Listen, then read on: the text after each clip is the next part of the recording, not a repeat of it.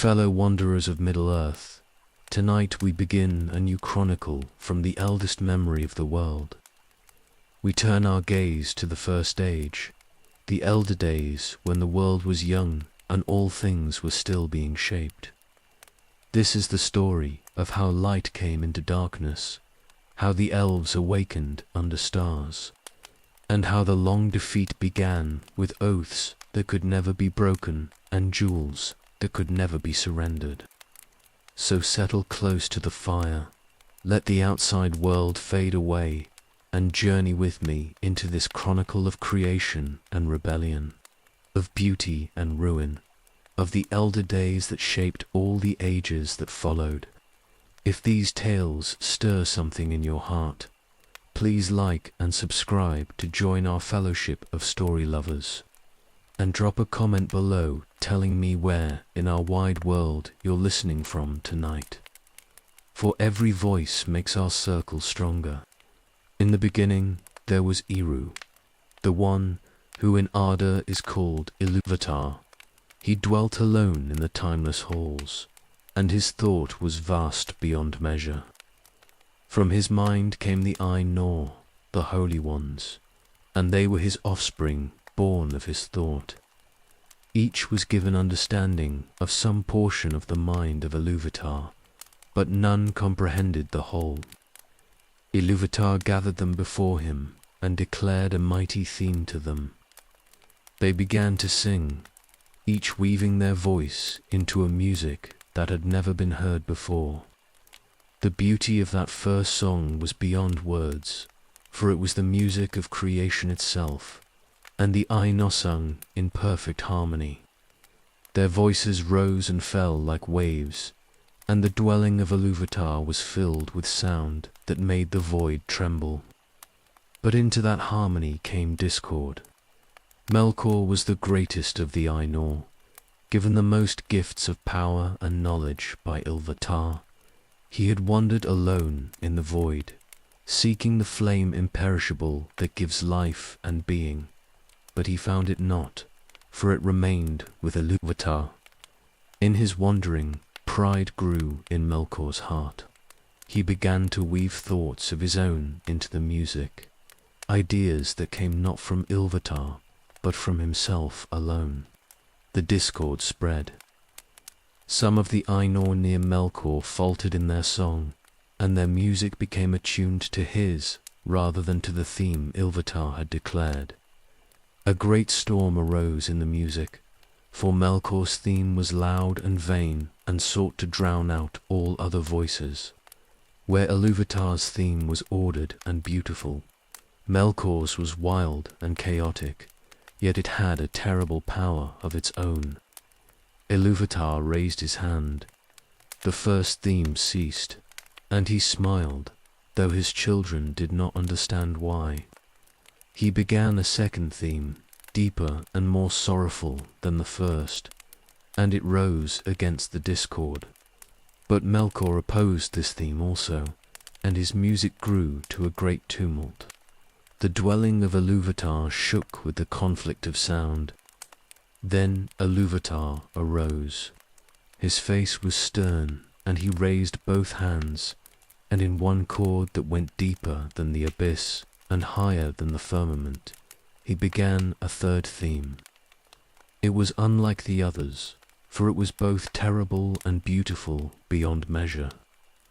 This theme took up the discord of Melkor and wove it into something greater, making even the rebellion part of the whole.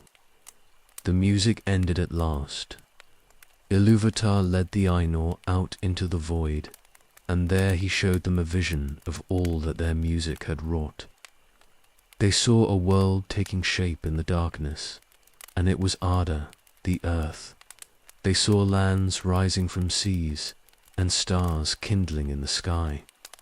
They saw things they had not imagined, for the music had created more than they knew, and they beheld the children of Iluvatar who were yet to come. The elves were there in the vision, immortal and fair beyond telling.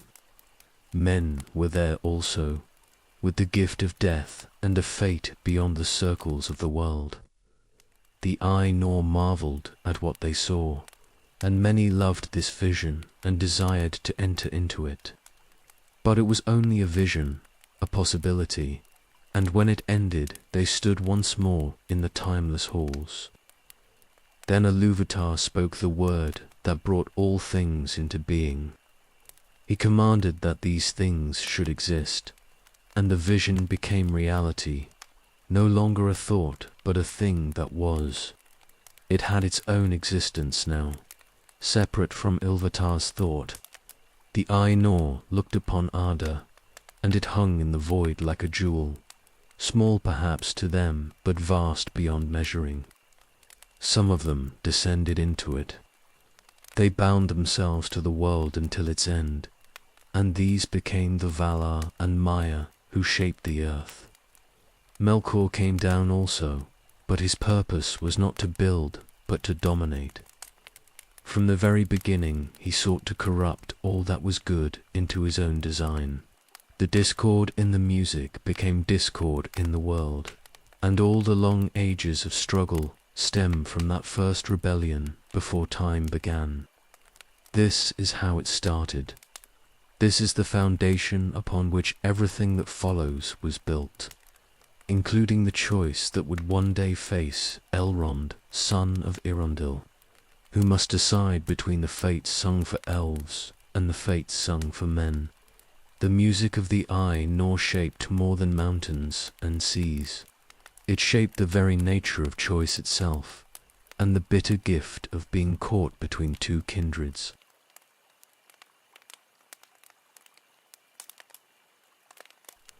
The Valar came down into Arda when it was still young and unformed. They found a world of chaos, where earth and water and air all fought against each other in confusion.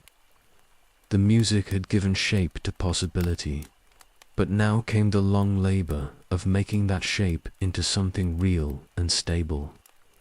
Manwë came first, mightiest in authority, and with him came Vada, his spouse, who loved the stars. Ulmo came, lord of all waters, who would wander alone through the deeps and know every stream and hidden spring. Aule, the smith, descended, eager to shape metal and stone, and beside him came Yavanna, who loved all things that grow.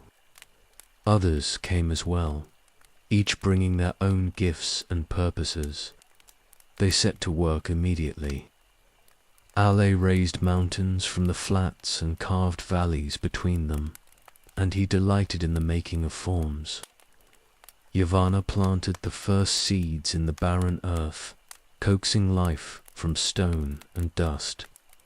Ulmo gathered the waters into their proper places, making seas and rivers flow according to reason rather than chaos. The work was vast and slow, for Arda was wild and resisted their shaping. But Melkor was there also. He had come down before the others, in secret, and he had already begun his own work. Where the Valar sought to create order, Melkor spread confusion and ruin. He kindled great fires that scorched the new growth Yavanna planted, and he made bitter cold that froze Ulmo's waters into barren ice. The Valar would labor to build something fair, and Melkor would come behind them to corrupt or destroy it. The conflict grew. Melkor gathered spirits to himself, Maya, who had descended with the Valar, but whose hearts he turned to his own service. He built a fortress in the north, in a region that would later be called Utumno, and from there he spread his dominion. His power was vast, for he had poured much of his strength into the very substance of Arda, and the earth itself seemed to resist the designs of the other Valar. Yet they did not abandon their work. Slowly, through long ages that had no measure, they brought some portion of order to Middle-earth. The land took on forms that would endure, and the seas found their boundaries. When at last the shape seemed stable enough, the Valar decided to make light. for all their work had been done in darkness, save for the light they themselves provided. Aur forged 2 great lamps at Yavanna's request. They were mighty beyond description, tall as mountains, and in them was placed the light of creation itself, so that they blazed with radiance. One was named Iliwin, and the other Ormul. And Aule set them upon mighty pillars that he raised in the north and south of Middle-earth. The light of the lamps spread across the world. For the first time, Arda knew illumination that was not from the Valar themselves, and under that light the work of shaping accelerated. Plants grew swiftly and spread across the land, and water ran clear and sweet. The Valar made themselves a dwelling place on the Isle of Almaran, which lay in the great lake in the midst of Middle-earth, and there they rested from their labours and took joy in what they had made. But Melkor could not bear to see their happiness. He waited and watched from his fortress in the north, biding his time and gathering his strength. His envy burned hotter than any fire, for he desired to be master of all things, and could not endure that others should make anything fair without his leave. At last he struck. In secret he returned to Middle-earth and undermined the great pillars that held the lamps. He worked in darkness beneath the earth, weakening the foundations that Aule had made strong. When his work was complete, he withdrew to Utumno and waited for the destruction he had wrought. The pillars fell. The lamps crashed down in ruin, and their fire spilled across the world in a cataclysm of flame and devastation. Seas boiled and mountains split, and all the fair shaping the Valar had achieved was broken and twisted. The Isle of Almaran was destroyed, swallowed by the upheaval, and the Valar barely escaped the destruction. Melkor fled back to Utumno before they could catch him. The Valar pursued him to the gates of his fortress, and there was war between them. But Melkor had made his stronghold too powerful to break without destroying all of Middle-earth in the attempt. They withdrew at last, weary and grieved, and left him in possession of the northern regions. The Valar abandoned Middle-earth then. They went westward across the great sea to the land of Armen, far from Melkor's reach, and there they built Valinor and made it a realm of light and beauty beyond imagining. They raised the Pelori Mountains as a fence against any evil that might come from the east, and they turned their attention to making their new home fair. But Middle-earth was left in darkness. The lands the Valar had shaped were broken and twisted by the fall of the lamps, and Melkor ruled there unopposed. He spread his dominion over all the wide world, and his servants multiplied in the dark places. The earth was wounded, and that wound would never fully heal, for Melkor had poured too much of his malice into its very substance. This was the first great marring of Arda, the first triumph of discord over design. The world that might have been was lost, replaced by something lesser and more prone to evil, and in the ages to come, that marring would touch all who dwelt in Middle-earth, including Elrond, son of Irondil, who would inherit a world shaped as much by ruin as by creation.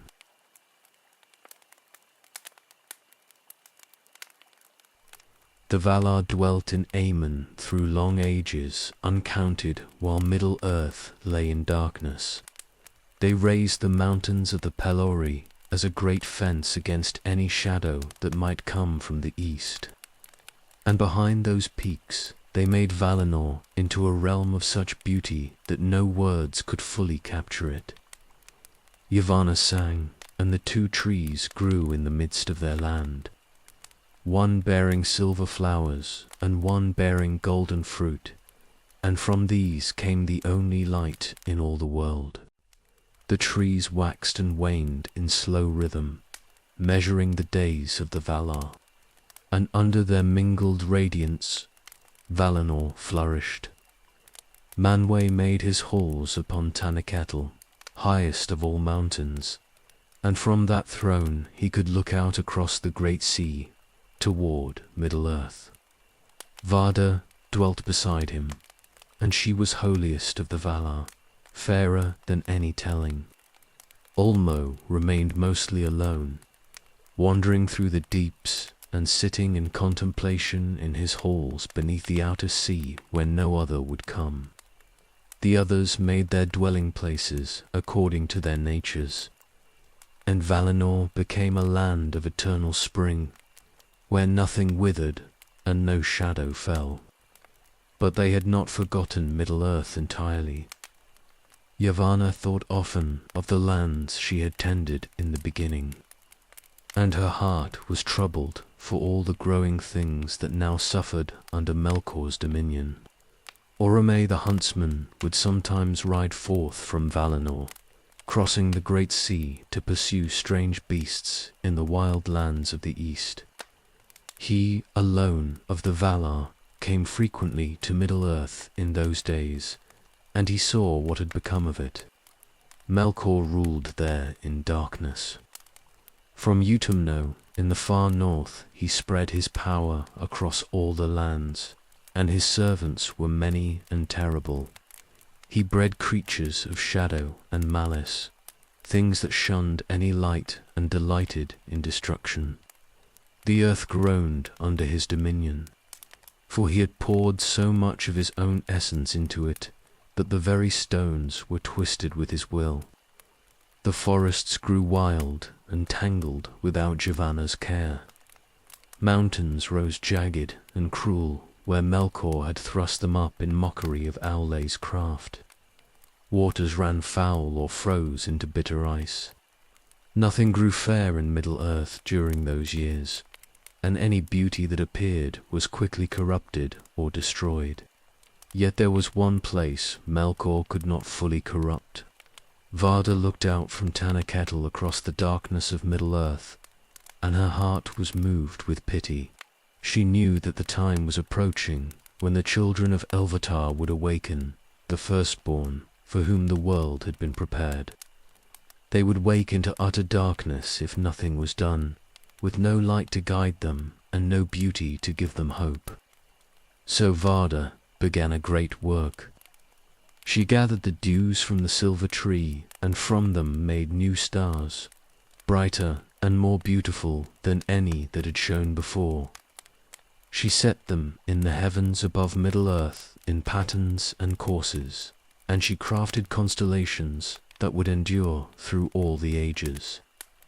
The work took long ages, even for one of the Valar, but at last it was complete. The new stars blazed forth in the darkness. They shone over Middle-earth like silver fire, and even Melkor in his deep fortress could not quench them or dim their radiance. He hated them, for they spoke of beauty and hope that he could not destroy. The stars sang silently in the void, and they were a promise that light had not been utterly defeated. Under those stars, Middle-earth changed. The darkness was still there, and Melkor's power remained vast, but now there was light from above that he could not reach. Plants that loved the starlight began to grow in hidden valleys, and clear water ran again in some places. The world was wounded and marred, but it was not dead. Oromu rode through the forests and heard the sound of running water for the first time in ages.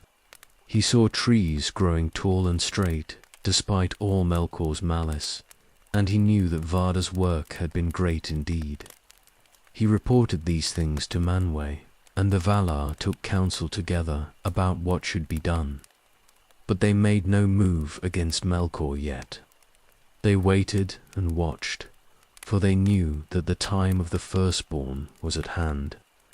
Soon the elves would awaken by the waters of Quivianan, under the new stars, and then all the long history of struggle and loss would truly begin.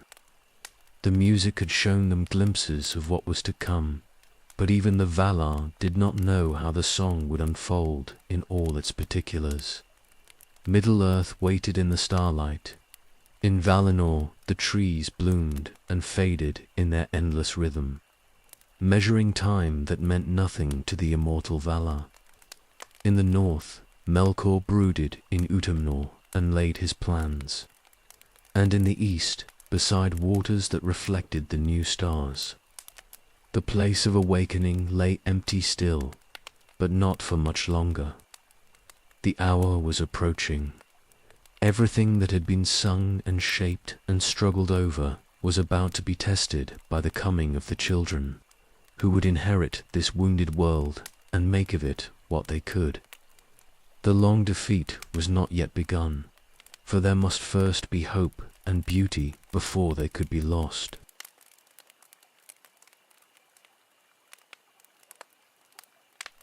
The elves awoke beside the waters of Quiviranen in the far east of Middle-earth. They opened their eyes to starlight, and it was the first thing they ever saw. The stars of Vardar blazed above them in patterns of silver fire, and the elves looked up in wonder at a beauty they had no words yet to name. They rose and stood beside the water. Their reflections looked back at them from the still surface, and they saw themselves for the first time. The starlight shone on their faces and hair, and they were fair beyond any measure, for they were the firstborn, the elder children of Ilúvatar, and they had been made to match the beauty of the world as it was meant to be. 3 clans awoke in that first moment. Eamon woke first with his spouse Eamonu, and 56 companions woke beside them.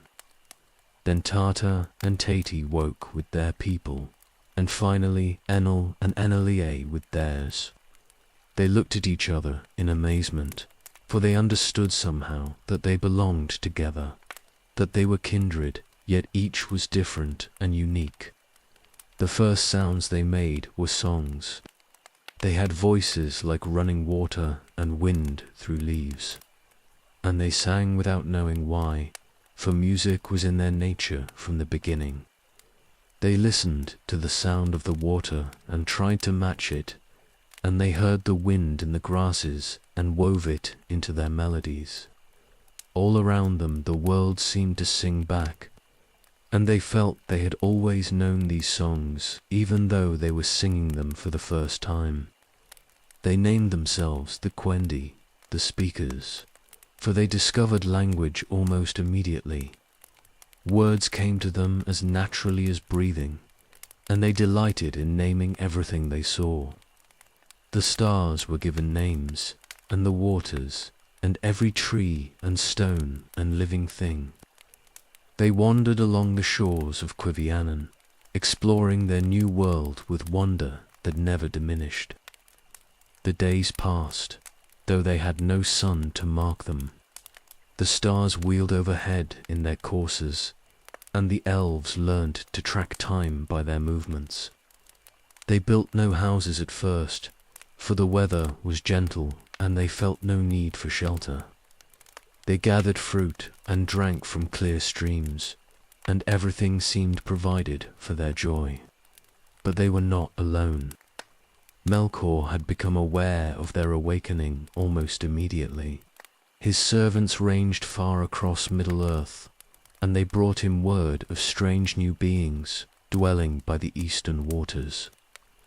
Melkor came in secret to spy upon them, and he saw the elves in their beauty and innocence, and his hatred of them was instant and absolute. Here were the children that Ilúvatar had promised in the music, the ones for whom the world had been prepared, and Melkor had not made them and could not command them. He began to hunt them.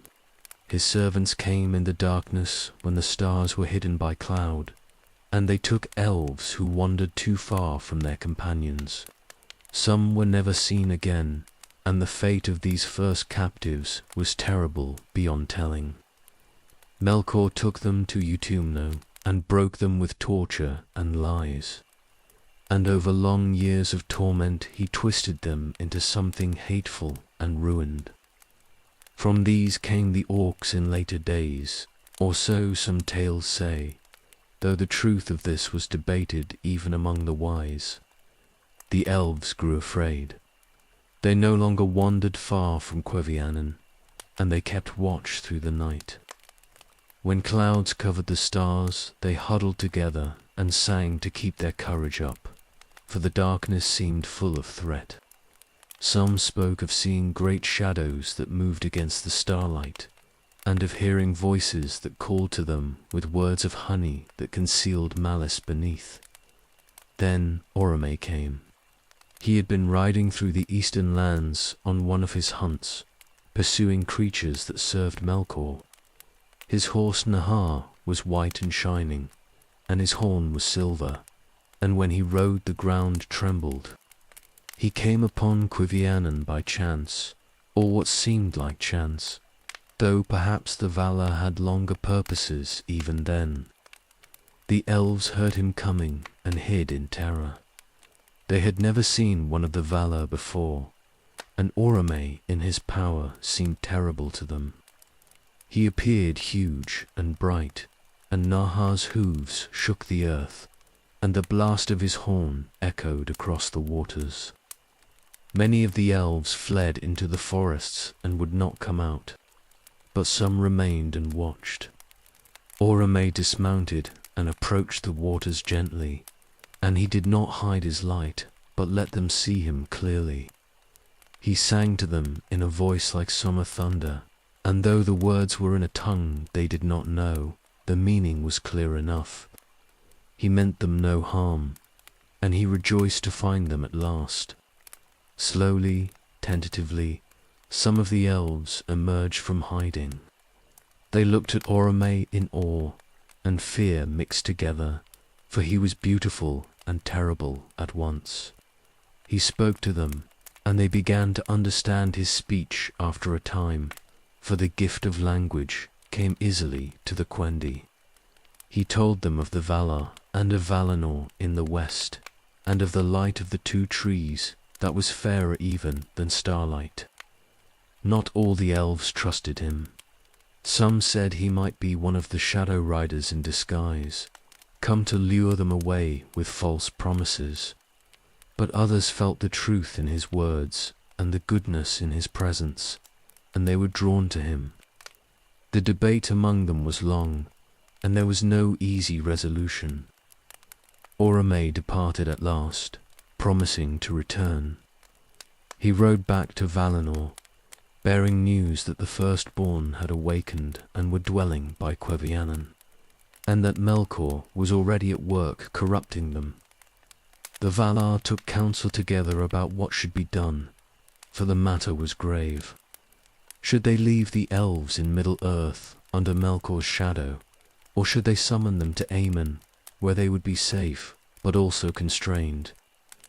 The choice would split the elves forever, but that reckoning was still to come. For now they remained by the waters of their awakening, caught between wonder and fear, between the beauty of the stars and the shadow that hunted in the dark.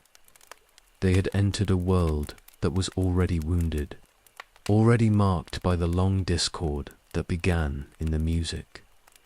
They were innocent still, but their innocence would not last much longer.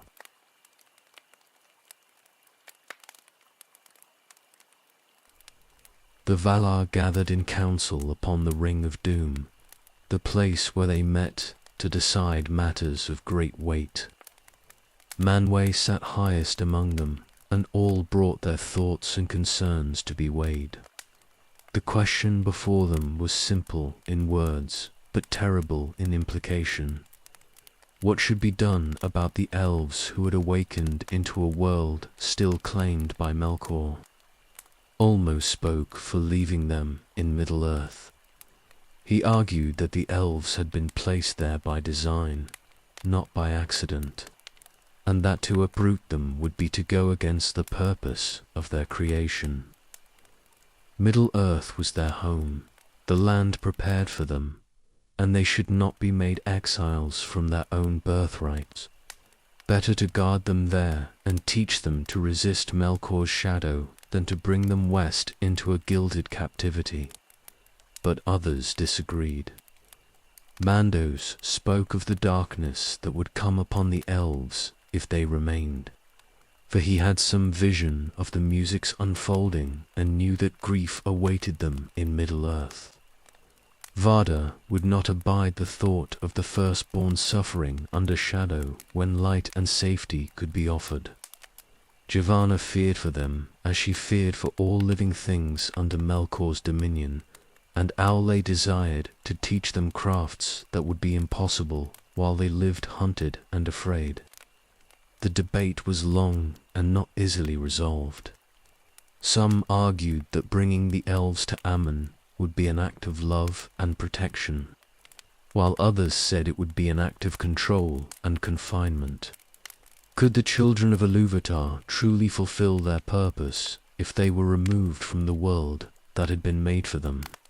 Yet, could they survive and flourish while Melkor hunted them in the darkness? Manwë made the final decision. He declared that Melkor must first be dealt with, for the shadow in the north made all other considerations moot. The Valar would go to war against Melkor, would cast him down from his throne in Utumno, and would make Middle-earth safer for the elves. Then, when the immediate threat was ended, the elves themselves would be given a choice. The war came swiftly. The Valar armed themselves and rode to Middle-earth in power and wrath, and the earth shook with their coming. They found Utumno and broke it open, tearing down its gates and casting down its towers.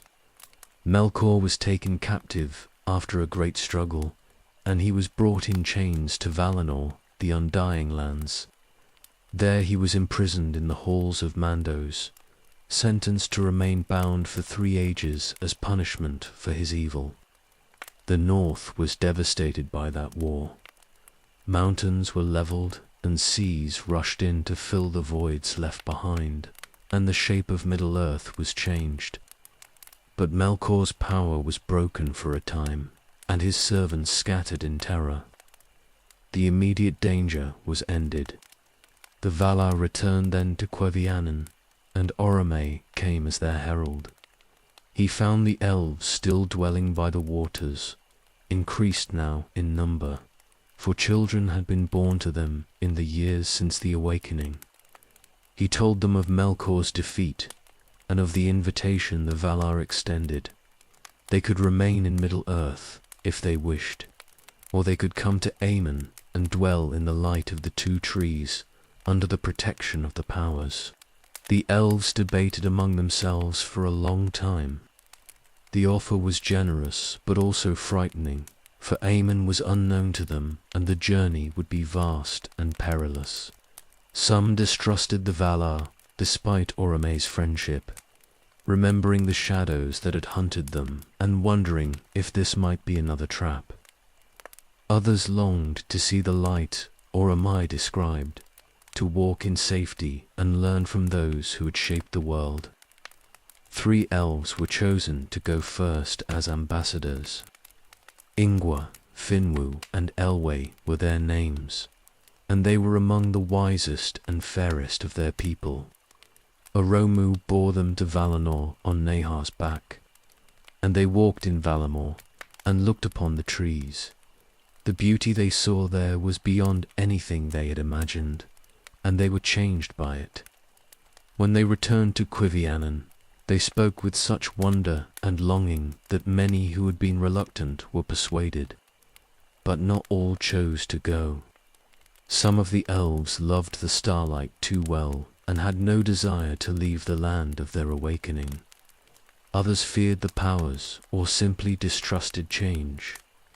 The debate grew heated at times, for this was the first great division among the Quendi, and families were torn between staying and going. In the end, most chose to accept the summons. 3 kindreds formed themselves, according to the 3 ambassadors who had seen Valinor, the undying lands. Those who followed Ingwa became the Vanyar, the fair, who loved light above all things. Those who followed Finwë became the Noldor, the wise, who desired knowledge and craft.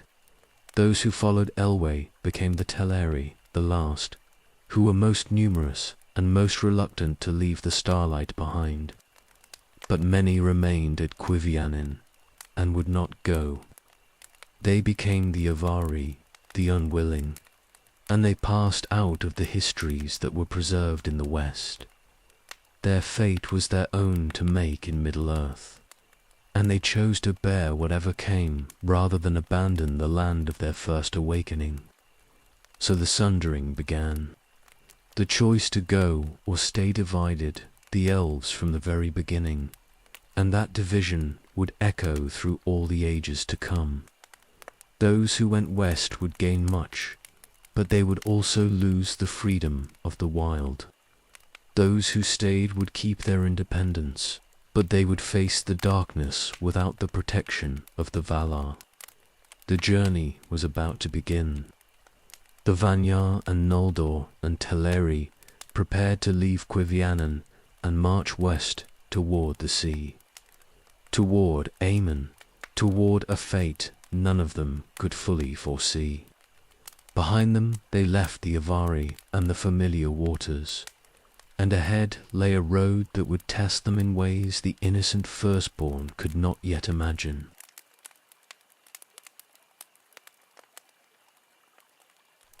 The 3 kindreds gathered their people and made ready to depart. They took little with them, for they owned little, and what possessions they had seemed crude compared to what they had been promised in the West.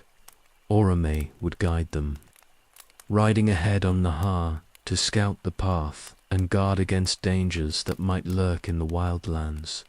The Vanyar led the way.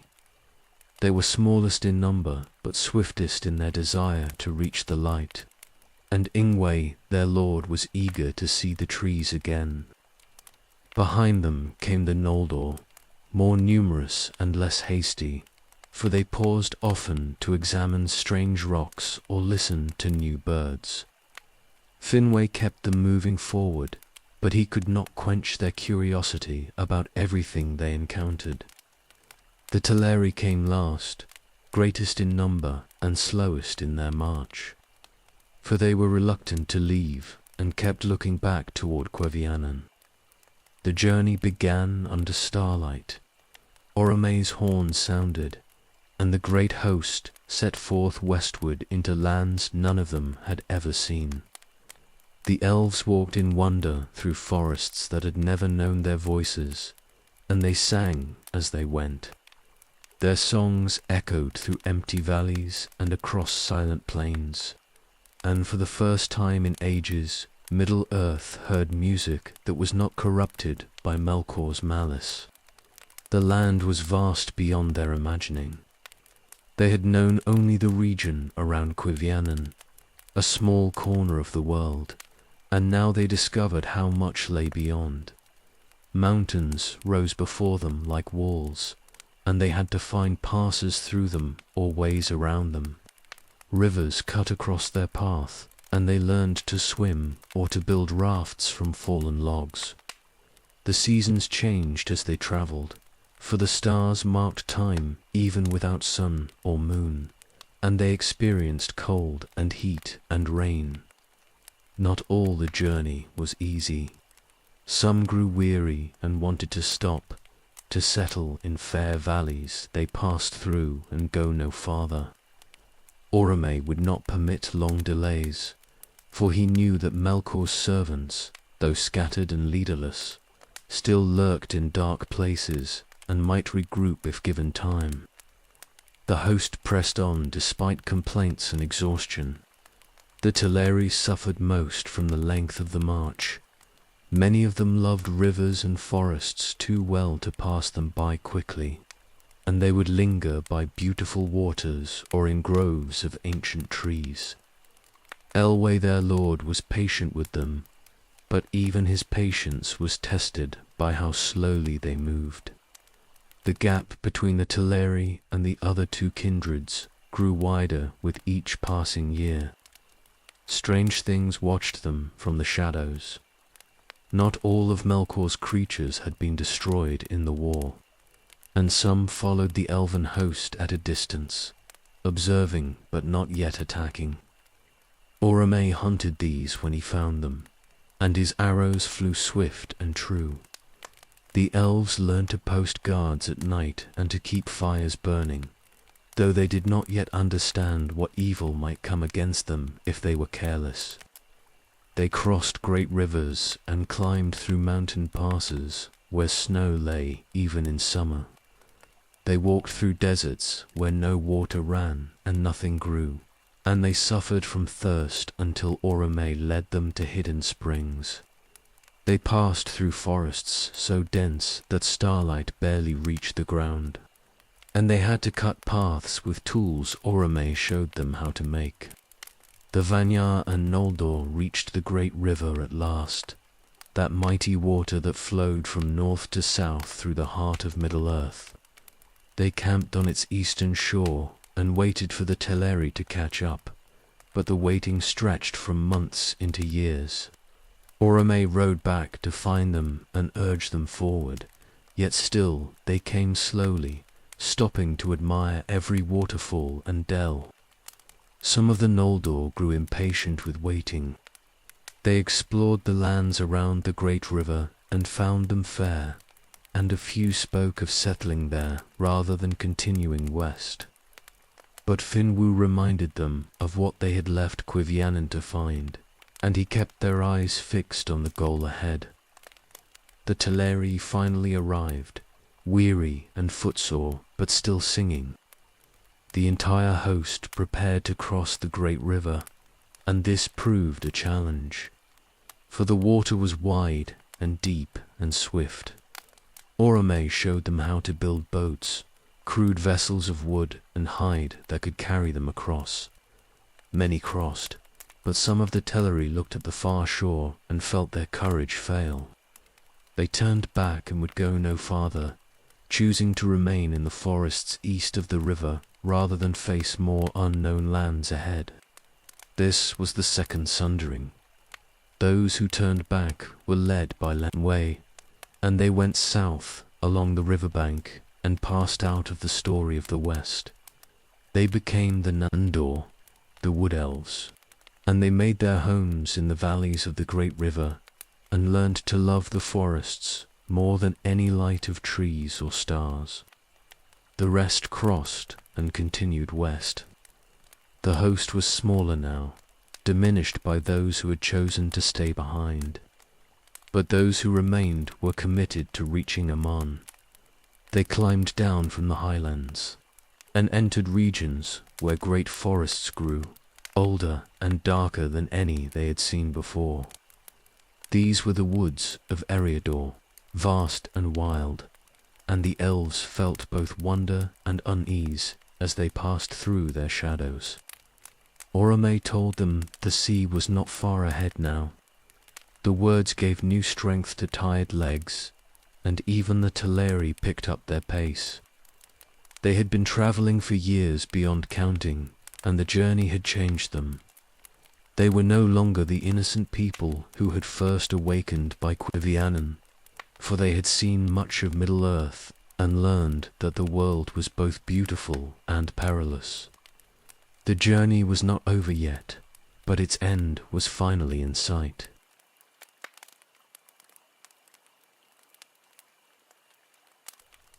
The host travelled through the great forests of Eriador, and the journey grew harder with each passing season. The trees here were ancient beyond measure, their roots deep and their branches tangled overhead, so thickly that starlight barely penetrated.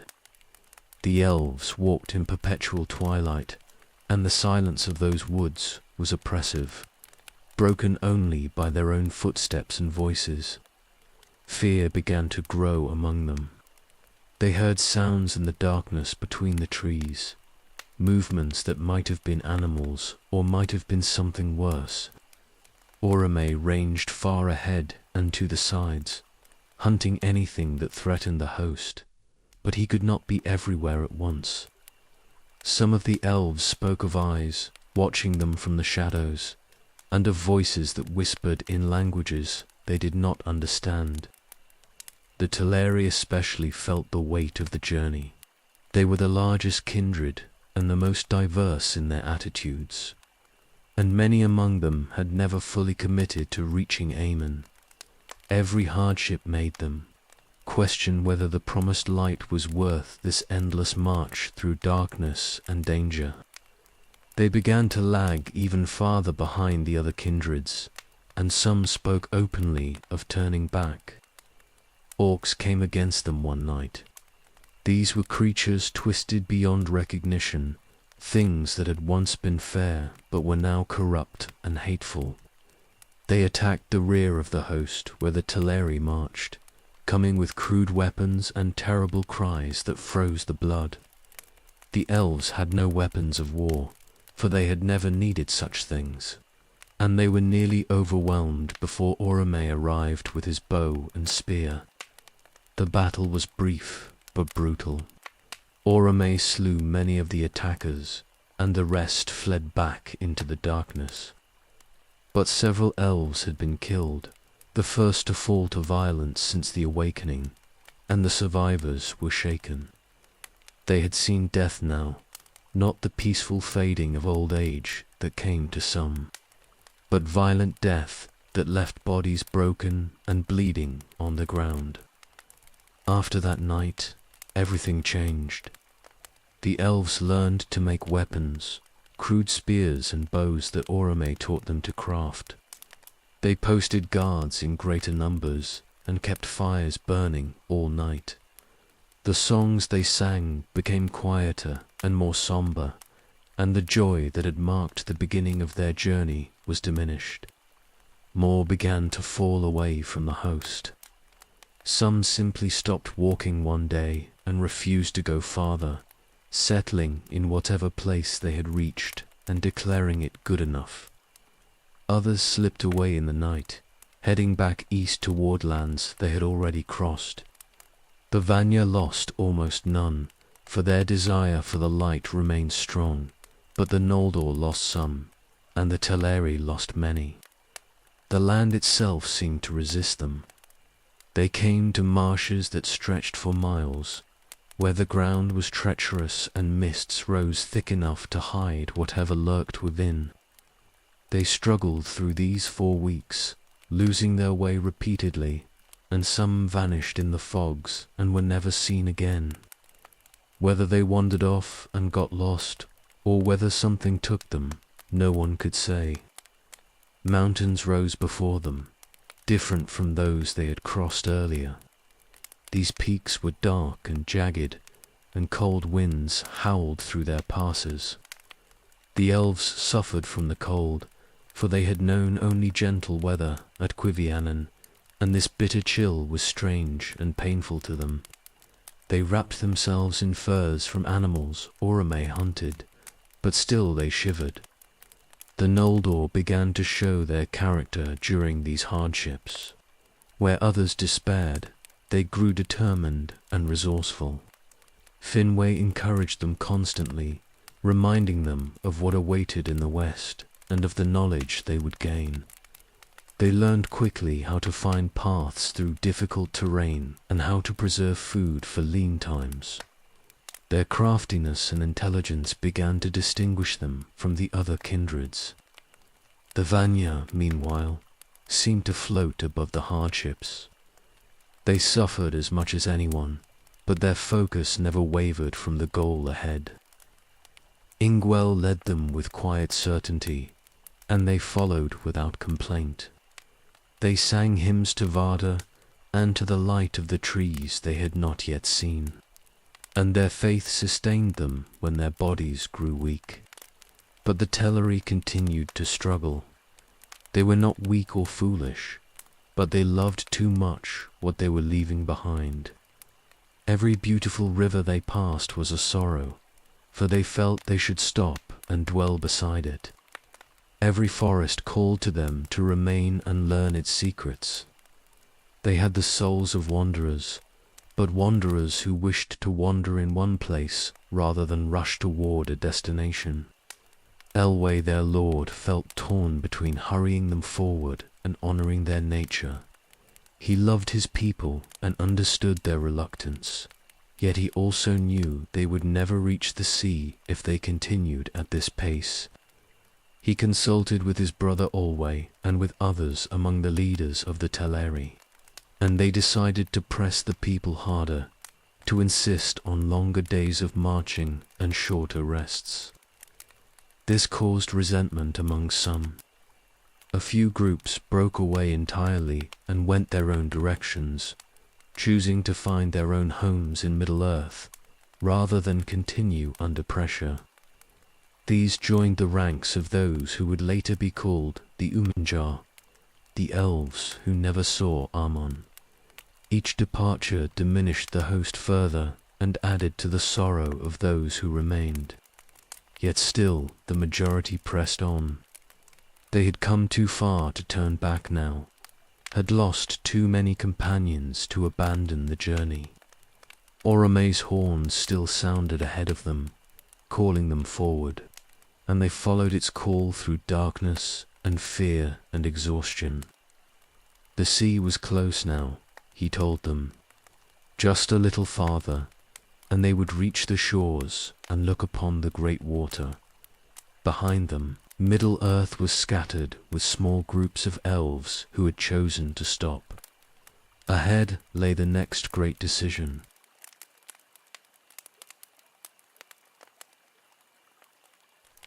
The host emerged from the forests at last and stood upon the western edge of a great land.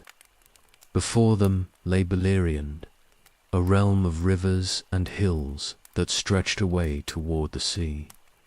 The air here was different, carrying assault tents they had never smelled before, and they could hear a distant rhythm like vast breathing that puzzled them until Orome explained it was the sound of waves. They descended into Beleriand, filled with renewed hope. The land was fair beyond anything they had seen in their long march, with clear streams running through green valleys and forests that seemed younger and less oppressive than those they had passed through. The stars shone brighter here, reflected in the waters of many rivers, and the elves felt they had come at last to a place that welcomed them. The Vanyar and Noldor pressed forward eagerly toward the sea. They wanted to look upon the great water and see what lay beyond. For Orome had told them they must cross it to reach Aemon. The Teleri came more slowly, as always, but even they felt their spirits lift in this gentler country. They spread out across Beleriand, exploring its rivers and glades, finding beauty everywhere they looked. Then they saw the sea. The Vanyar reached it first, cresting a final hill and looking down upon the endless expanse of water that stretched to the horizon. They stood in awe and silence, for nothing in their experience had prepared them for such vastness. The waves rolled in steady rhythm against the shore, and seabirds they had never seen before wheeled and cried above the foam. The Noldor came next and gazed upon the sea with wonder mixed with calculation. They began immediately to ask questions about how wide it was, how deep, what lived in it, how it could be crossed. Their minds were already working on the problem, seeking to understand this new thing. Finwë stood among them and felt both excitement and trepidation. For the sea was beautiful, but also a barrier between them and their goal. The Teleri arrived last, and when they saw the sea, they fell completely in love with it. The sound of the waves spoke to something deep in their nature, and the smell of salt air and the taste of spray on their lips enchanted them. They walked along the shores for miles in both directions, listening to the rhythm of the tides and watching the light of the stars dance on the moving water. But before all the Teleri had reached the coast, something happened in the forests of Beleriand. Elwu had been walking among the trees of Nan Elmuth, a forest in the eastern part of the land. He was alone, having gone ahead of his people to scout the path they would take. The trees there were ancient beeches, tall and silver-barked, and their leaves whispered in a wind he could not feel. He heard singing. The voice was unlike any he had ever heard, neither elf nor bird nor wind, but something that seemed to partake of all three and more besides. He followed the sound deeper into the forest, enchanted by its beauty, unable to resist its call.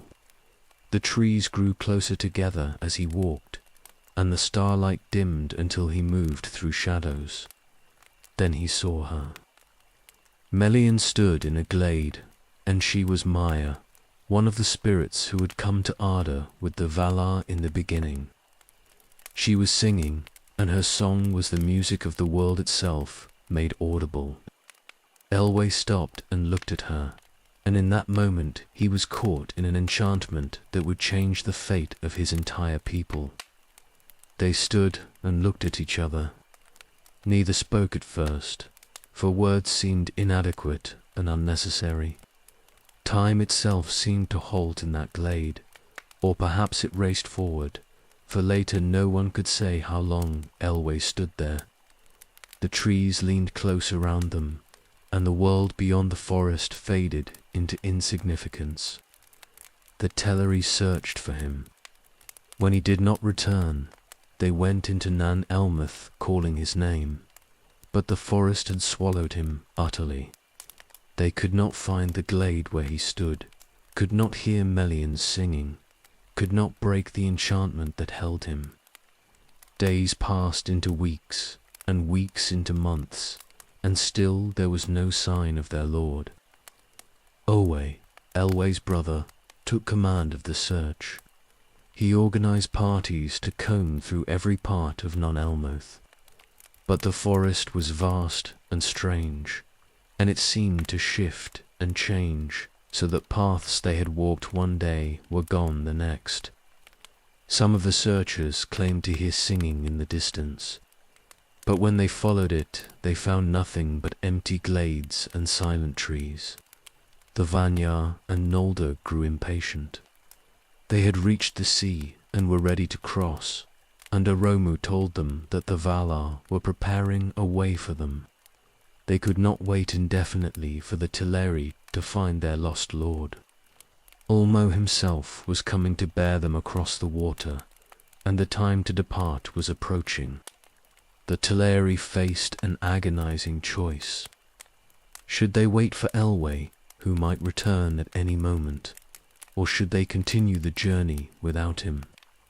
They were already the slowest kindred, the ones who had lost the most people along the way, and now they had lost their lord as well.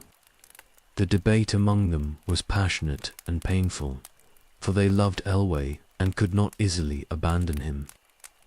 Olwë argued that they should continue. He said that Elwë would want them to complete the journey, that he would find them eventually, that they owed it to those who had already travelled so far to finish what they had begun. Others disagreed, saying they could not leave their lord lost in the forest. That loyalty demanded they remain until he was found. In the end, the Teleri divided. Most agreed to continue with Olwë, accepting that they could not wait forever and trusting that Elwë would somehow find his way to them later. But a significant number refused to leave Beleriand while their lord was still lost. They settled in the forests and by the rivers, declaring they would wait for Elwë no matter how long it took. These became the Sindar, the grey elves, who remained in Middle-earth. When Elwë finally emerged from the forest, years later, with Melian at his side, they became his people. But that was far in the future. For now there was only grief and separation, another sundering added to all those that had come before.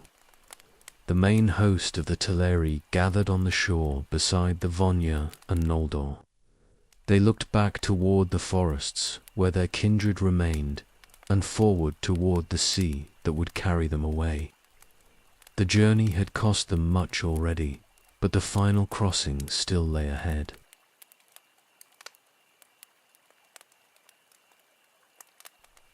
Ulmo came up from the depths of the sea. The elves standing on the shore saw the water begin to heave and swell, and they drew back in alarm, not knowing what was happening. Then the waves parted, and a figure rose from them, vast and terrible and beautiful, crowned with foam and wreathed in the voices of the deep. This was Ulmo, Lord of Waters, and he had come to fulfill his promise to bear the elves across the sea to Aemon.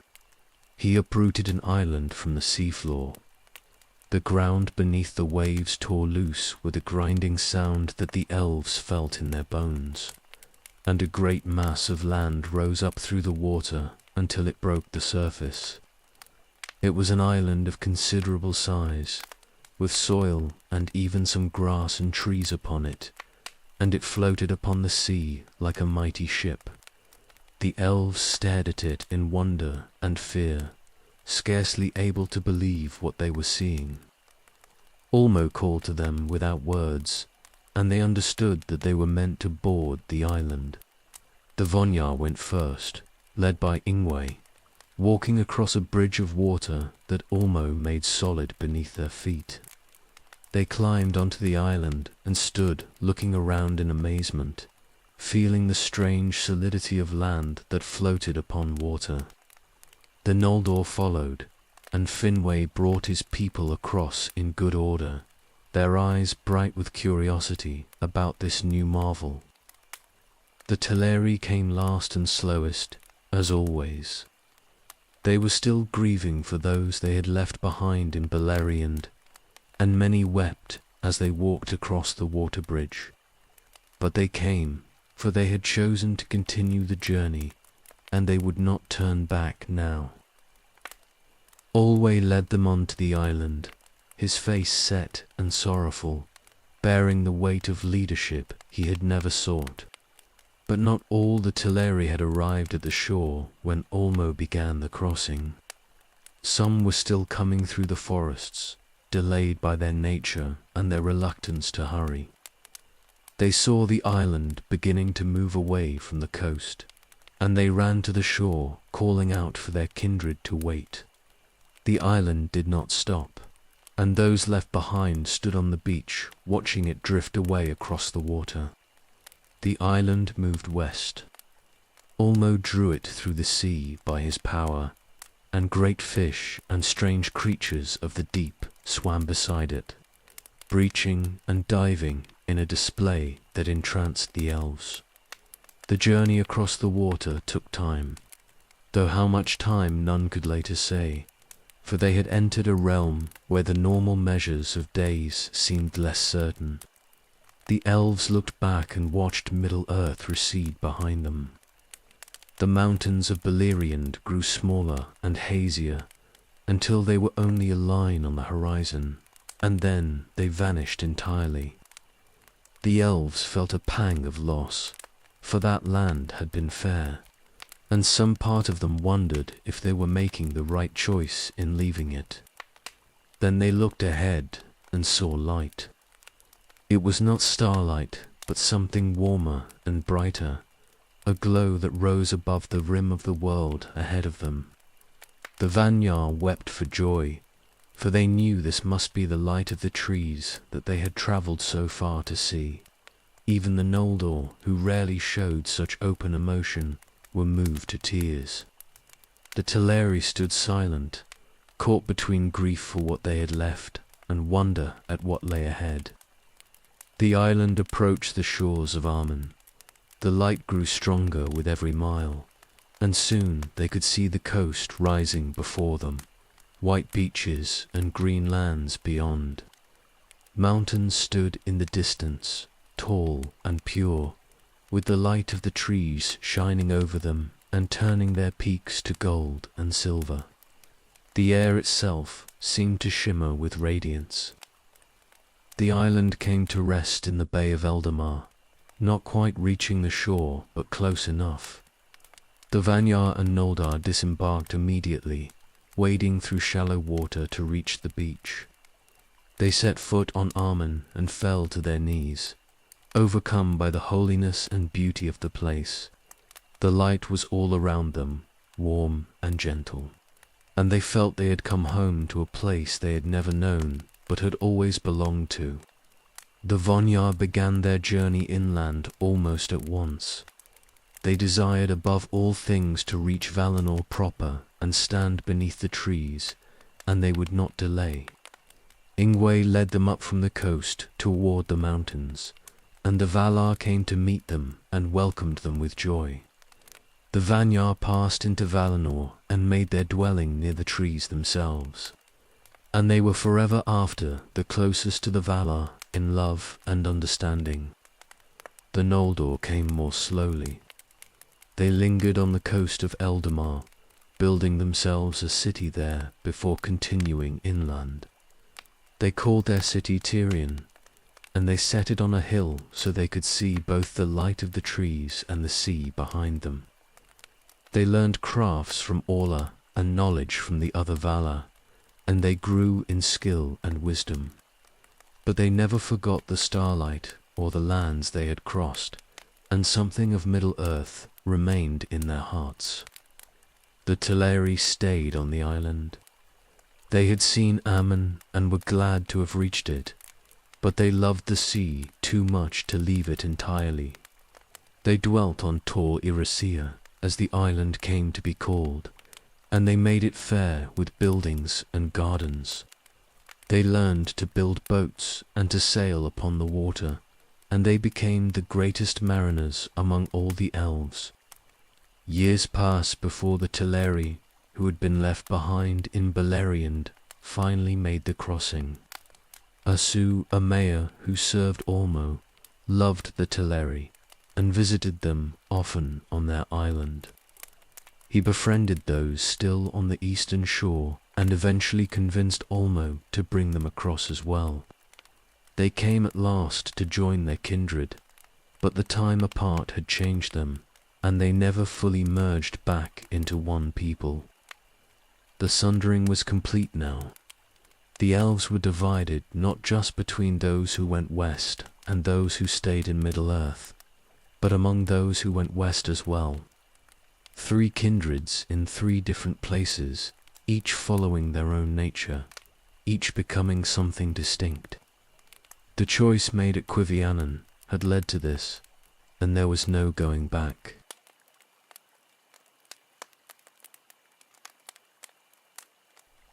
The elves dwelt in Aemon through ages of peace and learning.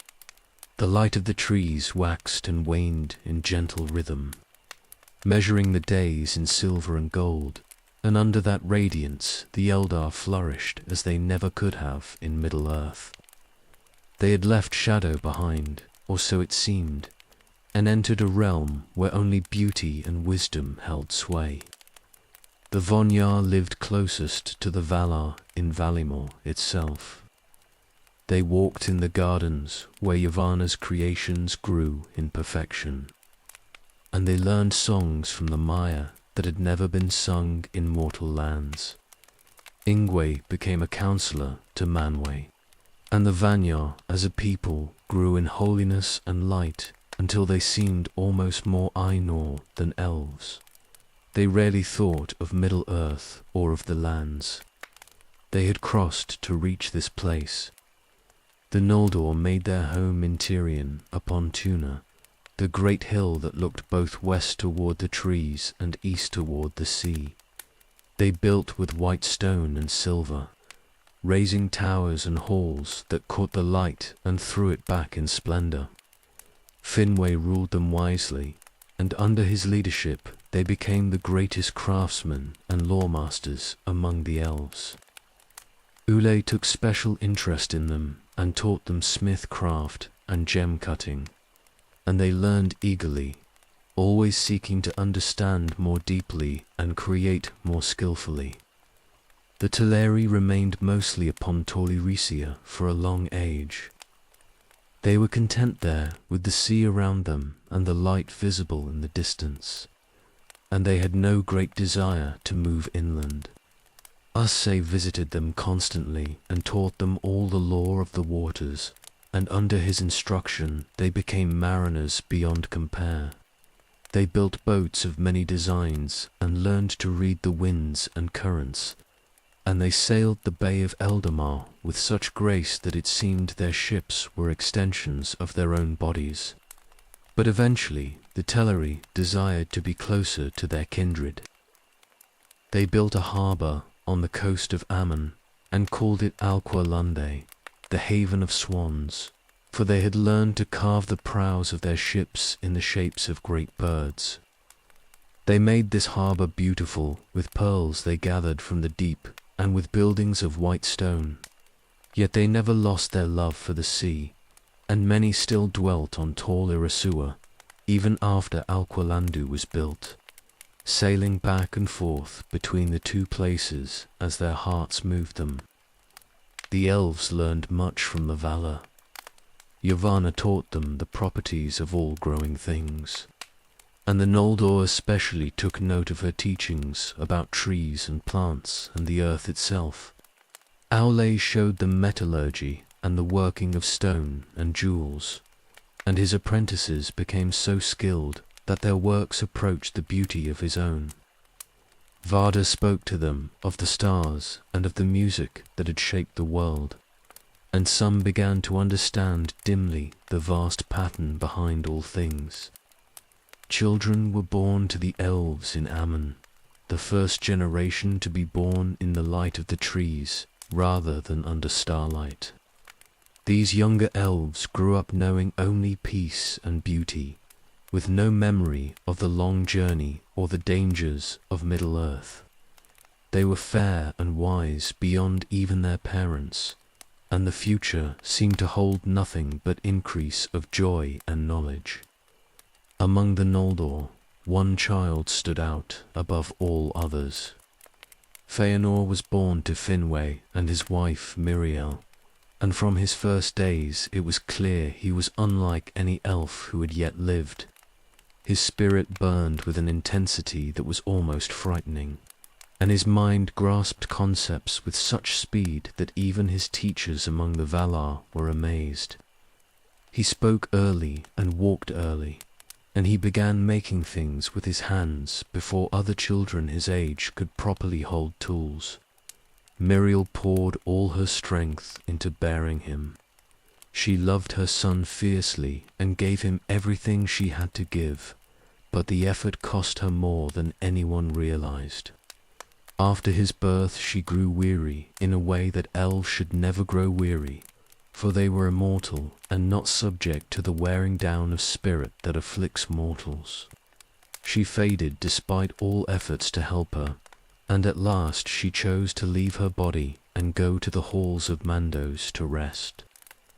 This death shocked the elves, for it was the first of its kind in Aemon.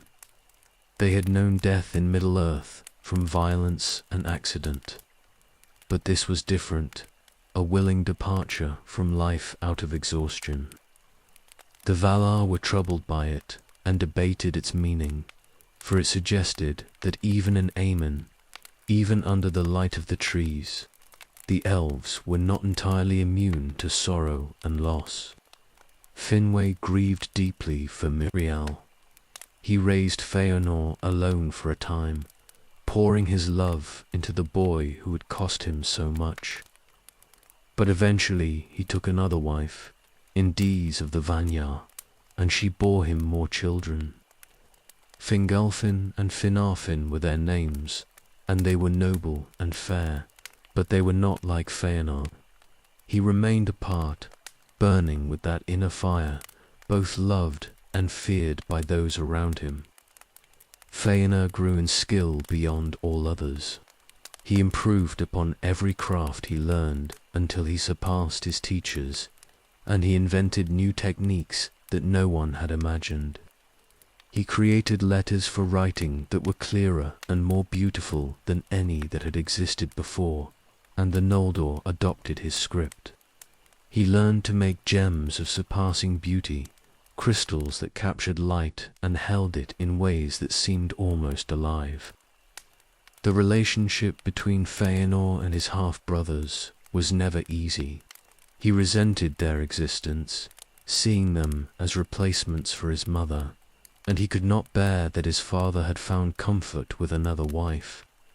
Fingolfin and Finarfin admired their older brother, but also feared his temper and his pride. They tried to win his friendship, but Feanor held himself apart, nursing grievances that might have been healed if he had allowed it. Yet despite these tensions, Aemon remained at peace. The small conflicts among the Noldor seemed unimportant in the greater context of beauty and learning. The trees bloomed and faded in their cycles, the elves grew in knowledge and skill, and the Valar watched over everything with satisfaction. It seemed the world had finally found its proper order, that the discord of the music had been overcome by the harmony of the light. But nothing gold can stay. The seeds of the disaster to come were already planted, growing in secret like weeds in a garden. Melkor sat in the halls of Mandos, counting the years of his captivity, and his hatred had not diminished with time. The greatest works were yet to be made, and the greatest sorrows were yet to fall. Bliss never lasts forever, not even in the blessed realm.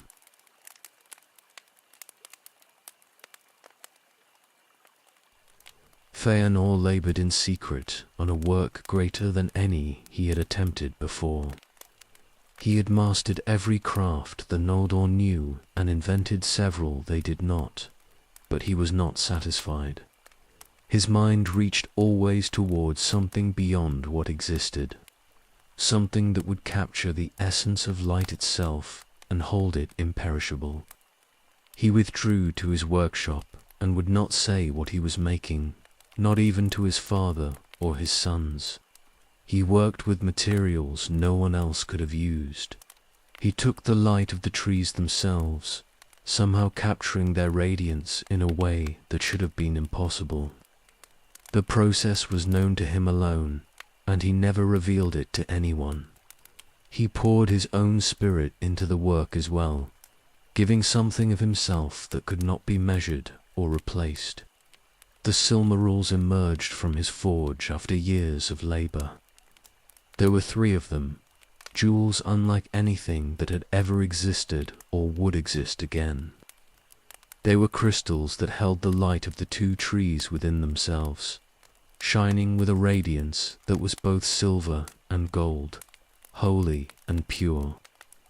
Looking at them was like looking at living light, for they seemed somehow alive in a way that gems should not be.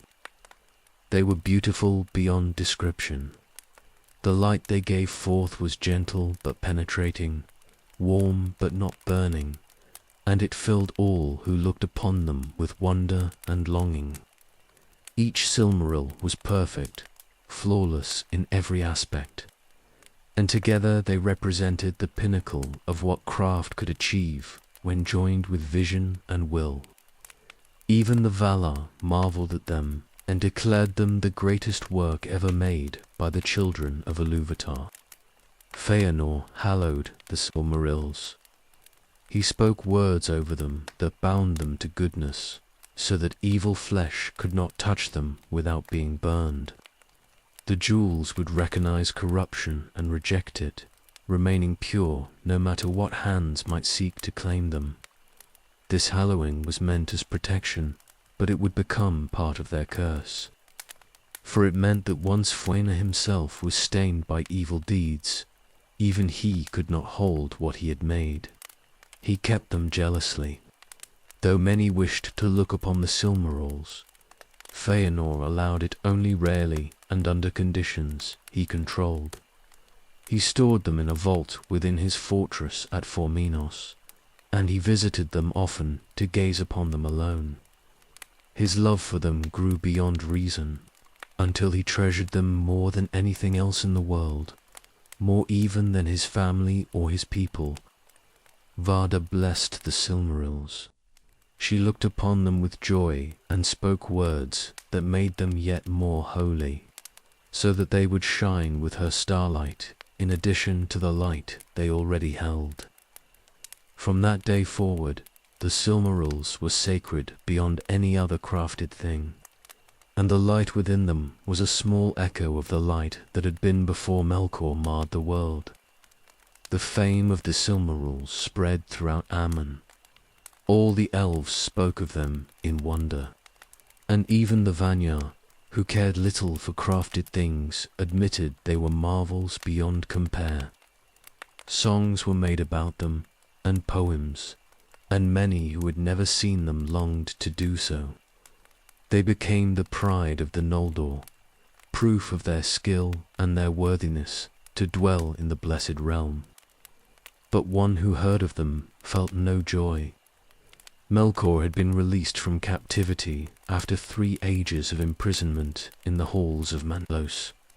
He had feigned repentance and humility, and Manwë, in his mercy, had freed him, believing that even the fallen could be redeemed.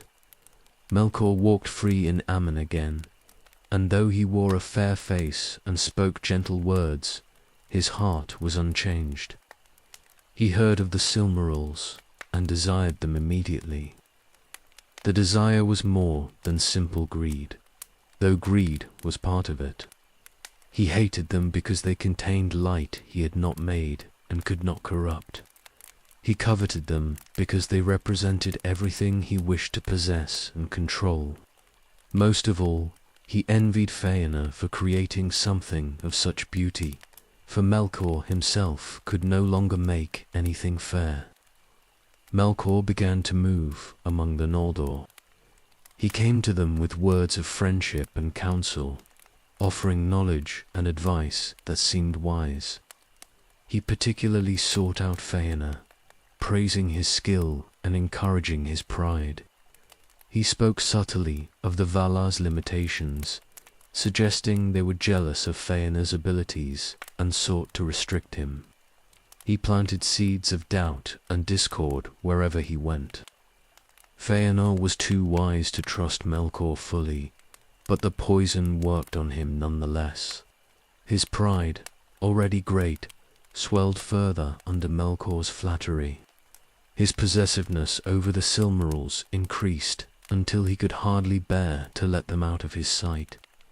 He began to suspect that others coveted them, that even the Valar might seek to take them from him. The jealousy that had been only a minor flaw became an assuming obsession. Among the other Noldor, Melkor spread different poisons. To those jealous of Feanor, he whispered that Finwë favored his eldest son unfairly. To Fingolfin and his followers, he suggested that Feanor plotted against them. He spoke to groups in secret and told each that the others were speaking against them. The unity of the Noldor began to crack under the weight of his lies. The Valar grew concerned. They saw Melkor walking freely in Valinor and watched how discord spread in his wake. Tulkas especially distrusted him and urged that he be imprisoned again, but Manwë was reluctant to break the pardon he had given. They summoned Melkor before them and questioned him, but he denied all wrongdoing and spoke so convincingly that they could prove nothing against him. Feanor confronted Fingolfin one day in the streets of Tirion. He drew a sword and threatened his half-brother, accusing him of plotting to usurp their father's throne and steal the Silmarils. Fingolfin stood his ground and spoke calmly, denying everything, but the damage was done. The Noldor were shocked that weapons had been drawn in anger in the Blessed Realm, and the Valar could no longer ignore what was happening among them. The peace of Aman was breaking. The light of the trees still shone as it always had, but shadows were growing in the hearts of the elves who dwelt beneath them. The Silmarils, meant to be the greatest of all works, had become the focus of jealousy and desire that would tear the world apart.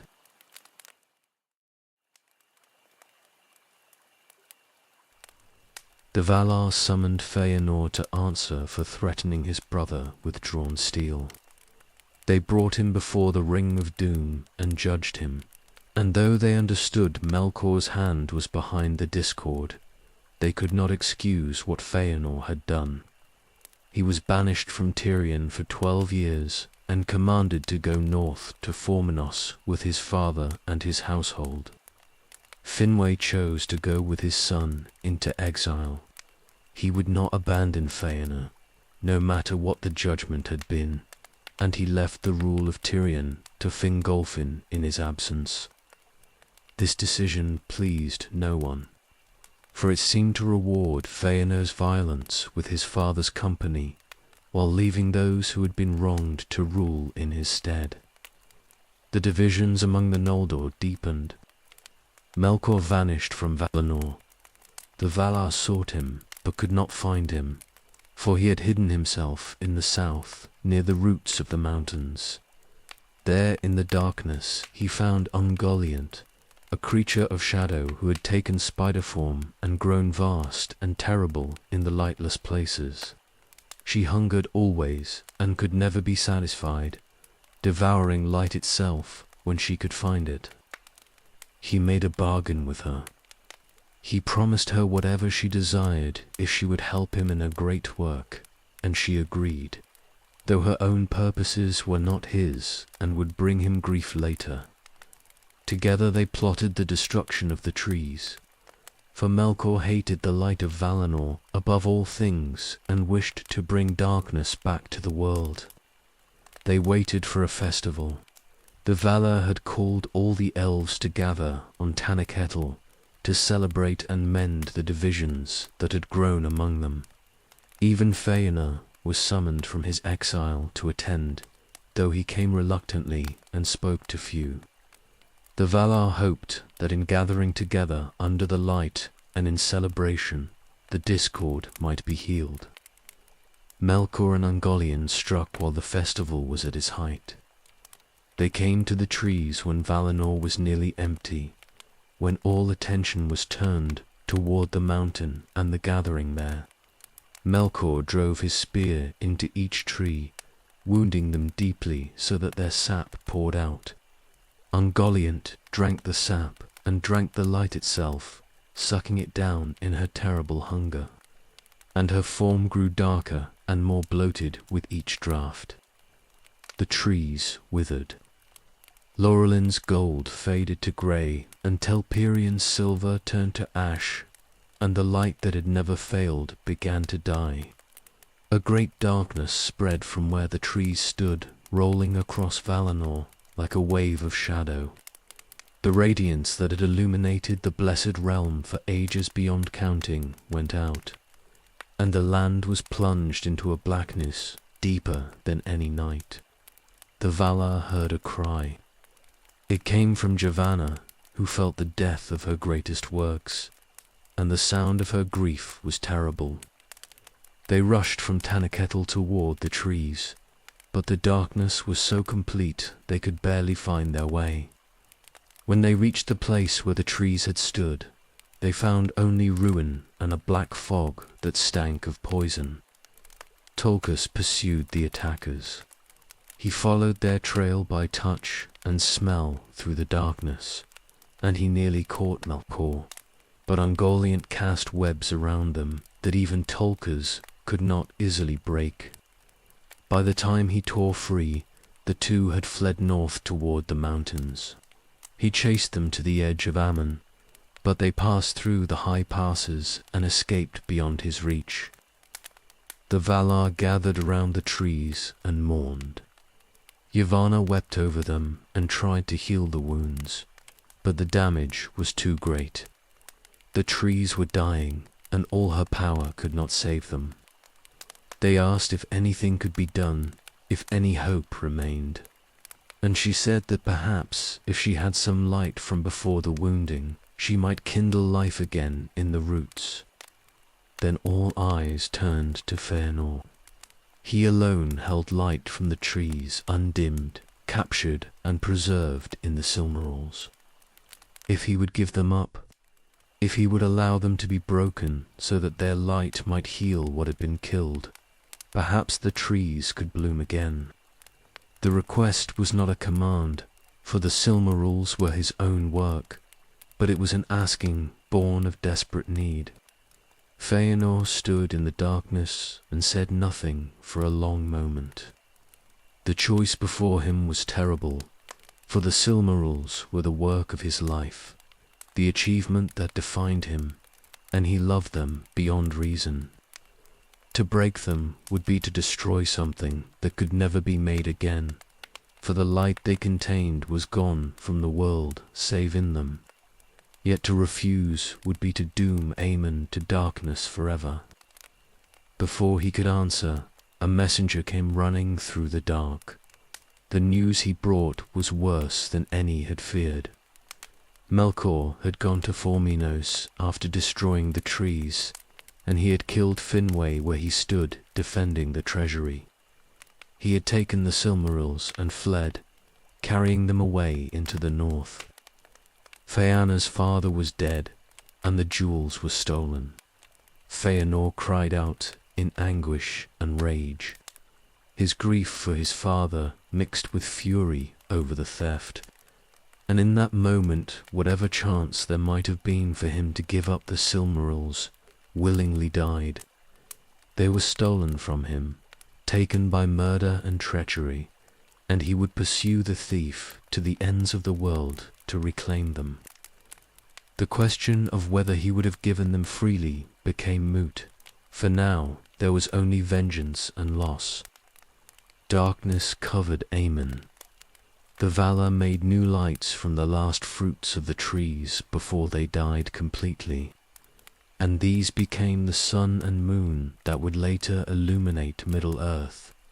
But in Valinor, the light was gone forever. The blessed realm was blessed no longer, and the elves who had dwelt there in peace now knew grief and death and the beginning of the long defeat.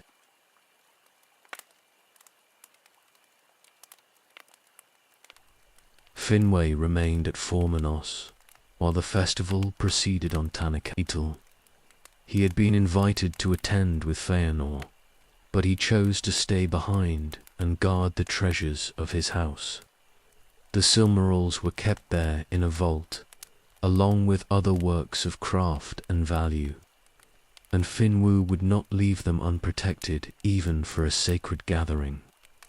The fortress stood quiet in the darkness after the trees died.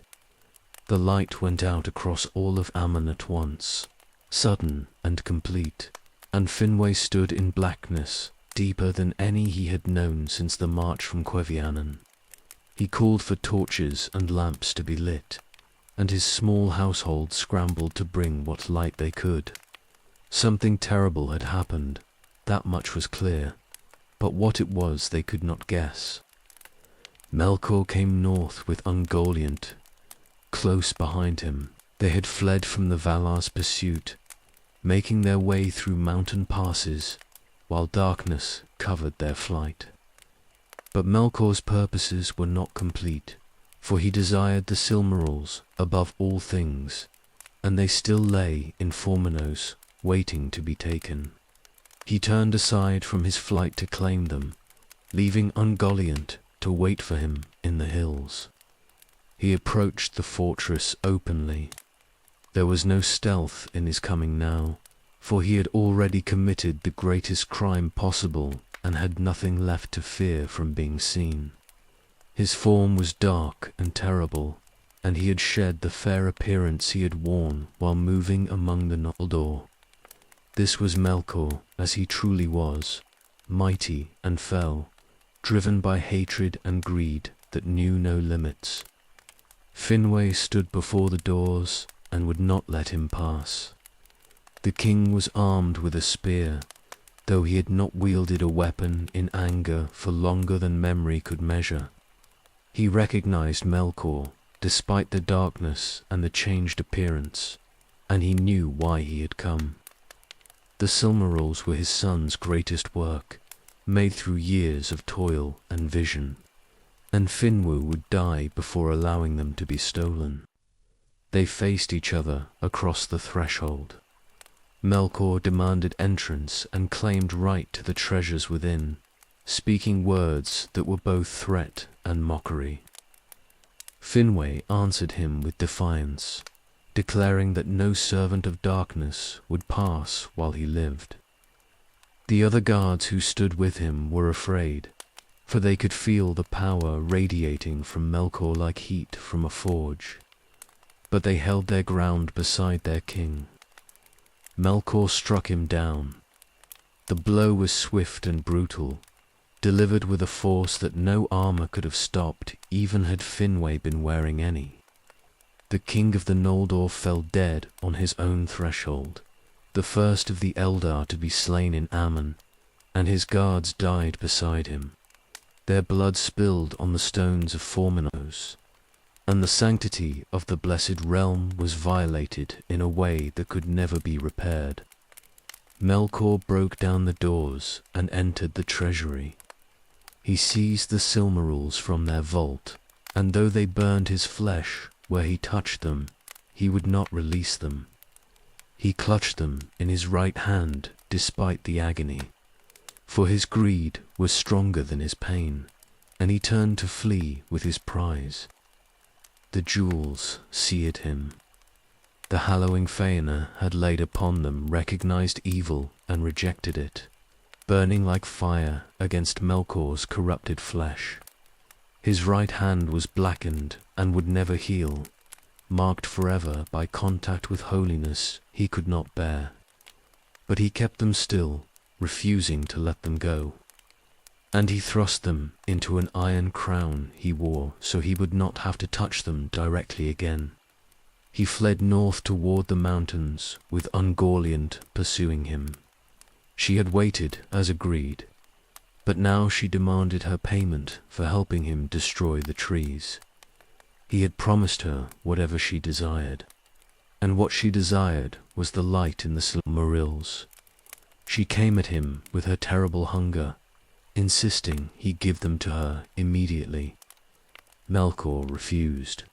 He would not surrender the Silmarils to anyone, would not share them or relinquish them even to fulfill his oath. His promise to Ungoliant meant nothing weighed against his lust for what he had stolen. He drew his sword and stood against her, and she wrapped him in webs, and would have devoured him if his Balrogs had not come from the north at his cry. The Balrogs drove Ungoliant away with whips of flame. She fled south into the mountains, disappearing into dark chasms where even Melkor would not pursue her.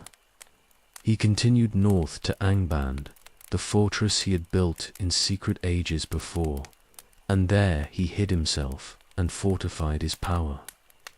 The Silmarils went with him into the deep places, locked away in his iron crown, burning him constantly but never released. Dawn would never come to Formenos. The fortress stood empty and haunted, its king dead on the doorstep and its greatest treasures stolen. When Feanor returned from Tanaketel and found what had happened, his grief and rage were beyond all measure. He had lost his father and his life's work in a single night, and the wound would never heal in him. The darkness that had fallen over Aemon was more than the absence of light.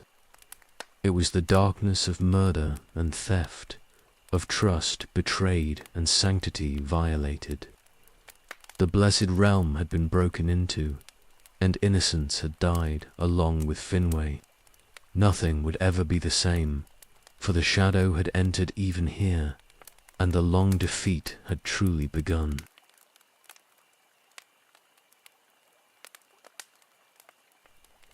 Feanor returned to Formenos and found his father dead. He stood over Finwë's body in the darkness, and for a long time he did not move or speak. The others who had come with him from Tannakettle waited at a distance, afraid to approach him in his grief. They could see his shoulders shaking, whether from weeping or from rage they could not tell. When he finally spoke, his voice was cold and terrible. He declared that Melkor would be hunted to the ends of the earth, that no distance would be far enough to hide him, that vengeance would follow him until either he or his pursuers were utterly destroyed. The name Melkor he rejected, saying the dark enemy did not deserve the title of nobility it implied. He called him Morgoth instead, the Black Foe, and that name stuck to him forever after. Feanor ordered his father's body to be borne back to Tirion. He commanded that a great gathering be called, that all the Noldor should assemble to hear what he had to say. His sons stood beside him, 7 tall figures who shared their father's fire, if not his genius. Medrose, the eldest, Maglor, the singer, Celagorm, the fair Caranthor, the dark Curufin, who most resembled his father, and the twins Amrod and Amroz. They watched their father with concern and devotion mixed together. The Noldor gathered in Tirion at Feanor's summons. They came despite the darkness, carrying torches and lamps, and they filled the great square before his house. Fingolfin was there with his people, and Finarfin with his, and all the houses and clans of the Noldor who dwelt in or near the city. They came because Finwë had died, and because Feanor had called them, and they waited to hear what he would say. Feanor stood before them and spoke with words of fire. He reminded them of everything they had suffered, starting with the long march from Quivianan and the hardships they had endured. He spoke of Melkor's deceptions in Aman, of how he had moved among them, spreading lies and discord. He described the murder of Finwë and the theft of the Silmarils, and his voice shook with fury as he told of these crimes. Then he spoke of freedom and destiny. He said the Noldor had been brought to Amon as prisoners disguised as guests, that the Valar had called them west, not for their own good, but to keep them controlled and limited. In Middle-earth they could be free and mighty, masters of their own fate, building kingdoms according to their own vision rather than living as subjects of the powers. The words were poisonous but seductive, mixing truth with lies in ways that were hard to untangle. He declared his intention to depart from Aman and return to Middle-earth in pursuit of Morgoth. He would reclaim the Silmarils or die in the attempt, and he called upon all the Noldor to join him in this quest. His voice rose as he spoke, filling the square and echoing from the walls. And many who heard him felt their hearts stirred despite their better judgment. The response was overwhelming. Young elves especially were moved by his words, longing for adventure and glory, eager to prove themselves in deeds of valor. The thought of remaining in Aman while their kindred marched to war seemed cowardly to them. Even some who were older and wiser felt the pull of his speech, for Feanor could move hearts when he chose, and his grief and rage gave his words a power that was hard to resist. Then Feanor swore an oath. He lifted his sword and called upon Ilúvatar himself as witness, swearing that he would pursue anyone who held or kept a Silmaril from him, whether it be Valar or Maya or elf or man or any creature yet to come. He swore to pursue them with hatred and to the ends of the world. And he called down everlasting darkness upon himself if he failed or faltered in this quest. His 7 sons stepped forward and swore the same oath. Each spoke the words in turn, binding themselves to the same dreadful purpose their father had declared. They swore upon their souls and called the everlasting dark to witness. And with each utterance the air seemed to grow heavier and darker, as if something terrible was listening and accepting their pledge. The oath was a doom. Those who swore it bound themselves to an impossible task, for the Silmarils were in Morgoth's keeping in a fortress that could not be broken. And even if they were recovered, the oath made no provision for success.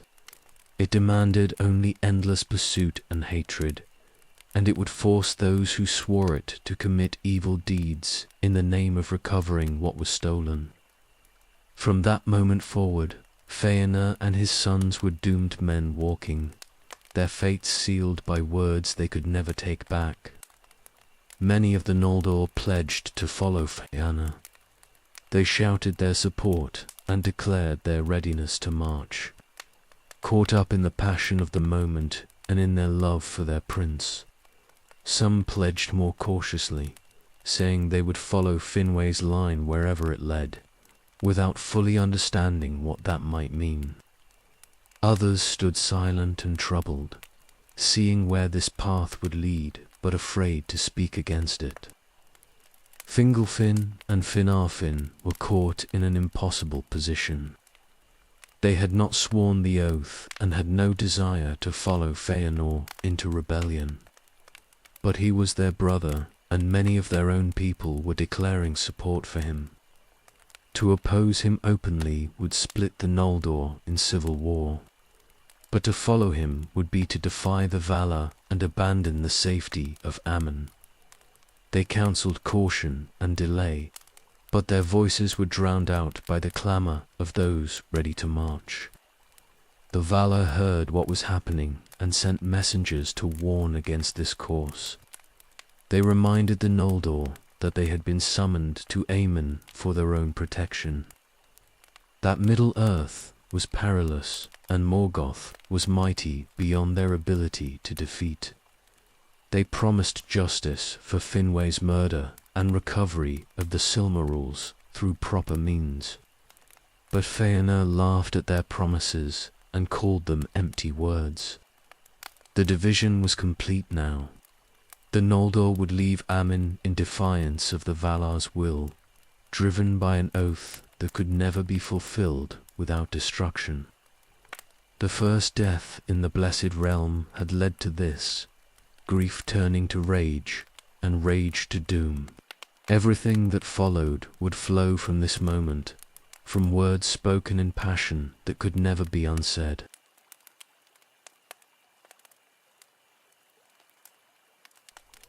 The Noldor marched north from Tirion toward the coast.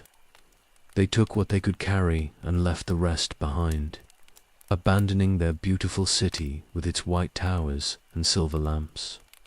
Feanor led them, and his sons rode beside him, and behind them came a host of thousands who had chosen exile over remaining in Aman. The road was dark, for the trees were dead, and only starlight remained to guide them.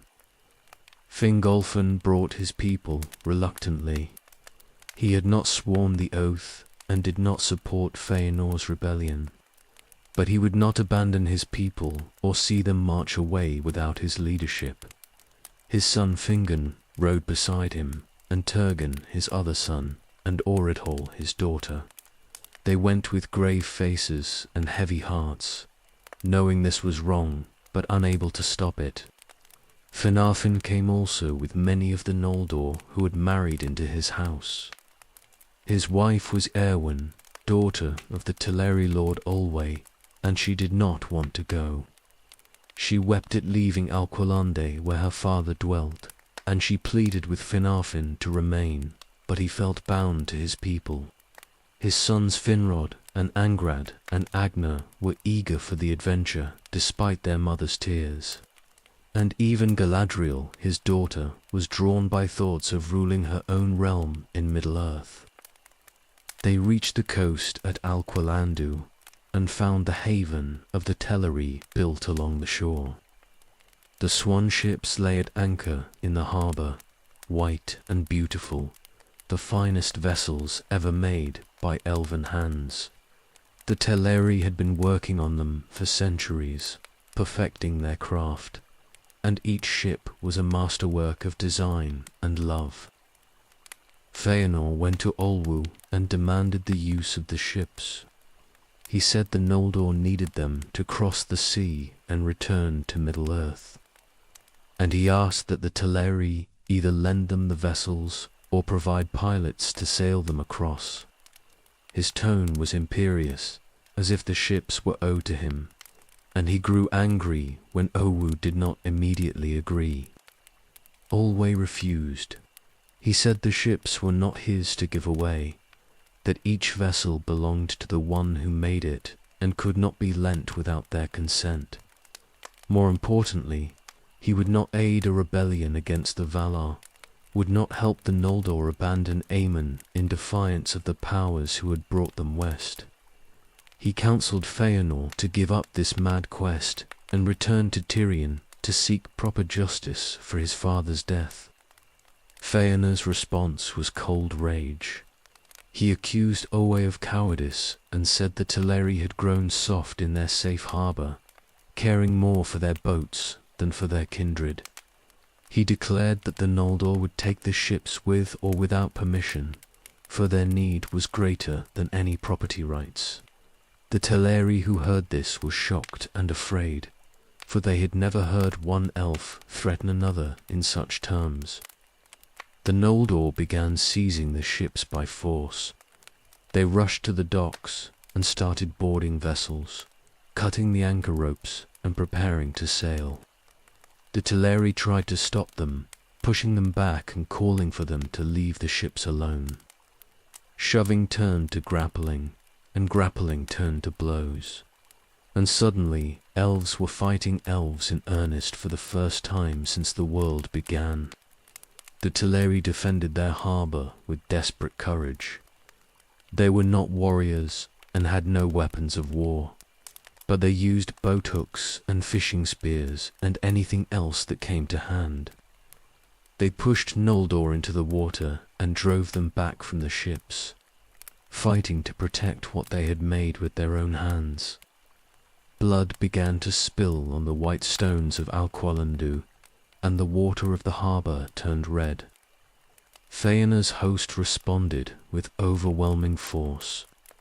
They had brought swords and spears from Tirion, weapons forged for beauty but deadly nonetheless, and now they drew them in anger.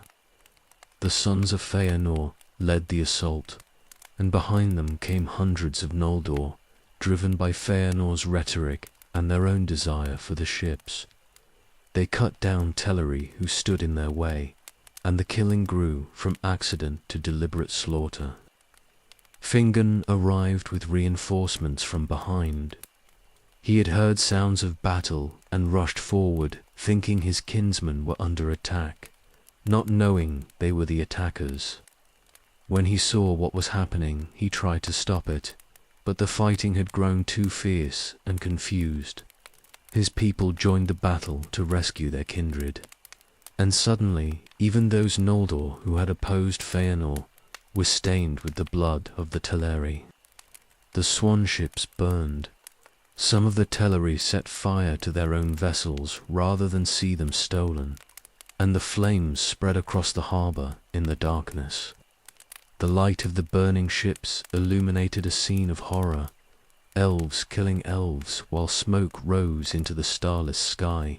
The screams of the wounded and dying echoed across the water, and the beauty of Alqualandu was drowned in violence and grief. Olwe and many of the Teleri were driven back from the harbour. They fled inland toward Tirion, carrying wounded with them, and they sent messages to the Valar crying for help. But the Valar did not come, for they had decided to let the Noldor face the consequences of their own choices. The rebellion would be allowed to proceed, and its terrible fruits would teach lessons that no intervention could impart. The Noldor took to ships at last. They commandeered enough vessels to carry a significant portion of their host, leaving dead Teleri behind them on the docks and in the water. Some of the Noldor wept for what they had done, sickened by the violence and the betrayal of their kindred. Others hardened their hearts and said it had been necessary, that the Teleri should have helped them willingly. Finarfin turned back. He looked at the carnage and the burning ships, and he could not continue. He took those of his people who felt as he did and returned to Tirion, seeking pardon from the Valar and abandoning the rebellion.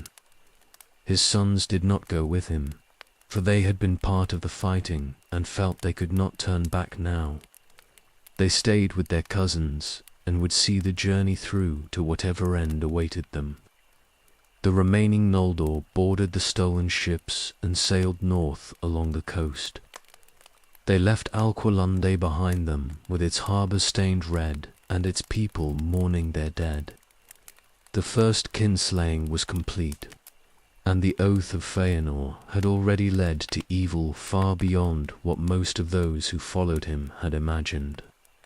They sailed into darkness and doom, and there was no turning back.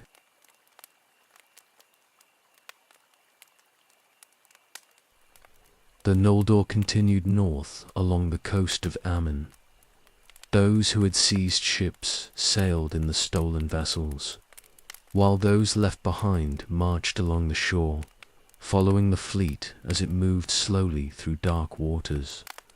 The two groups stayed within sight of each other, for neither wanted to be separated in the starless night that had fallen over everything. The journey was grim and silent. The euphoria that had filled them when Feanor spoke in Tirion was gone, burned away by what they had done at Alqualunde. Many walked with their heads down, not meeting the eyes of their companions, ashamed of the blood on their hands. Others tried to justify what had happened, speaking loudly about necessity and the greater purpose, but their words rang hollow even to themselves. They reached the grinding ice at Helcarax, the place where the two continents nearly met across a narrow strait. The land of Aemon curved north and east here, and across treacherous ice fields lay the northern shores of Middle-earth. The passage was perilous, filled with shifting floes and freezing water, but it offered a route to the east for those willing to risk it.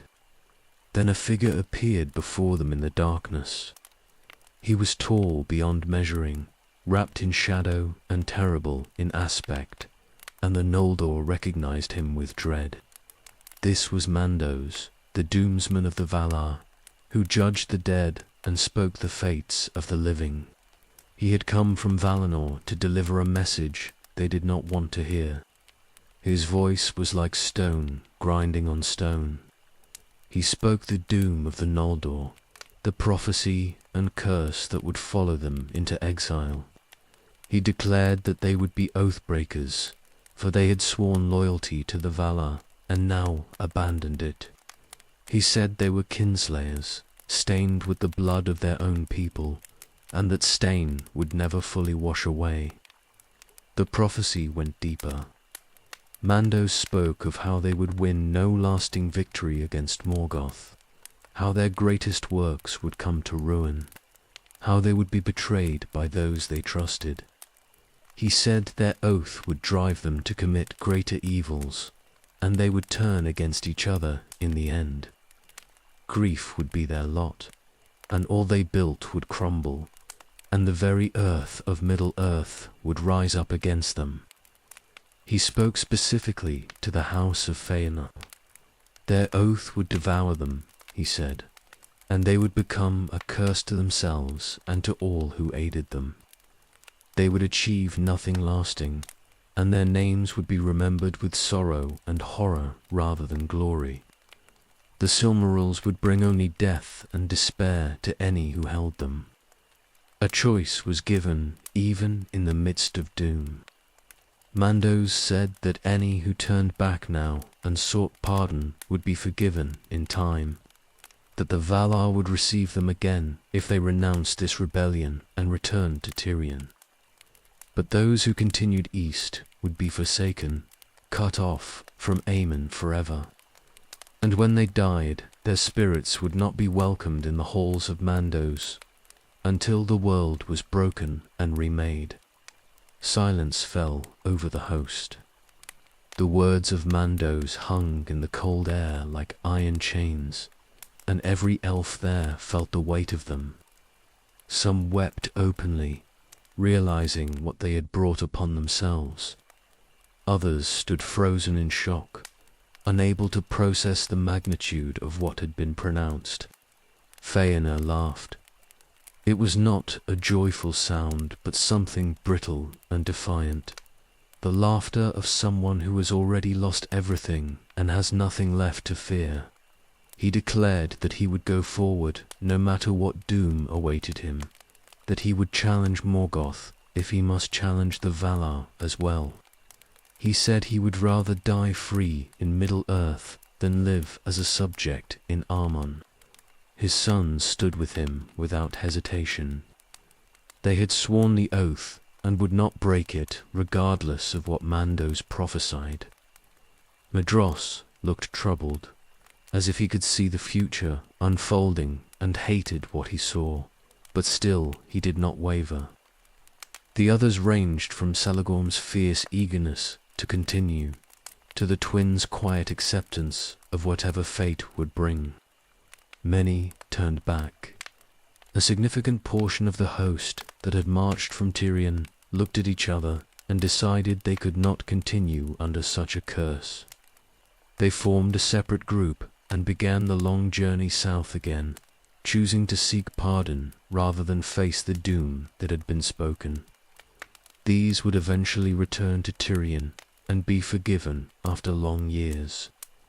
But they would bear the shame of having gone so far before turning. But more chose to continue. Some followed Feanor out of loyalty or love, unwilling to abandon him even in his doom. Some were driven by pride, refusing to turn back after coming so far and losing so much.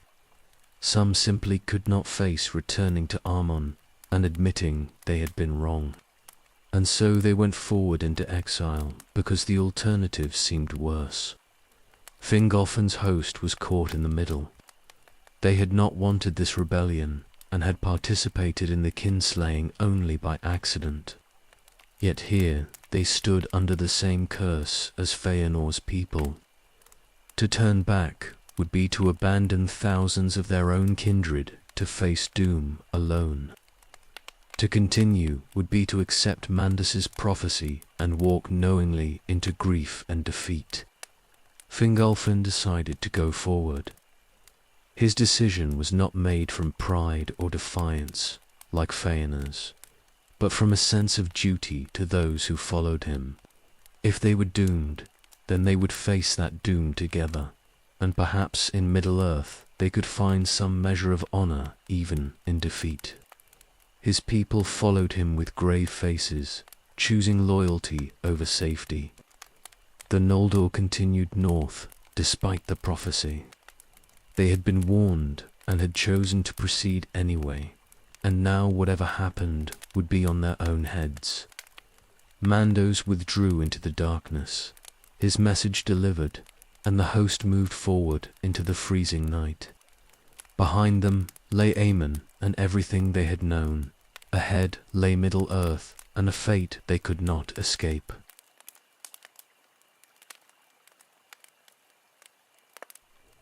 The stolen fleet reached the firth of Drengis in Middle-earth.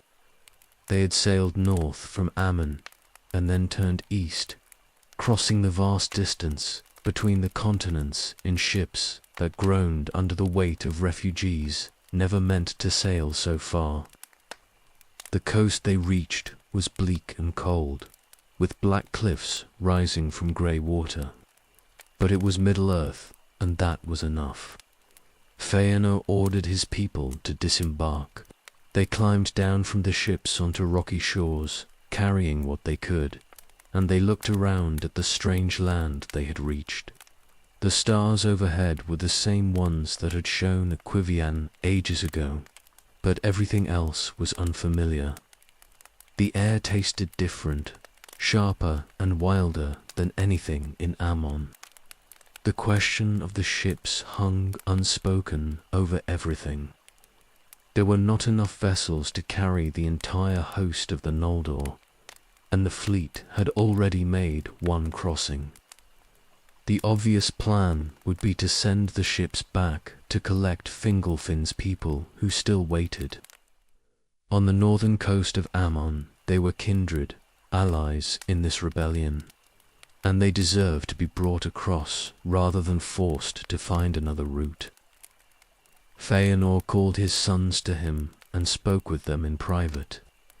What he said was not heard by others, but the sons of Feanor emerged from that council with hard faces and would not meet anyone's eyes. Medros looked troubled and angry, as if he had argued against something and lost. The others seemed resigned or determined, depending on their natures. Night fell over the firth of Drengist. The Noldor who had crossed made camp on the shore, lighting fires against the cold and trying to rest after the long journey. Some posted watchers, uneasy in this unfamiliar land, while others collapsed in exhaustion. The ships lay at anchor in the firth, bobbing gently on the dark water. Then fire bloomed in the darkness. It started on one ship and spread quickly to others, flames leaping from vessel to vessel with unnatural speed. The swan ships of the Teleri, stolen through blood and violence, burned bright against the night. Their white hulls blackened and their beautiful carvings were consumed, and the light of their destruction could be seen for miles across the water. The Noldor on shore watched in horror. Those who had not been told of Feanor's plan realized what was happening and cried out in protest, but it was too late. The ships were already lost, burning down to the waterline and beyond. Some tried to launch boats to save what remained, but Feanor's sons stood between them and the water with drawn swords. Feanor stood watching the flames without expression. He had made his choice and would not explain or justify it to anyone. The ships represented a route back to Armen, a possibility of retreat or reconciliation, and he wanted no such possibility to exist. More than that, he would not share these vessels with Fingolfin, would not allow his half-brother to cross in comfort while he might pursue and perhaps challenge his leadership. Across the strait, on the coast of Armen, Fingolfin's host saw the fires. They had been waiting for the ships to return, camped on the freezing shore and enduring terrible cold. When they saw flames on the eastern horizon, they did not understand at first what it meant. Then, slowly, as the fires continued and no ships appeared, the truth became clear. They had been betrayed. Feanor had abandoned them deliberately, burning the bridges between their forces so that Fingolfin's people could not follow. The realization spread through the host like ice water, and rage and despair competed with each other. They had followed Feanor into rebellion, had shared in the guilt of the kinslaying, had accepted the doom spoken by Mandos, and this was their reward. Some wanted to turn back immediately. They argued that a Feanor would betray them like this. They owed him no loyalty and should return to Valinor to seek whatever mercy they could find. But Fingolfin would not turn back, and neither would most of his people. They had come too far and lost too much, and pride would not let them crawl back to Aemon, admitting they had been fools. The only route left was the Helcarax. The grinding ice stretched before them, a hellish landscape of shifting floes and freezing water, narrow in places and deadly throughout its entire length. To cross, it would take months at best, years more likely, and many would die in the attempt. But it was the only way forward. Fingolfin gave the order to march. His people gathered what supplies they had and prepared for the crossing. They looked at the ice ahead and at the darkness behind, and they chose the ice. Better to face death in the crossing than to admit defeat and return to face the judgment of the Valar they had defied. They stepped out onto the frozen strait. The ice groaned under their weight and cracked in places, and freezing water waited below for anyone who fell. The cold was beyond anything they had experienced, biting through clothes and numbing exposed skin. They tied themselves together with ropes so that if one fell, the others might pull them back up. The betrayal at Losgar entered the history of the Noldor as one of the darkest deeds of that dark time. Feanor had ensured his own people reached Middle-earth first, but he had also created a permanent breach with Fingolfin that would poison relations between their houses for ages to come. The burning ships lit not just the physical darkness, but threw their shadows far into the future.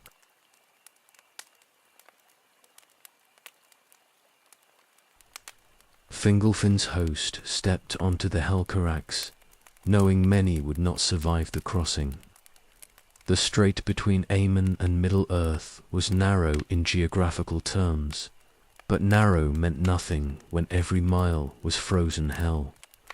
Ice stretched before them in broken fields and pressure ridges, constantly shifting as tides and currents moved beneath it. They looked ahead at the white wasteland and behind at the coast of Aman. They were leaving forever, and they began to walk. The cold penetrated everything. It bit through every layer of clothing they had brought from Valinor and found bare skin to freeze. The Noldor had lived in eternal spring for ages beyond counting, their bodies shaped by the gentle climate of the Blessed Realm, and now they suffered in temperatures that seemed designed to destroy them. They wrapped themselves in furs and extra garments, but the wind cut through all of it and left them shivering even as they marched. Groups tied themselves together with ropes for safety, moving in careful lines across ice that could not be trusted. The surface would crack without warning, and freezing water waited below to claim anyone who fell through. More than once, an elf stumbled into a suddenly opening crevasse and had to be pulled back up by companions. Soaked through and half frozen, lips already turning blue.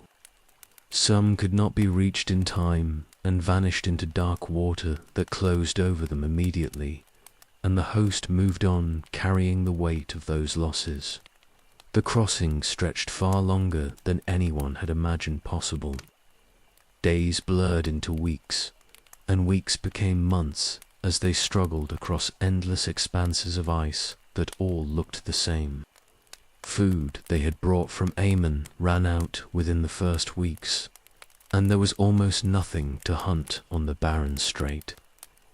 They learned to catch fish through holes they chopped in the ice, and to bring down birds that sometimes flew over the crossing, but hunger walked beside them as constantly as the cold. Elenwu fell through thin ice while carrying her daughter Idril on her shoulders. She managed to lift the child to safety as she went under, pushing Idril toward the edge where others could grab her. Turgon dove into the freezing water after his wife, searching desperately in the churning darkness beneath the ice, but he could not find her. His companions had to drag him back up before he drowned or froze, and he emerged gasping and broken, robbed of the person he loved most in all the world. The grief of that loss poisoned the entire host. Elenwu had been beloved by many. one of those gentle souls who had opposed the rebellion, but followed anyway out of love for her husband and faith in her people. Her death seemed particularly senseless and cruel, the price of following Faina into madness. Many began to wonder openly whether any of them would survive to reach the far shore, or whether they were all marching toward death on this endless ice. Turgon walked the rest of the crossing like a living ghost, holding Idril close and speaking to no one. Children suffered the most in that terrible journey. Young Noldor, who had grown up in Tirion, knowing only light and warmth and safety now, endured cold that broke both body and spirit. Despite every effort to protect them, some of the smallest children died from exposure and hunger. Their parents carried the tiny bodies for days, unable to accept the loss, until finally they had to leave them behind on the ice because the living needed all their strength just to continue. Experience taught them to read the ice and understand its dangers. They learned which surfaces could be trusted and which were thin death traps waiting to swallow the unwary. They learned to feel vibrations through their feet that warned of shifting flows, and to hear the deep groaning that signaled pressure ridges forming. The knowledge came at a terrible cost, measured in lives lost. But those who survived became skilled at navigating terrain no elf had ever crossed before. Fogs rose from the water periodically and blinded them completely. They would march for hours, tied together in lines, not knowing if they were still heading in the right direction, trusting only to hope and determination. When the fogs finally lifted, they sometimes discovered they had drifted in circles or veered south toward more dangerous ice. They would correct their course and continue. But each mistake cost precious time and strength that none of them could afford to waste. Fingolfin kept them moving through sheer force of will and example. He walked at the front of the host, refusing to rest while his people still struggled behind him, setting a standard of endurance that inspired those who followed. When someone fell, he helped them to their feet. When someone despaired, he spoke words of encouragement. When someone died, he spoke words of remembrance. He held the fractured host together when it should have dissolved into chaos and death. His children supported him in maintaining order and hope. Fingon was tireless in helping the weak and injured, carrying extra supplies for those who could no longer bear their own burdens. Turgon, despite drowning in private grief, organized the groups each morning and helped plan the safest route across that day's ice. Aridhol hunted what little game could be found and shared her catches with those most in need. The House of Fingolfin earned its authority through service in that crossing. The ice began breaking into smaller floes as they neared the eastern shore. Open water appeared in widening channels between the ice, forcing them to leap from floe to floe or wade through freezing water up to their waists. Some were swept away by unexpected currents and lost before anyone could reach them. The survivors made the desperate jumps and continued forward, soaked and freezing but driven by the knowledge that land was finally close. The northern coast of Middle-earth appeared ahead like a dark promise. It rose unwelcoming and barren, all black cliffs and grey stone beaches. But it was solid ground, and that made it more beautiful than the fairest gardens of Valinor, the undying lands. The sight gave them strength for the final push across the worst section of broken ice that guarded the shore, and they drove themselves forward with renewed determination. Fingolfin climbed onto the beach first and turned to help others up behind him. He pulled frozen elves from the ice onto stone and snow that felt almost warm by comparison to what they had endured. One by one, Hundreds and then thousands emerged from the Helcarax, haggard and starving and broken by their ordeal, but alive and on solid ground at last. They collapsed where they stood and wept. Some wept from relief at having survived the impossible, others from grief for all those who had not made it across. They looked back at the grinding ice that had nearly destroyed them and swore they would never attempt that crossing again, no matter what the future held. Whatever happened to them in Middle-earth, they would find another way home or they would die here. The first dawn broke over Middle-earth as they rested on that frozen northern beach. The sun rose for the first time, Anor, the fire golden, the last fruit of Laurelin, preserved by the Valar and set in the sky to bring light back to the world. Its warmth touched their frozen skin like a blessing, and they looked up in wonder at light they had never seen before, golden and strong and utterly unlike the trees. The long night was over, and the first age of the world had begun.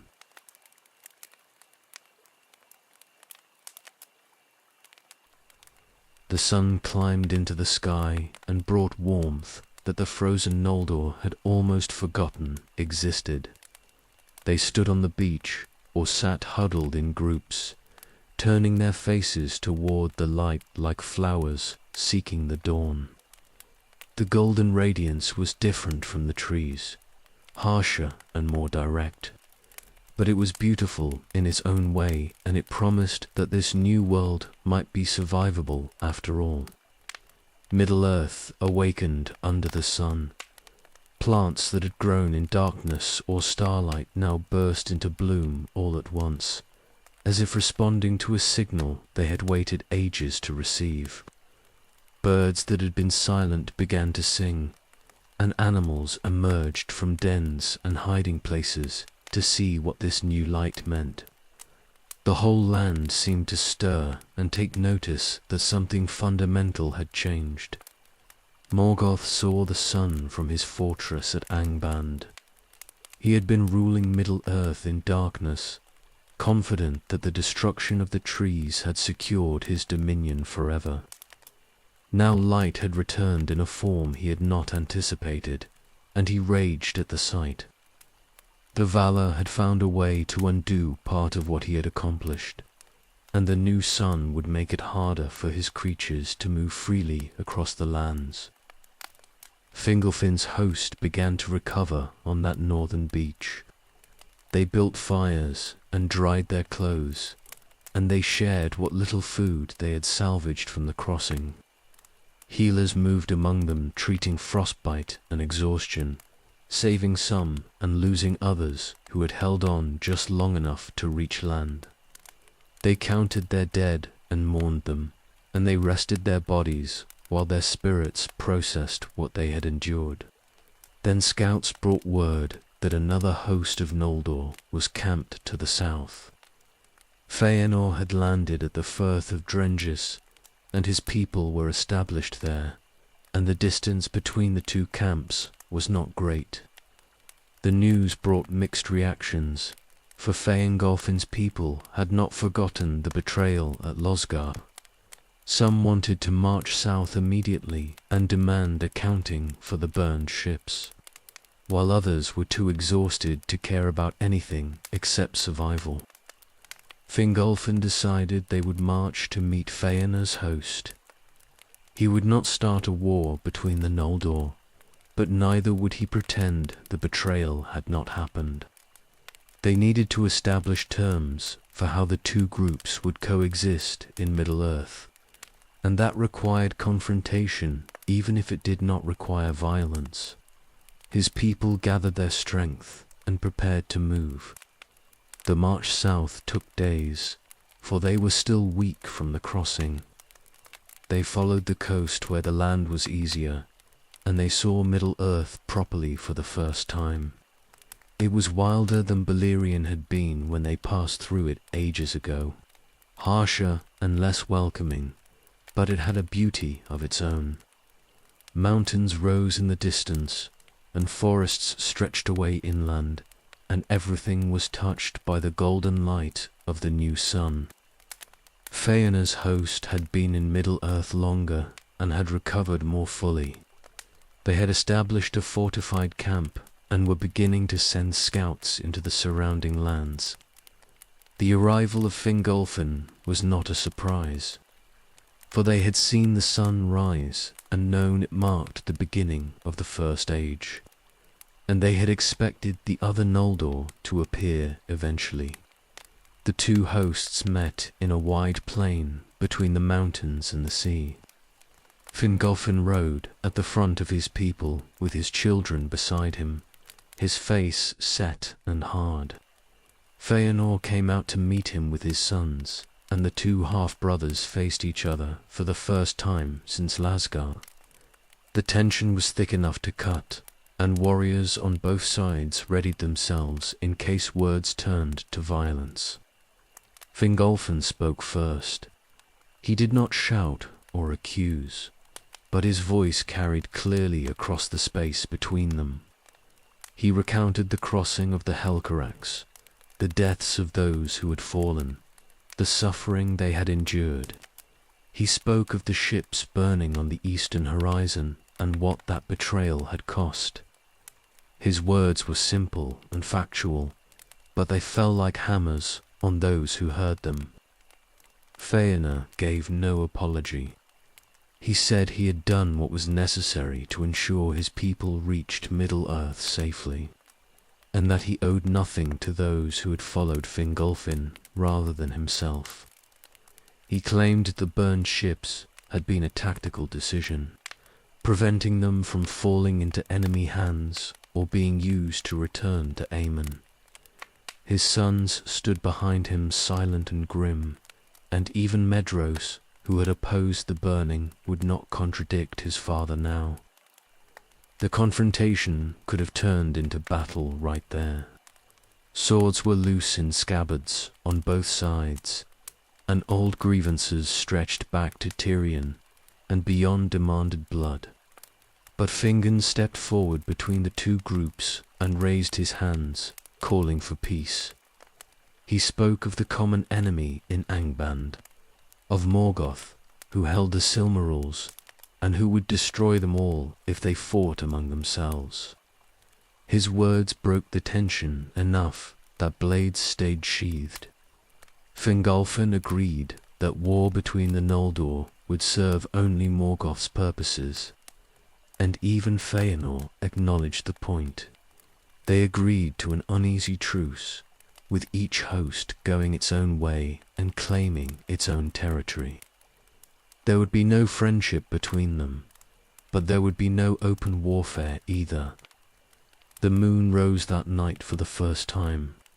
Isil the Sheen climbed into the sky, last flower of Telperion, made into a vessel of light, and its silver radiance reminded the Noldor of what they had lost.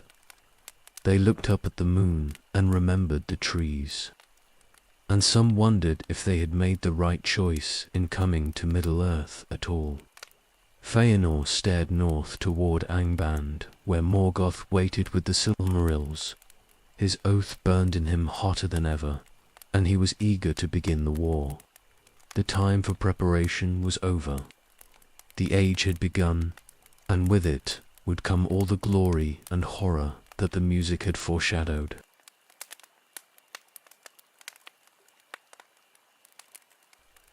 Feanor gathered his host and prepared to march on Angband.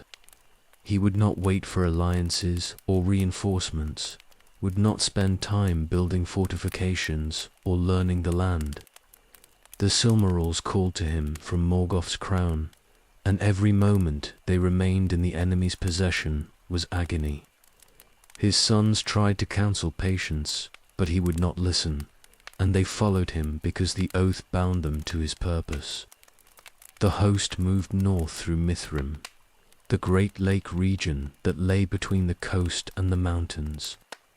They marched in good order despite their eagerness, for these were Noldor and they understood discipline even in their haste.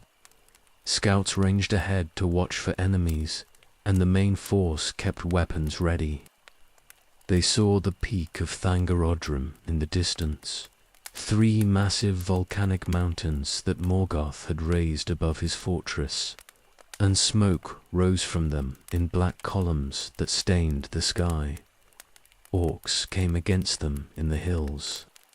These were creatures they had not faced in any numbers before, twisted and hateful things that charged with crude weapons and terrible cries.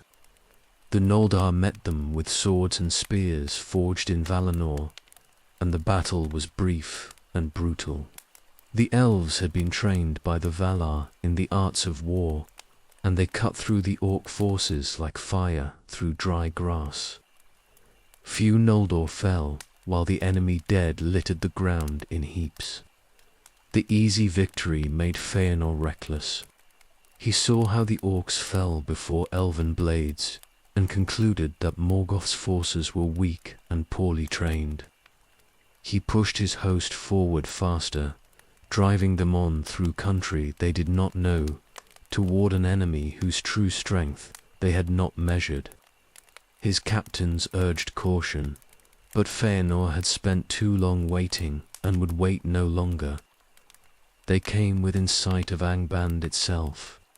The fortress squatted beneath Angarodrim, its iron gates massive and black, and an aura of dread emanated from it that even the boldest felt.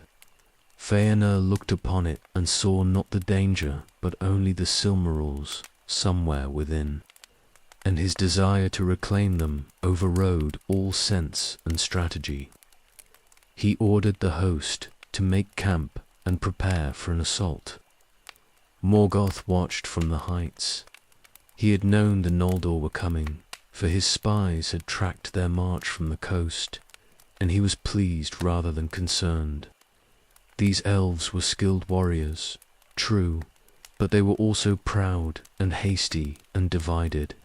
He would teach them that Middle-earth was his domain, and he would break them as he had broken greater powers in the past.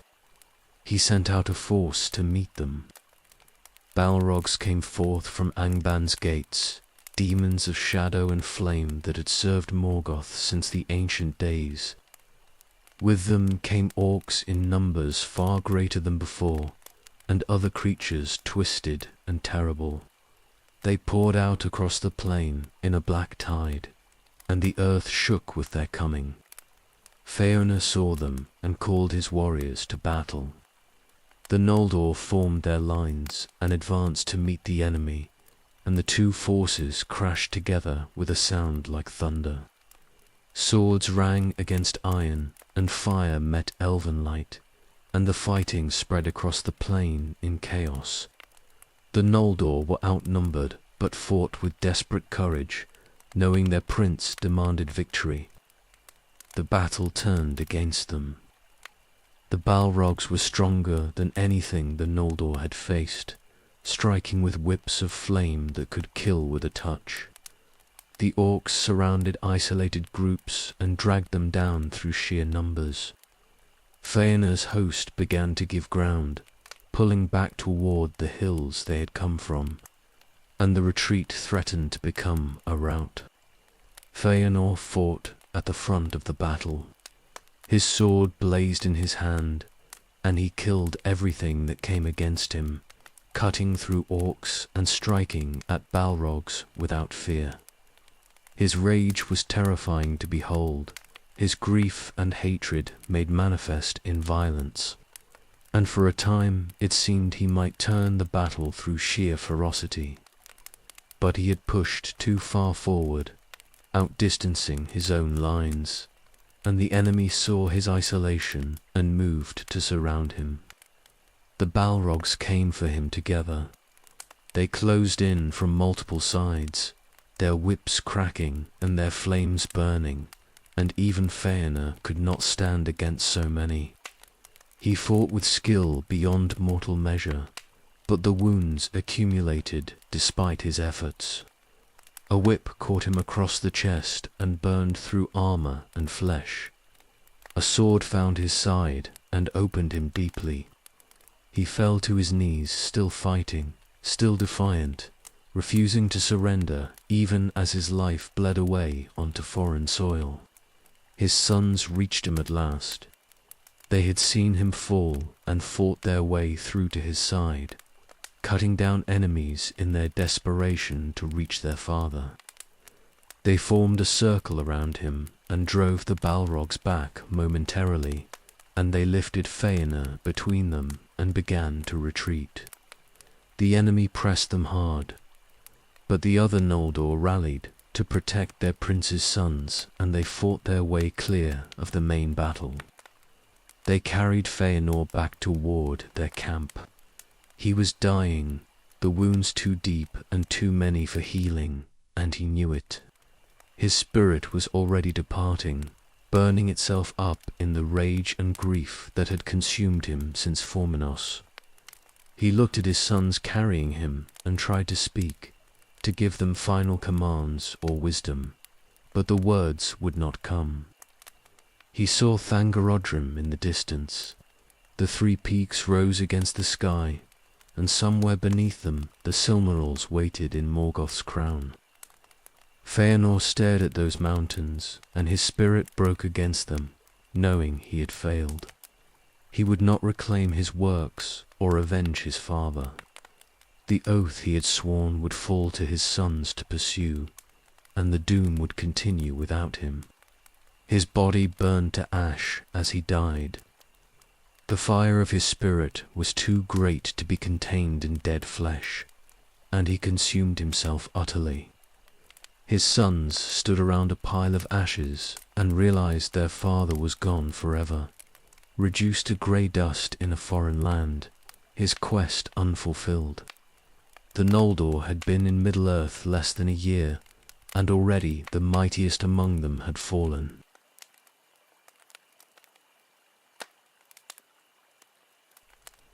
The sons of Feanor held a council after their father's death and decided to continue his war.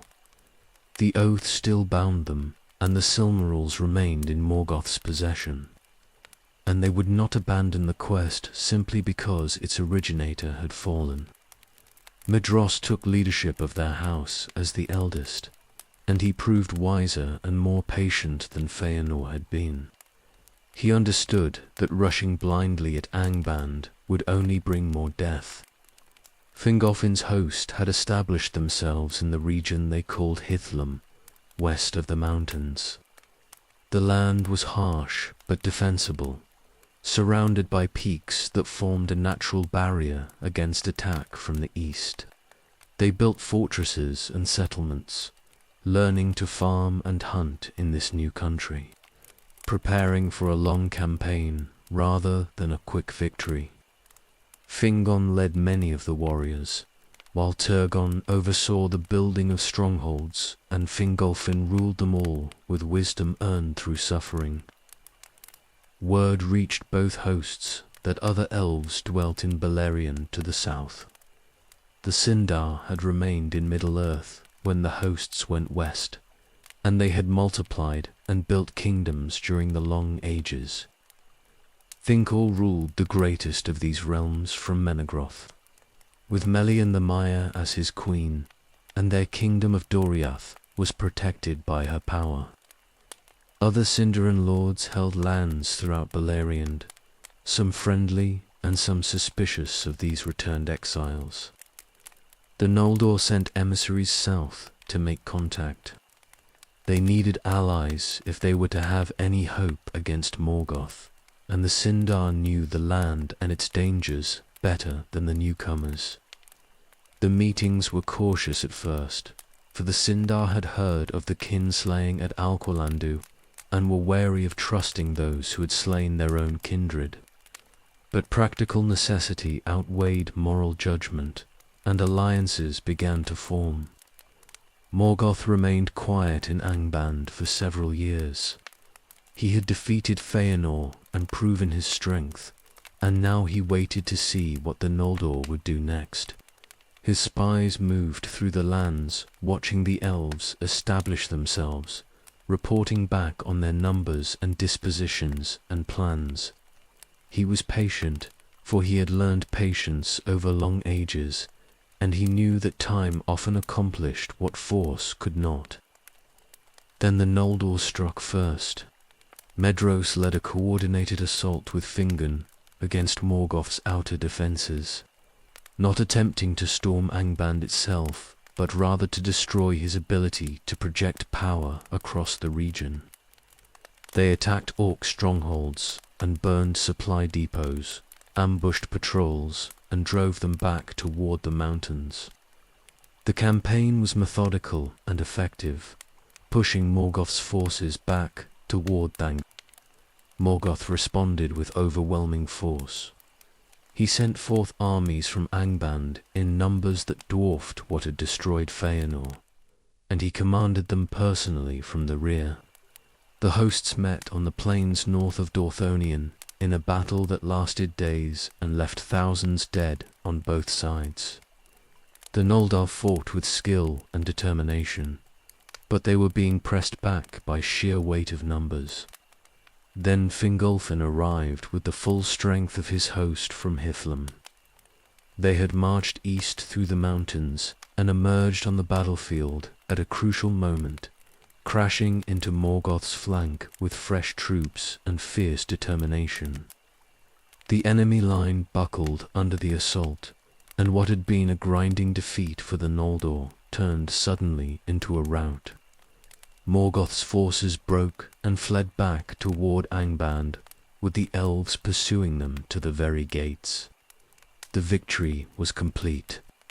The Noldor stood before Angband's walls and shouted defiance at Morgoth, cowering within, and they knew they had won a great triumph. More importantly, they had proven they could fight together despite their divisions, that the houses of Feanor and Fingolfin could coordinate and support each other. The enmity between them was not healed, but it was set aside in service of the greater war. The Noldor established a siege of Angband. They built fortresses in a great ring around the enemy's stronghold, from the Erd-Wethrin mountains in the west to the highlands of Dorthonion in the south and east. Each of the great lords took responsibility for a section of the siege, manning it with their own people and maintaining constant watch. The goal was to contain Morgoth, to prevent him from sending forces out to conquer Beleriand, while the elves built their strength. The siege held for centuries. Morgoth was trapped in his own fortress, unable to break out without suffering massive casualties, and the Noldor gained control of all the lands south of the siege lines.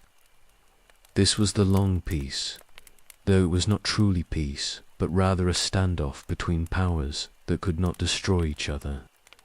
The elves built kingdoms and cities, and they grew prosperous and strong, and they began to hope that perhaps they could hold Morgoth contained forever.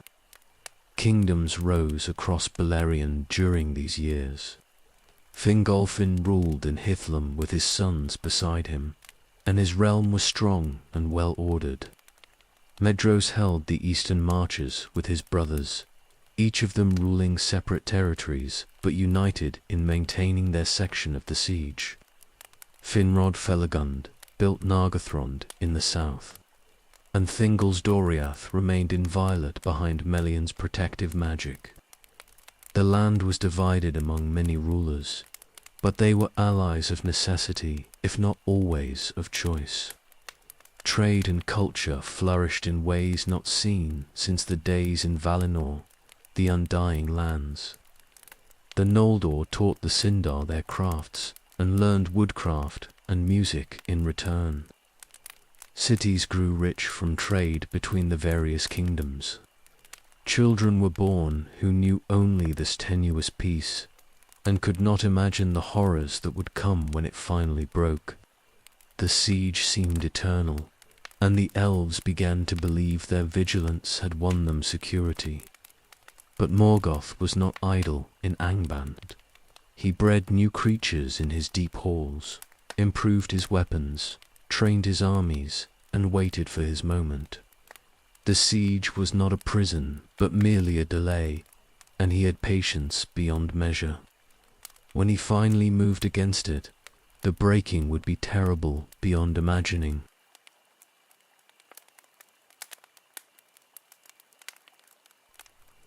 The siege held firm for 2.5 centuries, and the elves learned to live in a state between war and peace. They manned their fortresses along the northern borders and kept watch on Angban's gates. But behind the siege lines, they built lives that resembled what they had known in Valinor, the Undying Lands. Cities rose with white towers, and fields were planted that yielded rich harvests. And for a time it seemed that darkness might be contained forever by vigilance alone. Fingolfin ruled from Hithlum with authority that none questioned. His crossing of the Helcarax had proven him beyond doubt, and even those who had followed Feanor acknowledged his strength and wisdom. He established laws and maintained justice, and his realm became known for order and stability. His sons grew into their own power during these years, with Fingon commanding the cavalry and Turgon building strongholds in the mountains. Aradhel roamed the forests and would not be confined to any single place. The sons of Feanor held the eastern territories in a loose confederation rather than a unified kingdom. Medros ruled from Himring, a great fortress on a hill that commanded the northern plains, and he coordinated the defense of the entire eastern front. His brothers each held their own lands and answered to him in matters of war, but governed themselves otherwise. Maglor sang beside the sea. Celagorm and Curufin hunted in the forests with Won the Great Hound. Caranthor traded with the dwarves who came from the mountains. The twins Amrod and Amros ranged the southern marches. Finrod Felagund built the hidden city of Nargothrond in the south. He had found caves beside the river Narog and saw their potential for a stronghold that could not easily be attacked. With help from the dwarves, he hollowed out vast halls beneath the earth, and he made them beautiful with carvings and lights that mimicked stars. The city could house thousands in safety, and its location remained secret from all but a few trusted allies. Turgon found a hidden valley in the mountains and began building there in secret.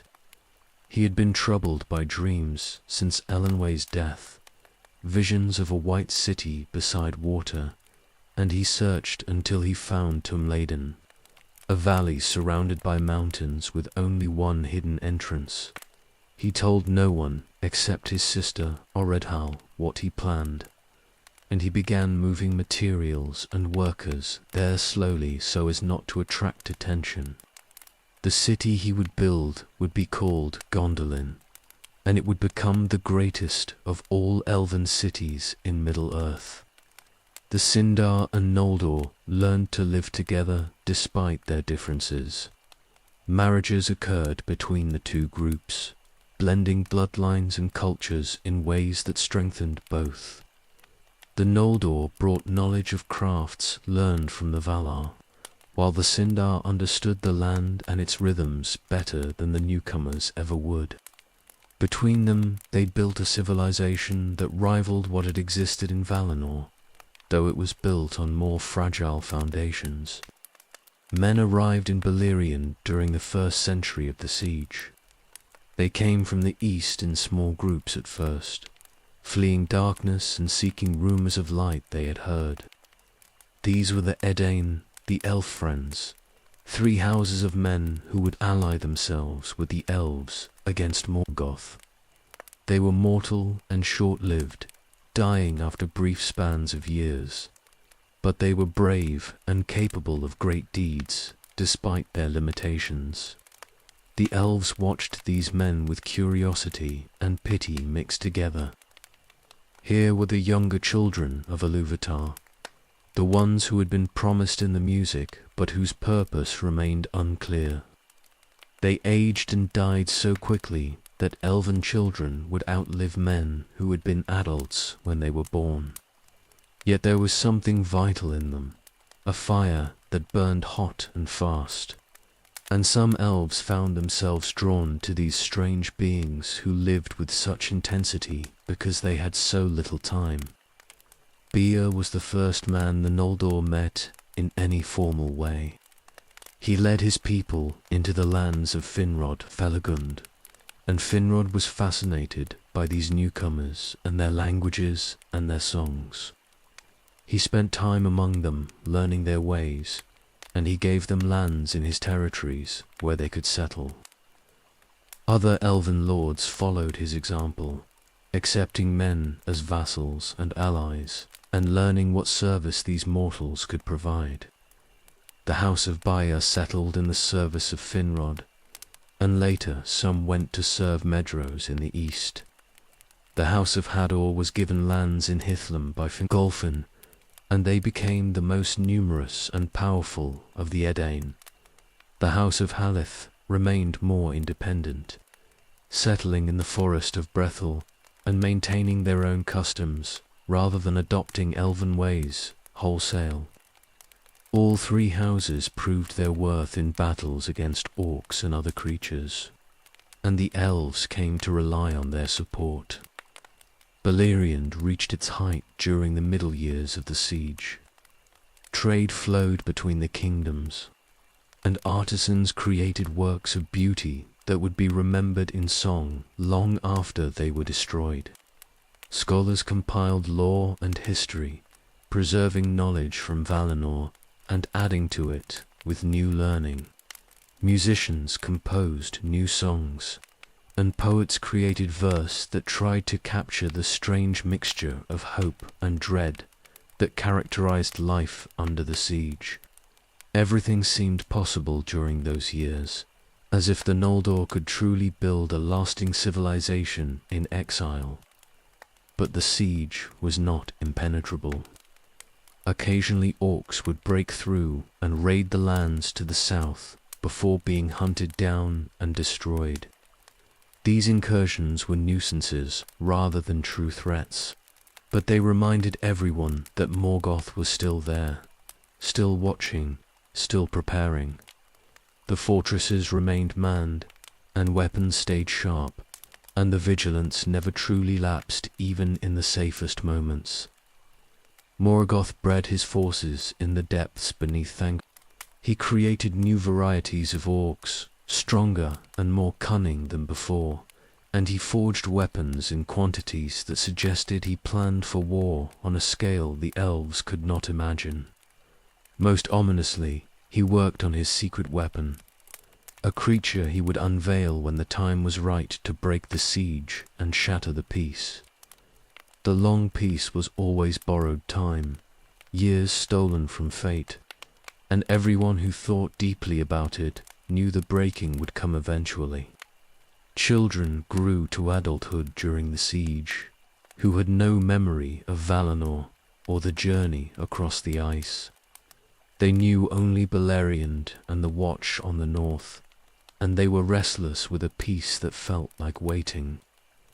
They wanted to prove themselves in battle, to achieve deeds worthy of song, and their eagerness would make them vulnerable when the testing finally came.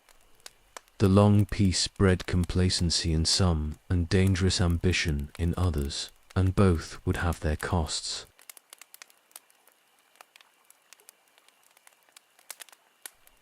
The gates of Angband opened on a winter morning, and something new emerged into the light. The sentries on the Northern Watch saw it first and could not understand what they were seeing. It moved like a serpent, but was massive beyond any snake, and smoke rose from its body as if it burned from within. They sounded alarms and called for reinforcements, not knowing what this creature was or what it intended. Glóran came forth for the first time. He was a dragon, the first of his kind that Middle-earth had seen, bred by Morgoth in the depths over long years of experimentation and craft. He was not fully grown yet, still young by the measure of his kind, but already he was terrible to behold. His scales were grey-black and seemed to shimmer with heat, and his eyes glowed like coals in a forge. When he opened his mouth, fire spilled out and scorched the earth. The elves who first encountered him broke and ran. They had fought orcs and balrogs and other servants of Morgoth, but this was something different, something primal and overwhelming. The dragon's very presence inspired terror that went beyond rational fear, and even brave warriors found their courage failing when they looked at him. He moved across the plain, leaving a trail of burned grass and melted snow, and everything fled before him. Glóran advanced south from Angband, testing his strength against the siege lines. He breathed fire on the fortifications and watched them burn, delighting in destruction for its own sake. Elves who tried to stand against him were incinerated or crushed beneath his weight. He was not attacking with any particular strategy or goal, simply reveling in his power and spreading fear wherever he went. The news spread quickly through the northern kingdoms. A dragon had come from Angband, a creature of fire and terror unlike anything they had faced before. Some dismissed the reports as exaggerated, unable to believe such a monster could exist. Others began to panic, wondering if this signaled the end of the long peace and the beginning of a war they could not win. Fingon gathered mounted warriors and rode to intercept the dragon. He would not let this creature rampage unchecked through the lands his father ruled, would not allow fear to spread without opposition. His cavalry was the finest in Beleriand, trained and equipped for swift strikes, and he trusted in their skill and courage. They rode north with banners flying, and the sound of their horns carried across the plains. They engaged Glóran in the open country south of the siege lines. The dragon saw them coming and turned to meet them, eager for this new challenge. He breathed fire that incinerated horses and riders alike, turning them to ash before they could close to fighting distance. The elves circled him and shot arrows that bounced off his scales or stuck without penetrating deeply enough to wound. He laughed at their efforts, or what passed for laughter in a creature like him, a sound like grinding stone and roaring flames. But Glóran was young and not yet invulnerable. A lucky arrow found his eye and struck deep, and he roared in pain and fury. Other missiles found gaps between his scales where his armor was not yet fully hardened. He bled, and the sight of his blood gave the elves courage. They pressed the attack harder, coordinating their strikes and learning how to fight this new enemy. Archers from the northern fortresses arrived to support Fingon's cavalry. They brought heavy bows designed for siege warfare, weapons powerful enough to pierce armor that normal arrows could not penetrate. They shot volley after volley into the dragon, aiming for his wounded eye and the gaps between scales. Glóran began to weaken under the sustained assault, his movements becoming slower and less coordinated. The dragon retreated. He turned and fled back toward Angband, abandoning his first expedition into the world in defeat and pain. The elves pursued him part way, but did not press too close to the gates of the fortress. They watched him disappear into the darkness beneath Thangorodrim, and they celebrated what they saw as a great victory. Morgoth was furious when Glóran returned, wounded and beaten. He had not intended to release the dragon yet, for Glóran was still immature and not ready for serious combat.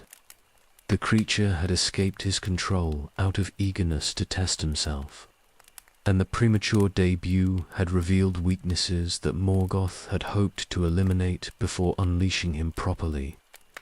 He punished Glorring and sent him back to the breeding pits to continue growing and hardening. The elves took the wrong lesson from this encounter. They saw that even Morgoth's new weapon could be defeated, that courage and skill could overcome the terror of dragons. Their confidence grew, and some began to speak of taking the offensive against Angband itself rather than maintaining the passive siege. The easy victory made them underestimate what was being prepared in the darkness. Morgoth redoubled his efforts. He had learned from Glorong's defeat and understood that one dragon was not enough. He bred more of them, keeping them in captivity until they reached full size and power. He continued work on other weapons and creatures, refining his armies and preparing for the day when he would break the siege decisively. The centuries of confinement had taught him patience, and he would not emerge again until he was certain of victory. The long peace continued for nearly 2 more centuries after Glorong's appearance. The Northern Watch remained vigilant, but the sense that the siege would hold forever had been shaken. Everyone knew now that Morgoth was creating new terrors, and that eventually he would find a way to break free. The only question was when.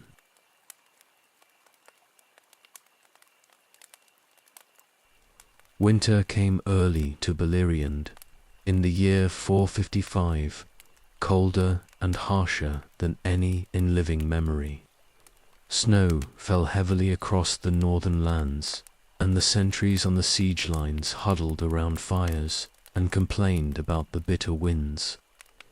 They did not know that this cold was Morgoth's doing, a spell cast to prepare the way for what would follow. The long peace was about to end. Thangorodrim erupted. Fire and smoke burst from all 3 peaks simultaneously, and the mountains themselves seemed to split and vomit forth rivers of flame. The lava flowed down the slopes toward the siege lines, moving faster than seemed natural, as if directed by malicious will. It burned through everything in its path, turning snow to steam and stone to slag. The elves in the forward positions saw the fire coming and fled or died where they stood. Behind the fire came Morgoth's armies. Orcs poured forth from Angband in numbers beyond counting, thousands upon thousands of them armed and armored better than they had ever been. With them came Balrogs, more than had been seen since the ancient wars. Dragons emerged as well, fully grown now and terrible in their power.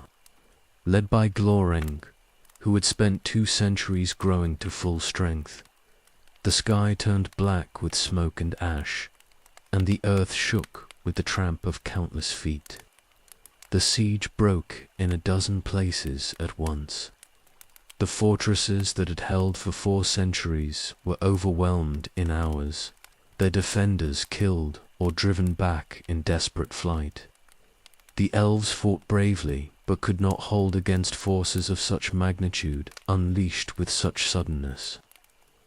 The careful coordination between the kingdoms fell apart as each lord struggled simply to save his own people from the onslaught. Fingolfin's forces in Hithlum held better than most.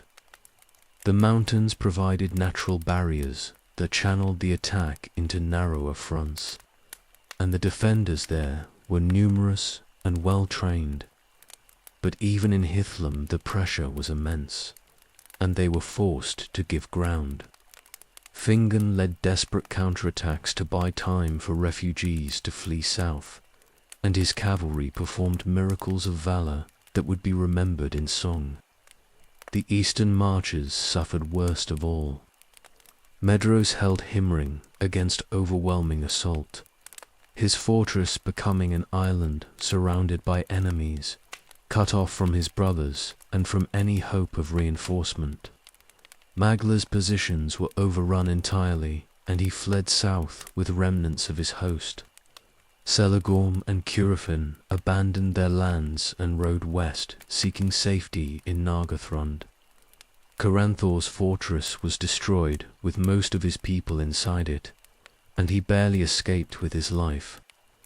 Glorung led a force against the highlands of Dorthonion, where men of the house of Beer held positions supporting the elves. The dragon came upon them with fire and terror, and the mortal defenders broke despite their courage. Barahir and a handful of his warriors held their ground in a desperate rearguard action that allowed others to escape. But they were overwhelmed and scattered. Dorthonion fell to Morgoth's forces, and the great forest was burned and corrupted into a haunted wasteland. Rivers of fire reached all the way to Doriath, but there they stopped as if meeting an invisible wall. Melion's power protected Thingol's realm, and nothing of Morgoth's making could pass through the girdle she had woven. Refugees fleeing the burning north crowded at Doriath's borders begging for sanctuary, and Thingol took in whom he could. His kingdom became an island of safety in a sea of fire and death. Finrod Felagund was in the north when the attack came.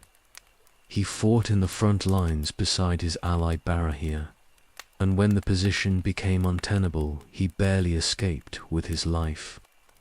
Barahir saved him from certain death at the cost of his own chance to retreat safely, and Finrod swore an oath of friendship to Barahir and all his house in gratitude. He fled south to Nargothrond, carrying that oath like a weight on his shoulders. The Erd-Wethrin mountains held long enough for most of Fingolfin's people to escape south into the broader lands of Beleriand. They fought a running battle through the passes, giving ground slowly and making the enemy pay for every mile. Fingon commanded the rearguard with brilliance born of desperation, and his warriors followed him through situations that should have been certain death. Within weeks the siege was completely broken. All the northern positions that had been held for 4 centuries were abandoned or destroyed, and Morgoth's forces ranged freely across lands that had been safe. The elves regrouped in the south and tried to establish new defensive lines, but the shock of the sudden defeat had shattered their confidence. Everything they had built during the long peace was threatened or already lost. Fingolfin stood in the courtyard of his fortress in Hithlum and looked at the burning horizon. His realm was being invaded, his people were dying, and the work of centuries was being undone in days. He had led the Noldor across the Helcarax and established a kingdom in exile, had maintained the siege for longer than seemed possible. Now it was all crumbling, and he felt every year of his long life pressing down on him like physical weight.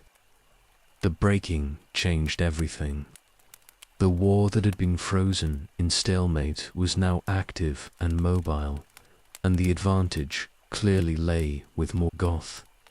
The kingdoms of Beleriand would have to adapt to this new reality or be destroyed. The long peace was over, and the long defeat had truly begun.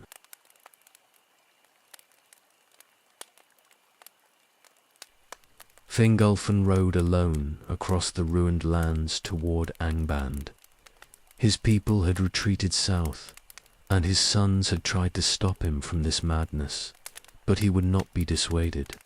He had watched everything he built collapse in fire and blood, had seen the long peace shattered in days, and grief and rage had driven him beyond reason.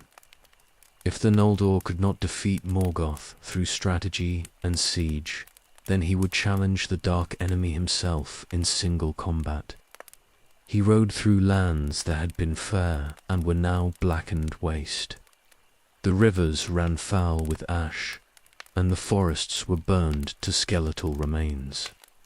Bodies of elves and men lay unburied where they had fallen, and orcs moved in packs through the ruins, scavenging and destroying what little remained. They saw Fingolfin coming and fled before him, for his face was terrible with fury, and his presence radiated power that even creatures of Morgoth feared. The gates of Angband stood before him at last. He had ridden to the very threshold of the enemy, alone and defiant, and he raised his voice in challenge that echoed across the dark plain. He called Morgoth a coward and a slave, accused him of hiding behind walls and servants rather than facing his enemies himself. He proclaimed that he, Fingolfin, High King of the Noldor, demanded single combat to settle this war once and for all. Morgoth heard the challenge from his throne deep in the fortress. His first impulse was to ignore it, to let his captains deal with this fool who had ridden to his own death. But the words Fingolfin shouted carried power and mockery that could not be ignored without shame. His own servants were listening, and if he refused to answer the challenge, they would whisper that he feared this elf. Pride forced him to respond, even when wisdom counseled otherwise. The gates opened, and Morgoth came forth. He was massive beyond measure, towering over even the tallest elf like a mountain over a hill. He wore armor black as night, and he carried the mace grand that could shatter mountains. On his head sat the iron crown that held the Silmarils, and they burned against his flesh constantly, but he would not remove them. He looked down at Fingolfin and saw only a gnat that he would crush. Fingolfin drew his sword, Ringle, and the blade shone with cold fire. He knew he could not defeat Morgoth in any absolute sense, for the dark enemy was of valor and possessed power beyond any child of Ilúvatar. But he could wound him, could make him pay in pain for all the suffering he had caused. That would be enough. That would give meaning to this final act. They fought on the plain before Angband's gates. Morgoth struck first with Grand, bringing the mace down in a blow that would have shattered stone. But Fingolfin leaped aside, and the weapon smashed into empty earth. He darted in and struck at Morgoth's foot, and Ringle bit deep through even that dark armor. Black blood spilled onto the ground, and Morgoth roared in pain and rage. The battle continued with a speed and violence that seemed impossible. Morgoth struck again and again, each blow capable of killing, and each time Fingolfin evaded with speed born of desperation and skill honed over ages.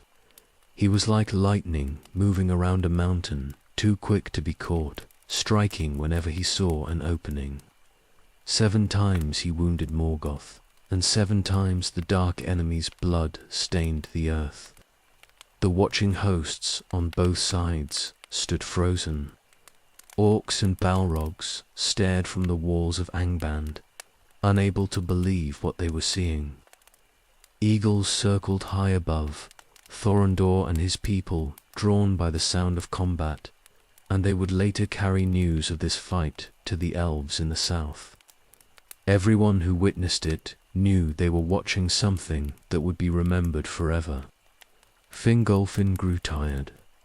He was mortal in the sense that elves could be killed, and his body had limits that even courage could not overcome. His movements slowed fractionally, his dodges became narrower, his strikes less precise. Morgoth was wounded and in pain, but possessed endurance beyond measure, and he sensed his opponent weakening.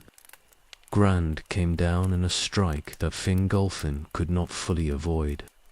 It missed a direct hit, but the edge caught him and hurled him to the ground, and he fell hard on the black rock. He tried to rise, but stumbled, exhausted beyond his ability to continue.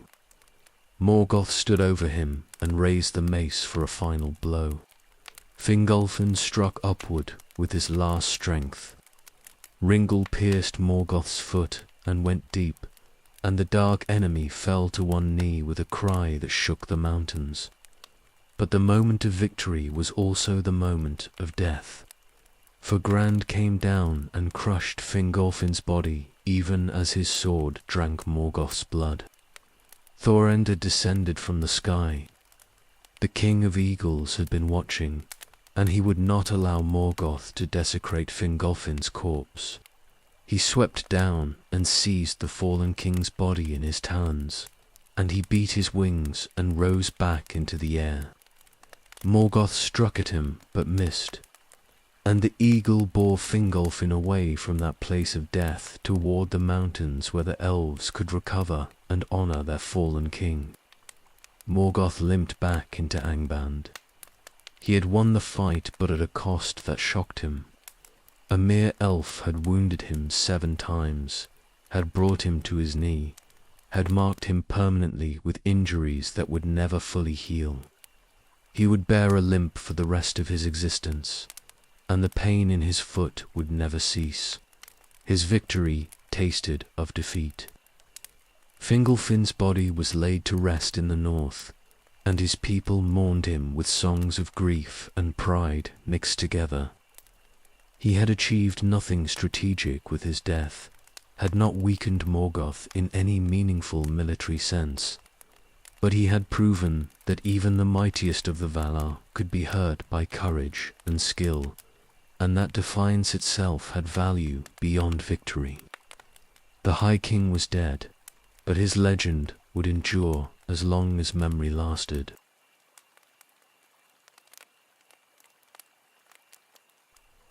Fingolfin's death left the Noldor without their High King, and leadership passed to Fingon, who now ruled in Hithlum with the weight of his father's legacy. The northern lands were lost or contested, and the elves struggled to establish new defensive lines farther south. Morgoth pressed his advantage everywhere, sending forces to test the remaining strongholds and seeking weak points in the hastily organized defenses. One position remained critical to the entire defensive strategy. The pass of Sirion cut through the mountains between Dorthonion and the arid Wethrin, providing the main route between east and west. On an island in the river within that pass stood Minas Tirith, a fortress built by Finrod, Felagund in the early years of the siege. It commanded the passage completely, and whoever held it controlled movement through the entire region. Orodreth held Minas Tirith for his brother Finrod, with the garrison of Noldor and Sindar mixed together. They had reinforced the fortress after the breaking, knowing its importance would make it a target. The walls were strong and well supplied, and Orodreth was a capable commander, if not particularly aggressive. He believed the tower could hold against any conventional assault Morgoth might launch. Sauron came against Minas Tirith with an army unlike any the defenders had faced. He was Morgoth's lieutenant, a Maya who had fallen into darkness in the ancient days and now served the enemy with terrible skill.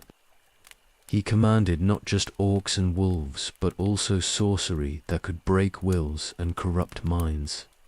His presence was a shadow that fell across the fortress, and even brave warriors felt their courage wavering when they looked at his forces. The assault began with sorcery rather than physical attack. Sauron wove spells around the tower that made the defenders see phantoms in the shadows and hear voices whispering despair. Sleep became impossible, for nightmares plagued anyone who closed their eyes. Food began to taste of ash, and water seemed tainted even though nothing physical had changed. The psychological assault wore down the garrison more effectively than siege engines ever could. Then came the werewolves. Sauron had bred these creatures himself, spirits of terror housed in wolf bodies that were larger and more terrible than any natural beast.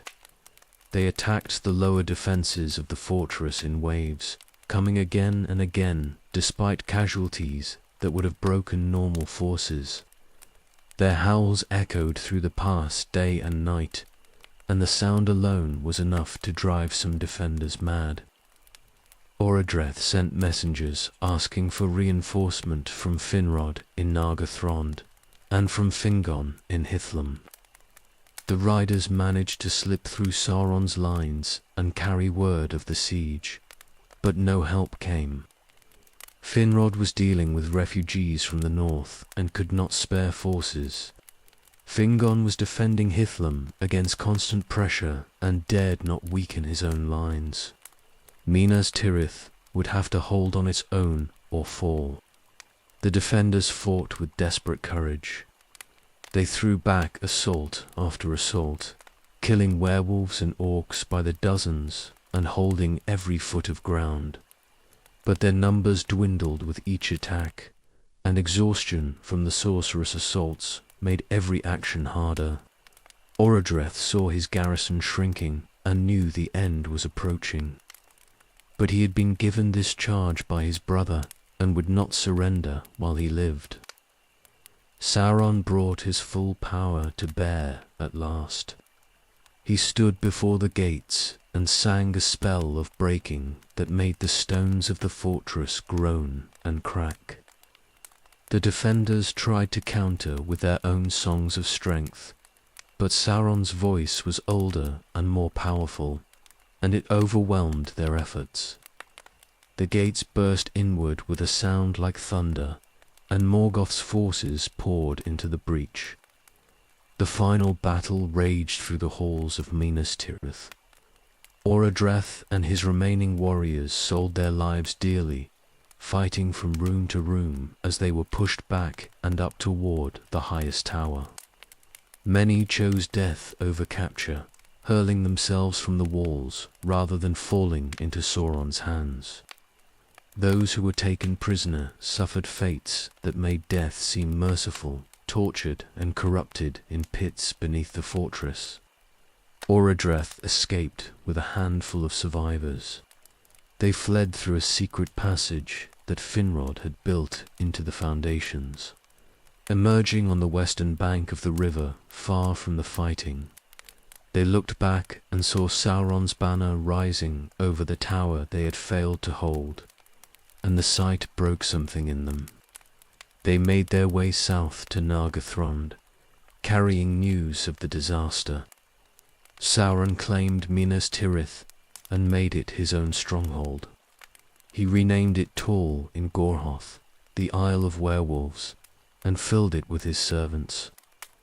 The pass of Sirion was now under his control, and travel between the eastern and western kingdoms became nearly impossible. Any who tried to pass through without his leave were hunted and killed, and their bodies were left as warnings to others. The fortress became a place of terror and darkness. Sauron practiced his sorceries there, breeding more werewolves and creating other creatures twisted by dark magic. Prisoners brought from raids on the surrounding lands disappeared into his dungeons and were never seen again. The very stones of the tower seemed corrupted, and even daylight could not fully dispel the shadows that clung to it. The fall of Minas Tirith was a strategic disaster for the elves. It cut their territories in half and gave Morgoth a forward base from which to launch attacks on Beleriand proper. More importantly, it demonstrated that Sauron was a threat nearly as great as his master, capable of breaking strongholds that should have held and wielding power that few could resist. The war had taken another turn for the worse.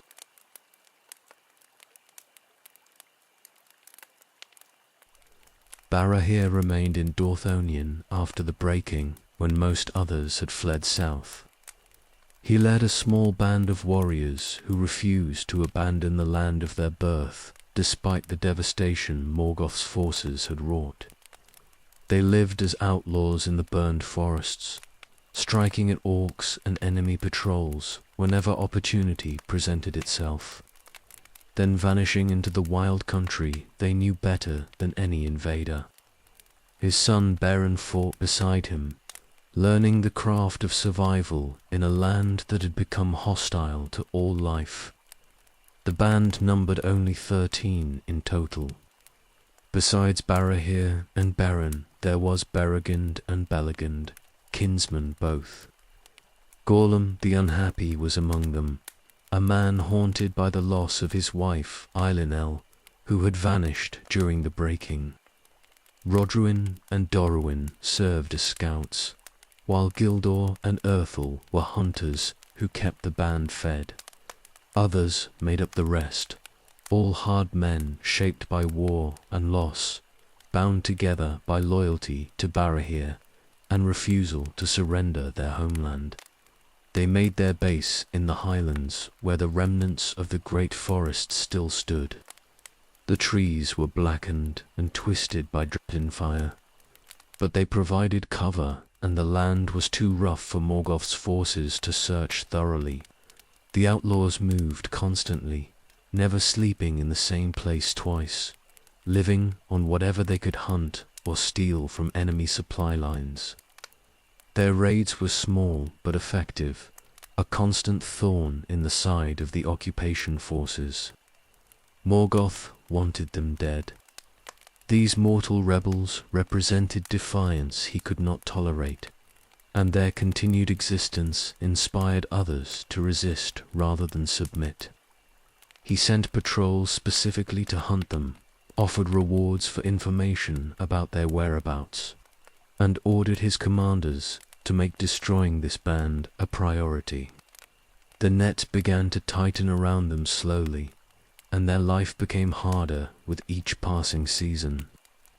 Gorlam wandered one night away from the others, driven by grief and desperate hope. He went to the ruins of his old house, the place where he had lived with Eilinel before the war destroyed everything. He had been there many times before and found only ashes, but he could not stop himself from returning. This time he saw a light burning in the window and heard a voice he thought he recognized calling his name. He rushed toward the house and found Eilinel inside, or what appeared to be her. She stood before him, solid and real, and she spoke of how she had survived and searched for him. Gorlam's joy overwhelmed his caution, and he embraced her without questioning how this could be. He did not see the trap closing around him until orcs burst from the shadows and seized him, and the vision of Eilinel vanished like smoke.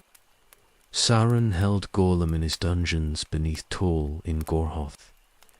The sorcerer offered him a choice through torture and deception, playing on his grief and desperation. He promised that Gorlam could be reunited with his wife if he revealed the location of Berahir's band, swearing oaths that made the offer seem binding and real. Gorlam held out for a time, but the combination of physical torment and false hope eventually broke him. He spoke the secret of where the outlaws would make camp the following night, and Sauron kept his promise in the cruelest way possible by killing Gorlam so he could join his dead wife. Barahir and his companions made camp in a place they had used before, believing it safe enough for one night's rest. They posted guards and settled in to sleep, exhausted from weeks of constant movement. The attack came in the darkest hours before dawn, overwhelming and coordinated. Orcs surrounded the camp completely before launching their assault, and they came in numbers the small band could not hope to defeat. The outlaws fought to the last man. Barahir killed many before he fell, and Beregond and Belegond died defending his body. The others were cut down where they stood or fled only to be hunted down in the darkness. None survived save Beren, who had been away from the camp on watch, and returned to find the slaughter already complete. He stood in the shadows, looking at the bodies of his father and companions, and his heart turned to stone with grief and rage. He found his father's body and cut the ring from his hand. It was the ring of Barahir, a gift from Finrod, Felagund in gratitude for being saved during the breaking, and it was proof of the oath of friendship between their houses. Beren took it and swore his own oath over his father's corpse, vowing vengeance against Morgoth and all his servants. Then he fled into the night before the orcs could return to search for survivors. Beren lived alone in Dorthonion for months afterward. He continued the fight his father had begun, striking at enemies with increased recklessness, born of having nothing left to lose. He became a ghost story among the orcs, the shadow that killed in the night and vanished before reinforcements could arrive. Sauron sent hunters specifically after him, but Beren was too skilled and too driven by hatred to be easily caught. The land itself seemed to reject him eventually. Dorthonion had become Tornufuin, the forest of nightmares, corrupted by dark magic into something that warped the minds of those who dwelt there.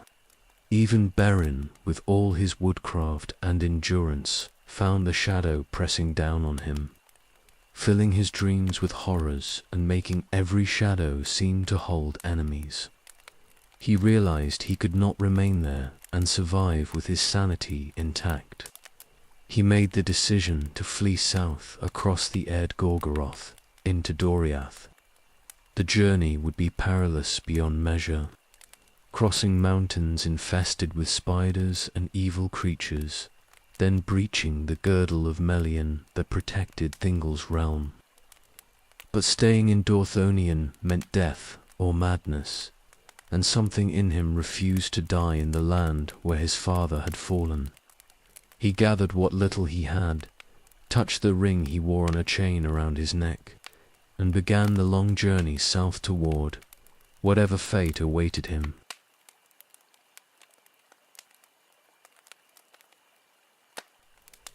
Beren crossed the mountains and entered Doriath somehow, though the manner of his passage through Melian's girdle was never fully explained. Perhaps his suffering had earned him grace, or perhaps the doom that was on him opened ways that should have remained closed. He stumbled into the protected realm half dead from his journey, starving and haunted by horrors he had witnessed in the poisoned lands behind him. The forest of Doriath seemed like a dream after the nightmare of Tornufuin. He wandered in the woods, healing slowly. The land was fair beyond anything he remembered, untouched by war or shadow, and it worked on him like medicine on a wound. He drank from clear streams and ate berries that grew in abundance, and gradually his strength returned. But his heart remained cold and numb, locked in the grief and rage that had sustained him through months of solitary war. He moved through beauty like a ghost, present but not truly part of it. Then one evening, in a forest glade, he saw Luthien dancing. She moved between the trees as twilight fell, and her feet made no sound on the grass. She was singing, and her voice was like water over stones mixed with birdsong, and the melody seemed to come from the earth itself. Her hair was dark as shadow, and her face was bright as starlight.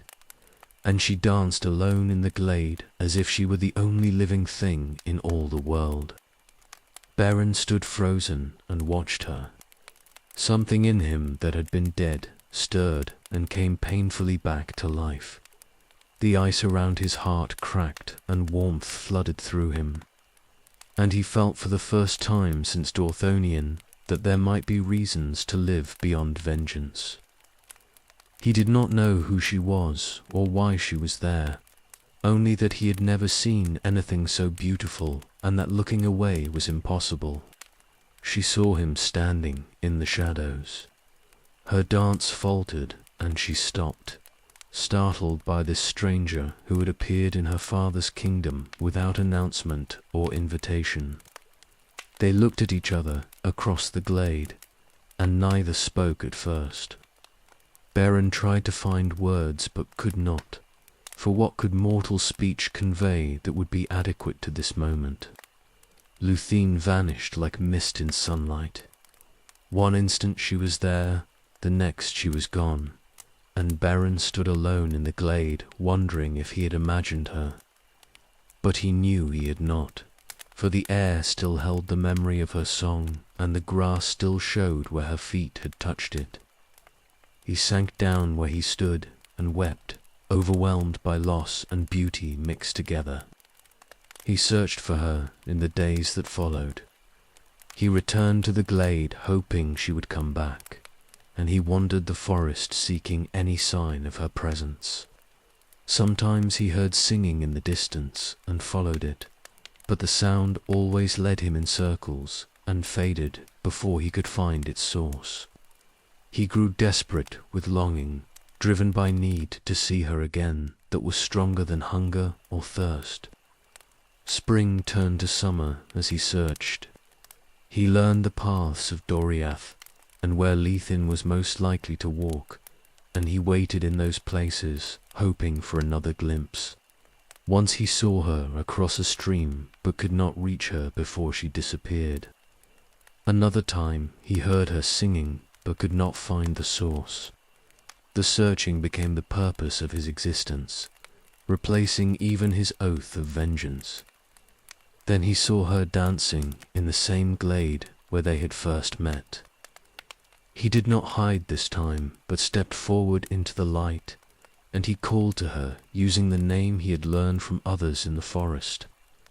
She stopped dancing, but did not flee, and she looked at him with curiosity mixed with something else he could not name. He told her who he was and how he had come to Doriath, and she listened without interrupting. She spoke to him at last. Her voice was gentle but carried power underneath, and Beren understood that this was no ordinary elf, but someone of great lineage and importance. She told him her name was Luthien Tinyavel, daughter of Thingol and Melian, and she asked what he sought in her father's kingdom. He answered truthfully that he had sought only to survive. But now he sought nothing except to see her again and again for as long as he lived. The honesty of his words moved her. She had lived in protected beauty all her life, knowing little of the darkness beyond Doriath's borders, and this mortal who spoke of death and loss and desperate love fascinated her. She agreed to meet him again, and they began to walk together in the forest while summer deepened into fullness. They spoke of many things, learning each other through conversation and silence both. Her father learned of their meetings through the watchers who guarded the forest. Thingol was displeased that a mortal had entered his realm without permission, and more displeased that this stranger had been meeting his daughter in secret. He summoned Beren before his throne in Menegroth, and his face was stern with anger and suspicion. Melian sat beside him and looked at Beren with eyes that saw deeper than physical sight, and what she saw troubled her. Thingol demanded to know what business brought a mortal into his kingdom, and what right Beren had to approach his daughter. Beren stood before the throne and spoke with the directness of someone who had nothing left to lose. He declared that he loved Luthien and sought her hand in marriage, and he would not apologize for his feelings or pretend they did not exist. The court gasped at his audacity, for mortals did not speak to elven kings this way, and certainly did not ask for their daughters. Thingol's anger turned cold and dangerous. He could have had Beren killed or cast out, but Melian's presence beside him counseled against hasty action. Instead, he chose a different cruelty, setting a bride price he thought impossible to pay. He told Beren he could have Lúthien's hand if he brought back a Silmaril from Morgoth's crown, one of the jewels that the enemy guarded in the depths of Angband. The price was mockery disguised as possibility, a death sentence wrapped in the form of a quest. Beren accepted the terms. He bowed to Thingol and declared he would return with a Silmaril, or not return at all, and he turned and left the hall before anyone could stop him. Lúthien cried out in protest, but her father held her back, and Beren walked out of Menegroth into the forest beyond. He had been given an impossible task, but impossibility had never stopped him before. He would find a way or die trying, and either way he would prove himself worthy of what he sought.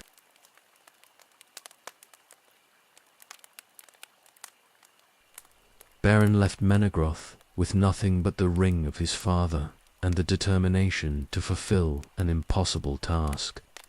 He walked through the forest of Doriath toward its borders, and every step took him away from Lúthien and toward a fate that seemed certain to end in death. The guards at the boundaries let him pass without challenge, for Thingol's command had been clear. This mortal was free to leave and pursue his doom, and if he never returned, then the problem would be solved. Lúthien remained trapped in her father's kingdom. Thingol had confined her to Menegroth after Beren's departure, fearing she would follow the mortal and throw her life away on his hopeless quest.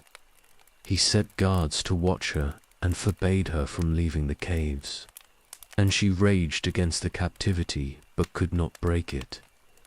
Melian watched her daughter's grief and said nothing, for she saw threads of fate weaving themselves into patterns that even she could not fully read.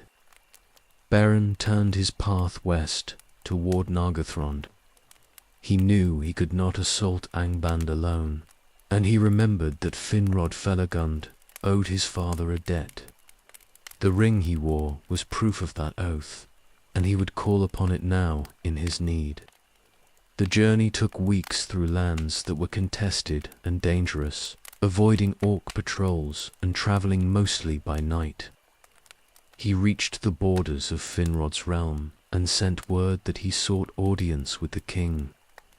The message reached Nargothrond, and Finrod called him in immediately, for he recognized the description of the ring and knew this must be Berahir's son. When Beren stood before him in the great hall and showed the ring, Finrod felt the weight of his oath fall upon him like chains. Beren told his story without embellishment. He spoke of his father's death and his time alone in Dorthonion, of his flight south and his meeting with Lúthien. He described Thingol's demand and the quest he had been set, and he asked for Finrod's help in retrieving a Silmaril from Morgoth's crown. The request was insane, but the oath was binding, and Finrod had sworn to aid Barahir and all his house in any need. Finrod agreed to accompany him. He declared before his court that he would honor his oath, regardless of the cost, and he called for volunteers to join him on this quest. His decision sparked immediate opposition, for his people understood that this was a suicide mission disguised as a quest. Celagorm and Curufin were in Nargothrond as guests, having fled there after losing their own lands, and they spoke against the venture with words that swayed many. The debate grew heated. Celagorm reminded everyone that the Silmarils belonged to his house by right of his father's making, and that no one had authority to pursue them except the sons of Feanor. He suggested that Finrod was being manipulated by a mortal into abandoning his people for a hopeless cause. Curufin added that even if the quest succeeded, which was impossible, the Silmaril would have to be surrendered to the House of Feanor rather than given to Finrod stood firm despite the opposition. He said his oath to Barahir was older than the oath of Feanor and equally binding. and he would not break his word regardless of the consequences. He declared that any who wished to follow him could do so freely, but he would go even if he went alone. The challenge in his words shamed some into volunteering, though most remained silent and afraid. 10 warriors stepped forward to join him. They were among his most loyal followers, elves who loved their king enough to follow him into certain death. Yggdrasil led them, a captain who had served Finrod since the early days in Beleriand. These 11 would be enough for what needed to be done, for the quest required stealth more than numbers. Finrod gave up his crown. He passed it to Orodreth, his brother, and charged him with ruling Nargothrond in his absence, and he released his people from following him into this doom. The gesture was both noble and terrible, for everyone present understood it meant Finrod expected never to return. He embraced Orodreth and gave final instructions, then turned away from his throne and his kingdom. The small company departed from Nargothrond in secret. They travelled north through lands that grew more dangerous with every mile, making for the pass of Sirion that was now held by Stbaron. Their plan was to pass through in disguise, for direct assault was impossible. Finrod used his arts to change their appearance, making them seem like orcs travelling on dark business. They moved through contested territory where both sides maintained patrols. The disguise held well enough at a distance, and they avoided most encounters through careful scouting. Beren travelled among them, feeling the weight of responsibility for these lives that were being risked because of his need. He had not asked for others to die for his quest, but the oath had bound them as surely as love had bound him. The pass of Sirion loomed ahead in the distance. Tall and Gorhoth stood in the middle of the passage, Sauron's fortress from which no travellers passed without his knowledge.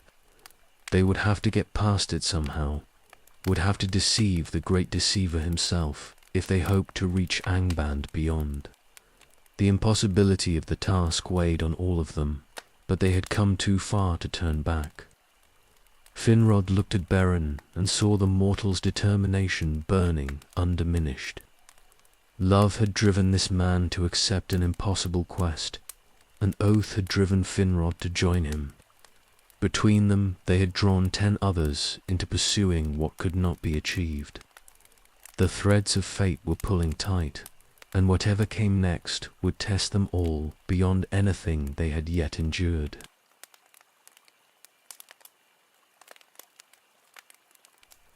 The company approached Tall in Gorhoth, wearing their orc disguises, hoping to pass through the gate unchallenged. The island fortress rose from the river, dark and menacing, and they could hear howling from within its walls. Finrod's enchantment held their altered forms steady, but he felt the weight of Sauron's awareness pressing against his magic like a physical force. They crossed onto the bridge that led to the gate and tried to move with the casual brutality of real orcs going about their business. Sauron saw through the disguise immediately. His power was too great and his knowledge too deep to be fooled by surface enchantments, and he had been watching for any who might try to pass his domain in secret. He called them to halt before they reached the gate, and his voice came from everywhere at once, resonant with power that made the stones tremble. The company froze, knowing their deception had failed, and they looked to Finrod for guidance on what to do next. A contest began between the two powers. Finrod sang a spell of concealment and protection, weaving words that tried to hide their true purpose and identity. His voice was beautiful and strong, carrying the authority of one who had walked in Valinor and learned from the Valar themselves. But Sauron answered with his own song, and it was older and darker, and it spoke of secrets torn from unwilling mouths and truths revealed no matter how deeply buried. The battle of songs went back and forth.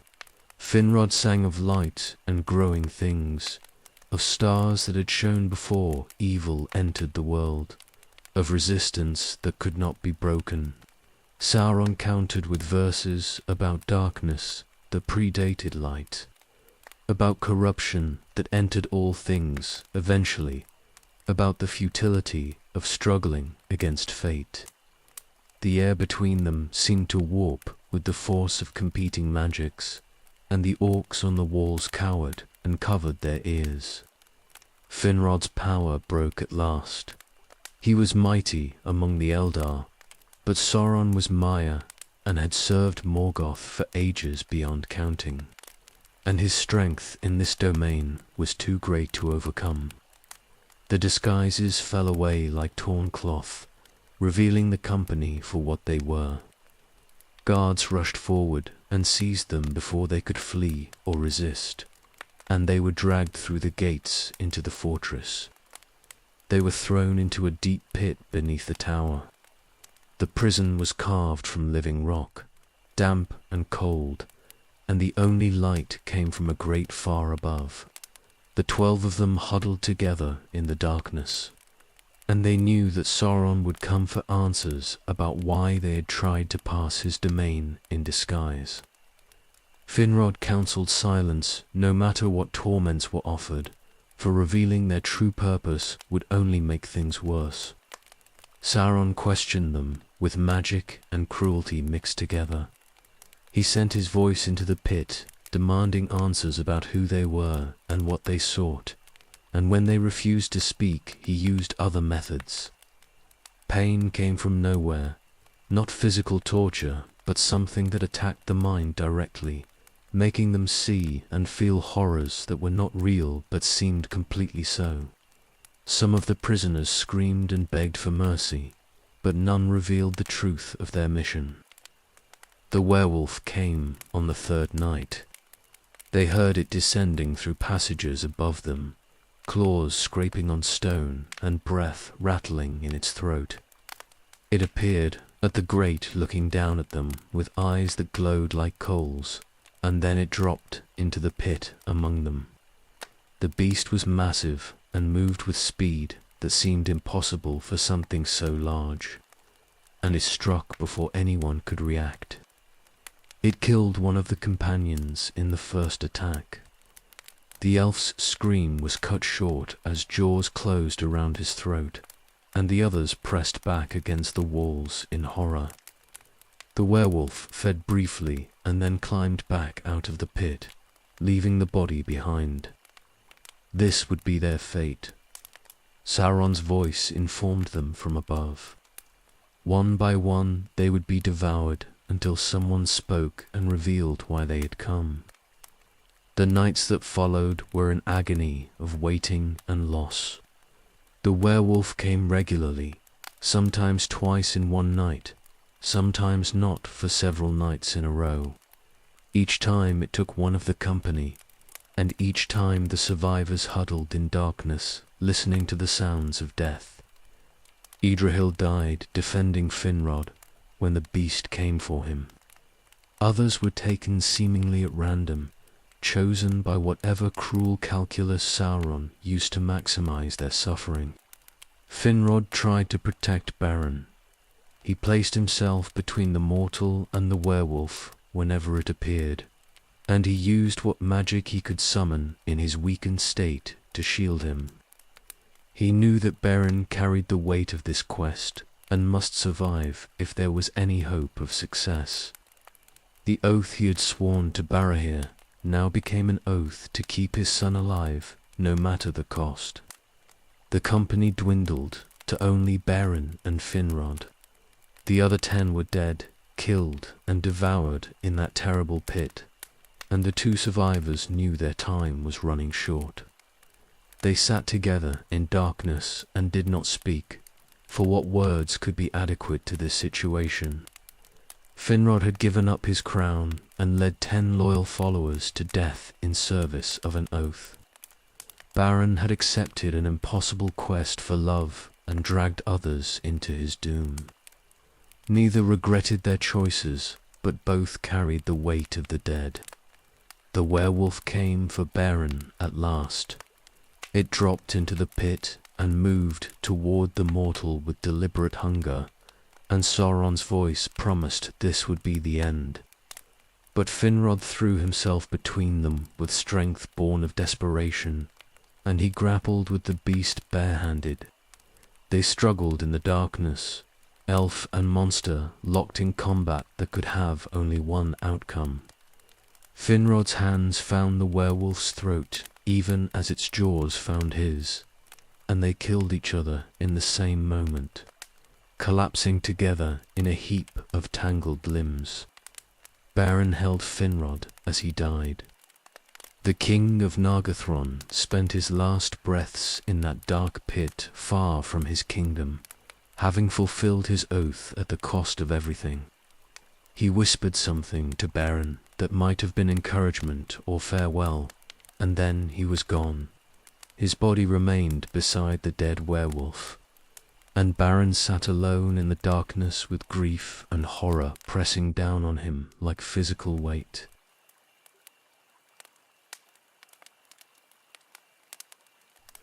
The guards of Hirelon found her gone at dawn. The chamber in the great beach stood empty, and upon the floor lay scattered threads of her own hair, woven by arts the Sindar did not know into a rope of shadow and sleep. She had sung her jailers into dreams and descended through darkness. And by the time Thingol learned of her flight, she was already far beyond the borders of Doriath. She went north. The girdle of Melian might hold all others out, but it could not hold Melian's daughter in, and Luthien passed through it as wind passes through branches. She took no companion and asked no leave. Her father had forbidden the quest and imprisoned her for love's sake. But love does not bow to wisdom or fear, and she would seek Beren though all the power of Angband stood between them. The land grew darker as she went. Dorthonion lay behind her, burned and ruined, and before her stretched the Vale of Sirion, where Sauron's shadow reached out from his stolen tower. She travelled in secret, hiding by day and moving through the hours of dusk and dawn. Small and slight she seemed, yet there was power in her that had come from Melian, and the things that served the enemy oft times passed her by, sensing something they dared not touch. But she could not pass unseen forever. Near the borders of Tornu-Fuin, she was found by Celagorm and Curufin, who hunted still in those lands, and they perceived her beauty and wondered at her presence. She told them her name and her purpose, speaking with defiance even to the sons of Feanor. Their hearts stirred with different counsels. Celagorm saw opportunity where Curufin saw danger. Here walked the daughter of Thingel, fairest of all the children of Ilúvatar, save Lethene alone who had come before, and with her perhaps might come alliance or advantage. They spoke fair words and offered guidance, yet they brought her not toward Tall in Gorhoth, but back west toward Nargothrond, speaking of aid and safety while their true thoughts ran otherwise. One went with them. The great hound of Valinor had followed Celagorm out of the Blessed Realm, and he had loved his master through all the years of exile. But Juan's heart was true where his master's had begun to bend, and he saw clearly what Celagorm intended.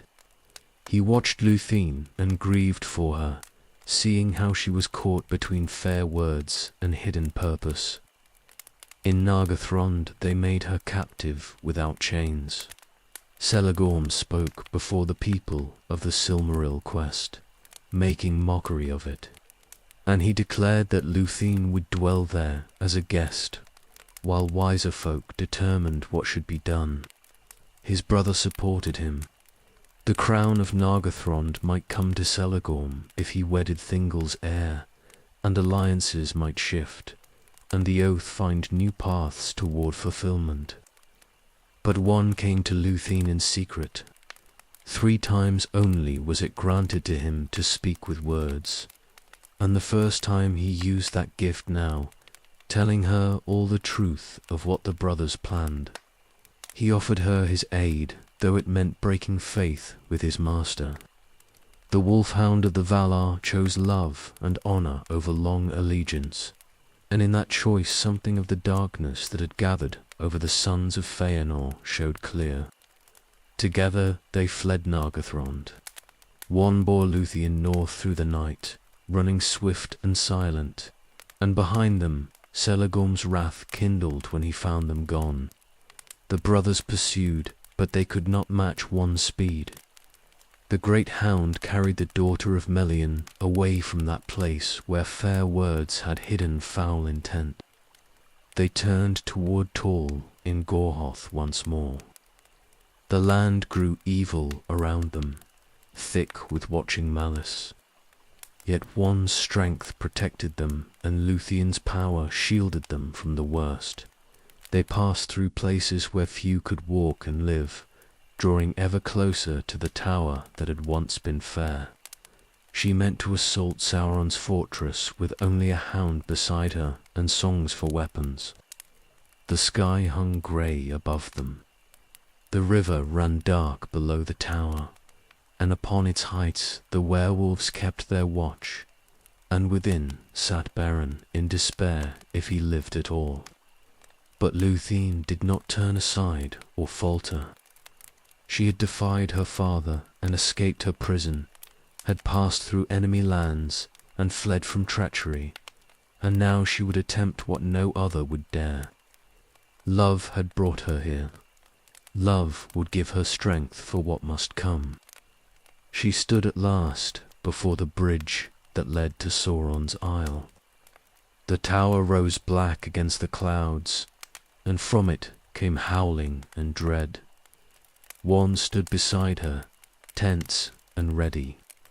They had come to the Dark Lieutenant of Morgoth with nothing but courage and devotion, and now the final test would begin.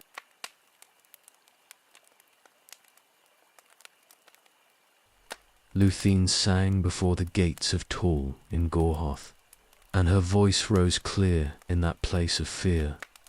She sang of light and freedom, of stars over Quivionen and green woods untouched by shadow. The song carried across the dark water and up the tower's stones, a challenge thrown at the sorcerer who ruled there. Sauron heard and wondered. His thought had been bent toward the war in the north, and he knew nothing of this visitor who came with power in her voice and a great hound at her side. He sent wolves to take her. One by one they came across the bridge, servants bred in darkness and filled with cruelty, and one by one met them and slew them. The river ran red with their blood. Greater beasts came forth. Drogluin led them, mightiest of all Sauron's wolves, ancient and terrible and cunning in battle. He had slain many enemies of the Dark Lord through long years of war. But one was chief of all hounds, a beast of Valinor who had hunted in the woods of Oromu. And when they met upon the bridge, it was Drogluin who fell at last. He crawled back to his master's feet and died there, speaking of doom. Then Sauron understood what manner of foe had come to his gates. Rage took him. He cast off his fair form and came forth as a werewolf himself, huge beyond measure, filled with malice and ancient power. He meant to crush both maid and hound and hang their bodies from his walls as warning to any who might challenge his dominion. They fought upon the isle while Luthien watched in dread. Wolf and hound grappled and tore, and the ground shook beneath them. One's strength came from Valinor, and his heart was true. And though Sauron was mighty and terrible in his wrath, it was the servant of Morgoth who broke first. One's jaws found his throat. The Dark Lieutenant felt his strength failing, and fear came upon him. And he surrendered his tower and fled north in the form of a vampire. A thing of blood and shadow, defeated and humiliated before his master's enemies. The fortress shook as his power leapt it. The stones that he had bound with sorcery began to crack and fall.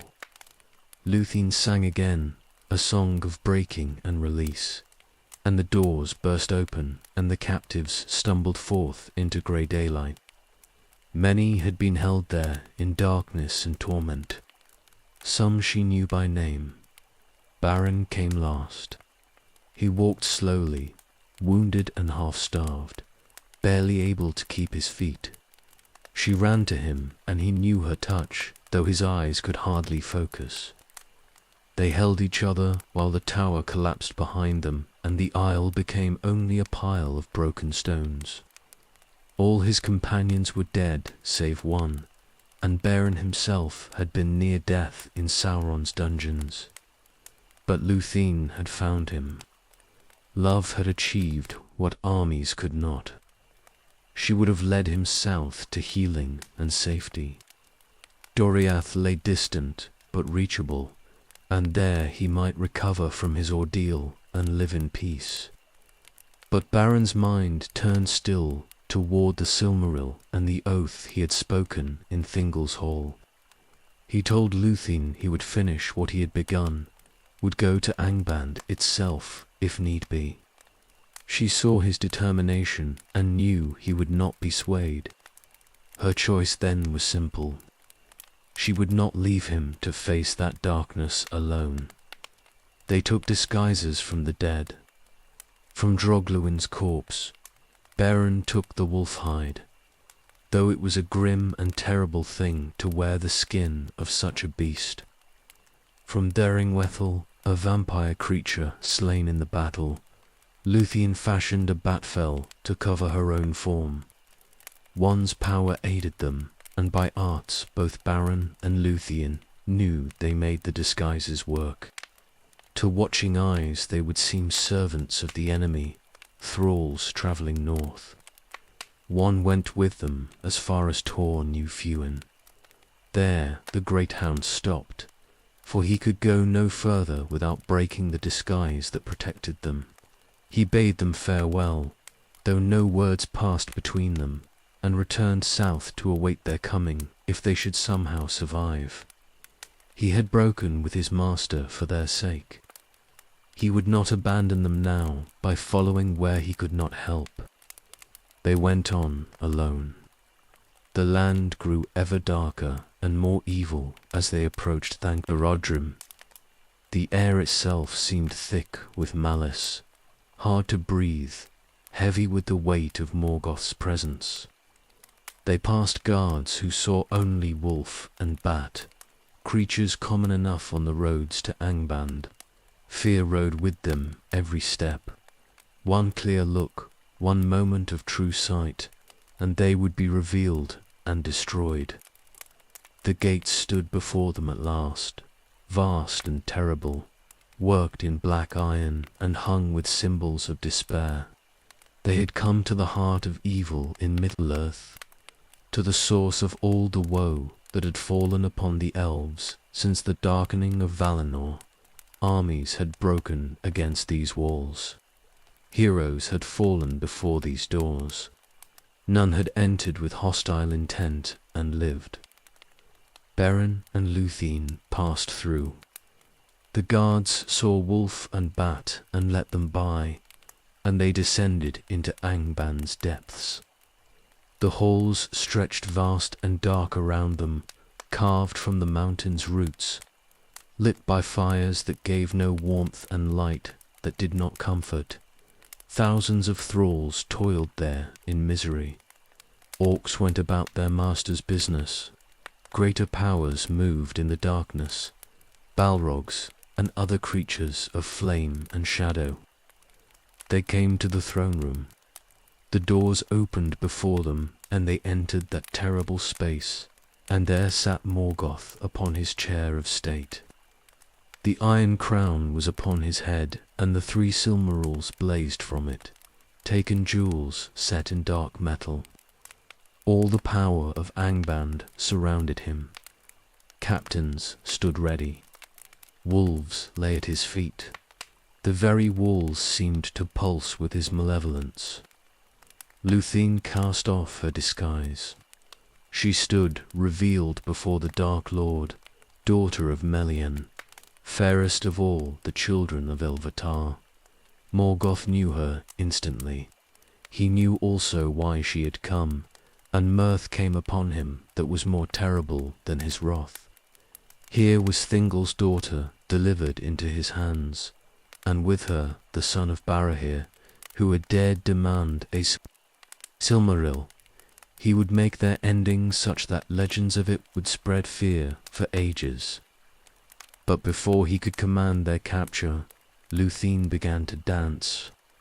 She moved before him in the ancient style of the Eldar, and as she danced, she sang. The song was not of challenge now, but of sleep and forgetting, of peace and letting go. It was the song Melian had taught her, drawn from the deeps of power that existed before Morgoth's discord, and it carried a force that even he could not wholly resist. The wolves drowsed, the guards swayed, the Balrog's flames guttered low.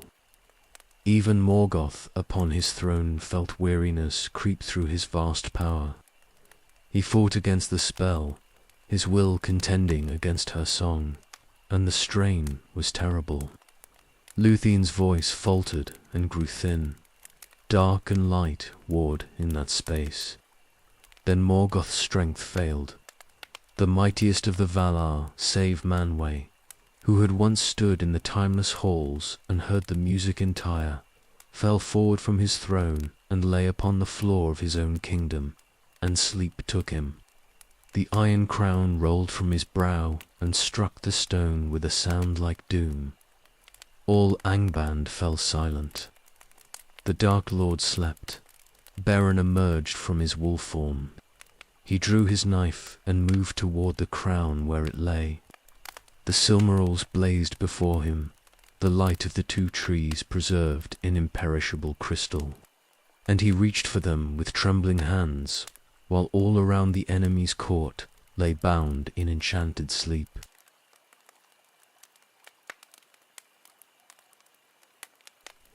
Beren knelt beside the fallen crown and set his knife to the iron. The Silmarils blazed before him, and their light fell upon his face after all the darkness he had endured. He worked at the setting that held the nearest jewel, trying to pry it free from the black metal where Morgoth had bound it. The knife was good steel, forged by Teltchur of Nograd in ages past. But the crown had been made by the enemy's craft, and it resisted his efforts. Luthien's song continued, though her voice grew strained and thin. All Angband lay bound in sleep around them, thousands of servants and dozens of powers, all held by her enchantment, and the weight of maintaining that spell pressed upon her terribly. Sweat stood upon her brow. Her hands trembled as she wove the music that kept the darkness at bay.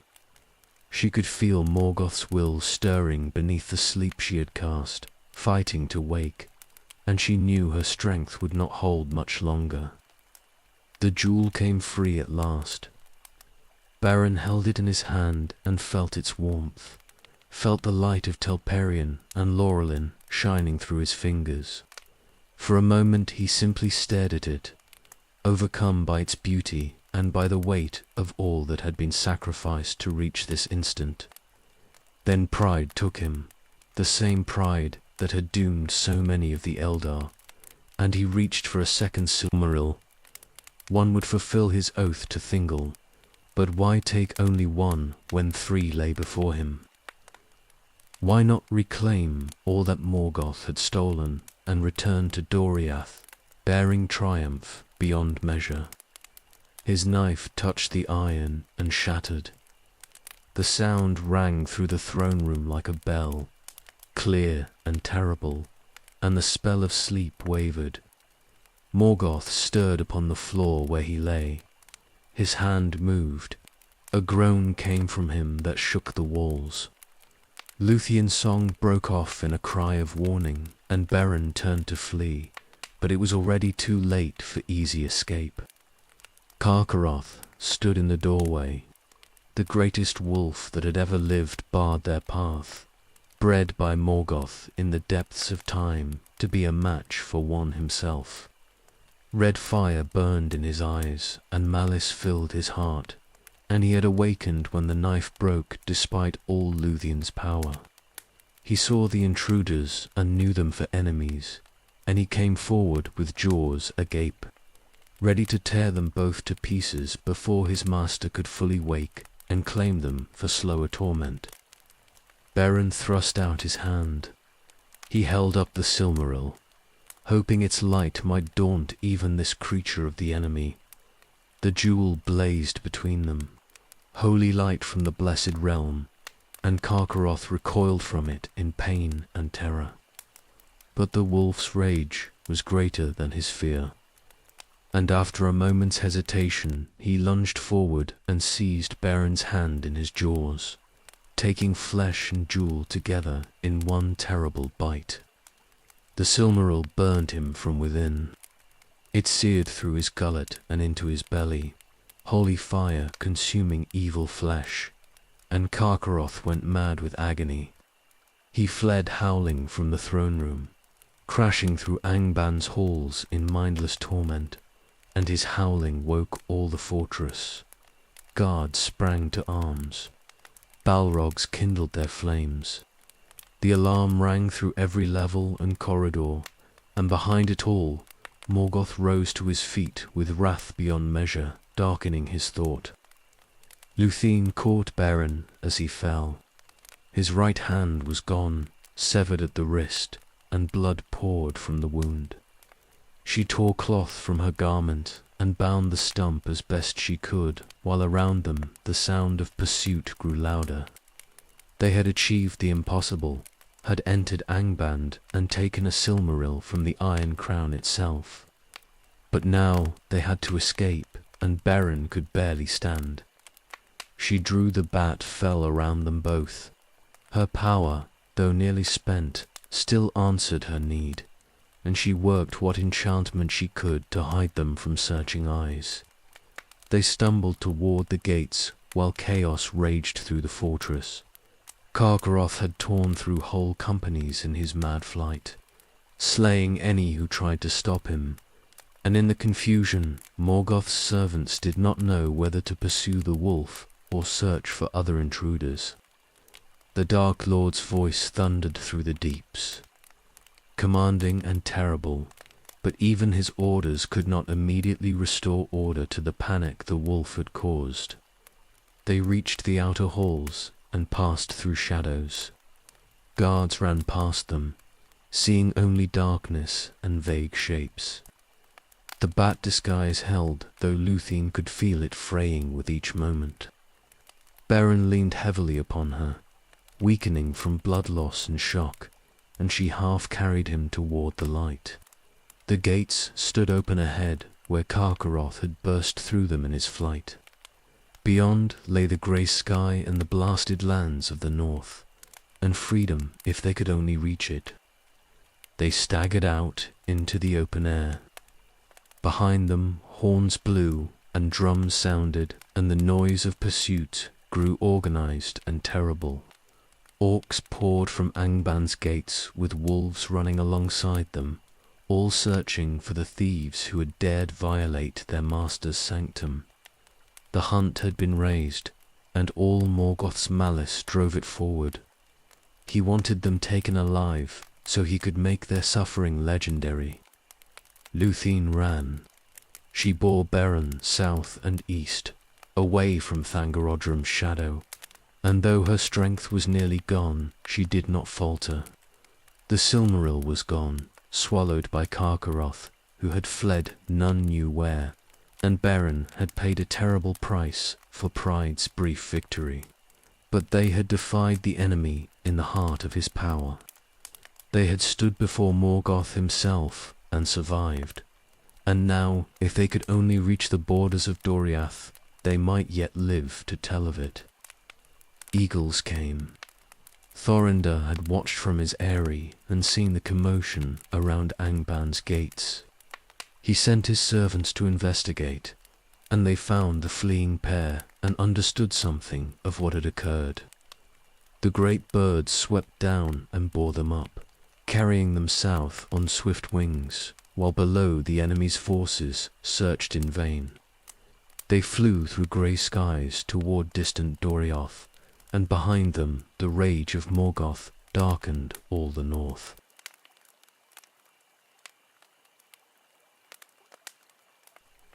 The eagles set them down at Doriath's northern border and departed without word. Lúthien led Beren through the girdle of Melian, and the enchantment recognized her and let them pass. Guards found them soon after and bore them to the halls of Menegroth, where Thingol waited in mingled joy and wrath. His daughter had returned alive from madness, but the man who came with her had lost his right hand to the quest Thingol himself had set. Beren was brought to the healing houses. Melian tended him with all her art, aided by the Sindar, who knew herb lore and songcraft. The wound was grave, and the shock had nearly killed him. But he was strong and young, and love gave him reason to fight for life. Through long days he lay fevered and weak, and Lúthien sat beside him and would not be parted from him. Slowly his strength returned. The flesh healed, though the hand would never grow back, and after a time he could rise and walk again. Thingol summoned him when he had recovered enough to stand before the throne. The king looked upon Beren with new eyes, seeing the change that Angband had wrought. This was no longer the rash man who had demanded his daughter's hand with careless pride. This was someone who had walked in darkness and survived, had stood before Morgoth and escaped, and bore the marks of it in his flesh and spirit. Thingol asked after the Silmaril, knowing the quest had failed, but needing to hear it spoken. Beren raised his right arm and showed the stump wrapped in linen. He said the jewel was in that hand still, and always would be, for Karkaroth had taken both. The words held no boast or shame, only simple truth, and something in them turned aside Thingol's anger. The king saw that Beren had fulfilled the letter of his demand, if not its intent, and he released Lúthien from her bethrothal's condition. She was free to wed whom she chose, and her choice had been made long since in the woods of Nelderith. They married in Menegroth with such celebration as Doriath could muster. War still raged beyond the girdle, and darkness covered much of Beleriand, but within the protected realm there was joy for a season. Beren and Lúthien dwelt in peace as spring turned to summer, and for a brief time it seemed they might live out their days in happiness, despite all they had endured. But Karkaroth had not died. The wolf ran mad through the north, and the Silmaril burning in his belly drove him to ever greater frenzy. Nothing could stand before him. He slew all who crossed his path, and his howling carried across empty leagues. The pain gave him terrible strength and speed, and he turned south in his torment, seeking he knew not what, running from agony that could not be escaped. He came to Doriath's borders. The girdle of Melian had been woven to keep evil out, but the Silmaril's light was in Karkaroth, and it was not evil, and the wolf passed through the enchantment as if it were not there. He entered the guarded realm rabid and maddened, Death walking on 4 legs, and word of his coming spread swift through the forest. Thingol gathered hunters to face this threat. Beren joined them, though Lúthien begged him to remain behind, and one came from the north, where he had waited long for news. The great hound knew his doom approached, for it had been spoken in Valinor that he would fall at last before the mightiest wolf that ever lived. Mablung and Belig came also, chief captains of the king's march wardens, and others whose names deserve remembrance but are not recorded. They went armed and wary, knowing what manner of creature they hunted. They found Carcharoth near the centre of Dorioth, not far from Menegroth itself. The wolf had collapsed in a clearing, panting and trembling, the Silmarill's fire consuming him from within. When the hunters approached, he rose and came at them with shocking speed. All his remaining strength focused on dealing death before death took him. One met him in the center of the clearing, while the others fell back, and the 2 beasts locked in final combat. They fought as had been foretold. One was chief of hounds, and had never been defeated, but age had come upon him, and Carcharoth had the Silmarill's light burning in his core, giving him mad strength beyond natural measure. They tore at each other while the hunters watched in dread and wonder. Blood stained the grass. The sounds of their battle echoed through the trees.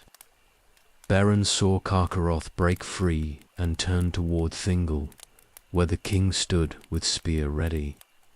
The wolf's jaws gaped and madness blazed in his eyes, and he would have killed the Lord of Doriath before any could intervene. Beren threw himself between them. He bore no weapon save a knife, having only one hand to wield it, but he did not hesitate. Carcharoth's teeth closed on him and bore him down, and even as the wolf savaged him, one came from behind and took Carcharoth by the throat. The wolf died. Huan's jaws crushed the life from him at last, and the great beast that had passed through the girdle and threatened all Doriath lay still upon the blood-soaked ground. But Huan too was dying, wounded mortally in the fight, and he crawled to where Beren lay and touched his hand with his muzzle before the light left his eyes. The Hound of Valinor had fulfilled his doom and used his last strength to avenge his friend. They opened Carcharoth's belly and found the Silmarill there. The flesh around it burned and corrupted, but the jewel itself unchanged. Mablung drew it forth and placed it in Beren's remaining hand, and the light shone through his fingers as it had in Morgoth's throne room. Beren looked upon it and smiled, seeing that the quest was complete at last. And then he spoke his farewell to Lúthien, and died there in the clearing with the jewel he had won lying blazing in his palm.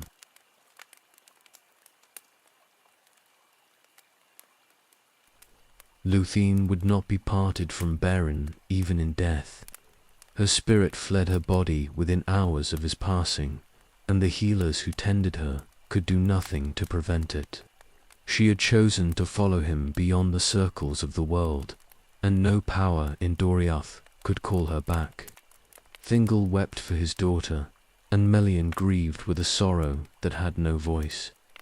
For she had known from the beginning what doom lay upon this love, and had been powerless to turn it aside. The spirits of Beren and Lúthien came to the halls of Mandos.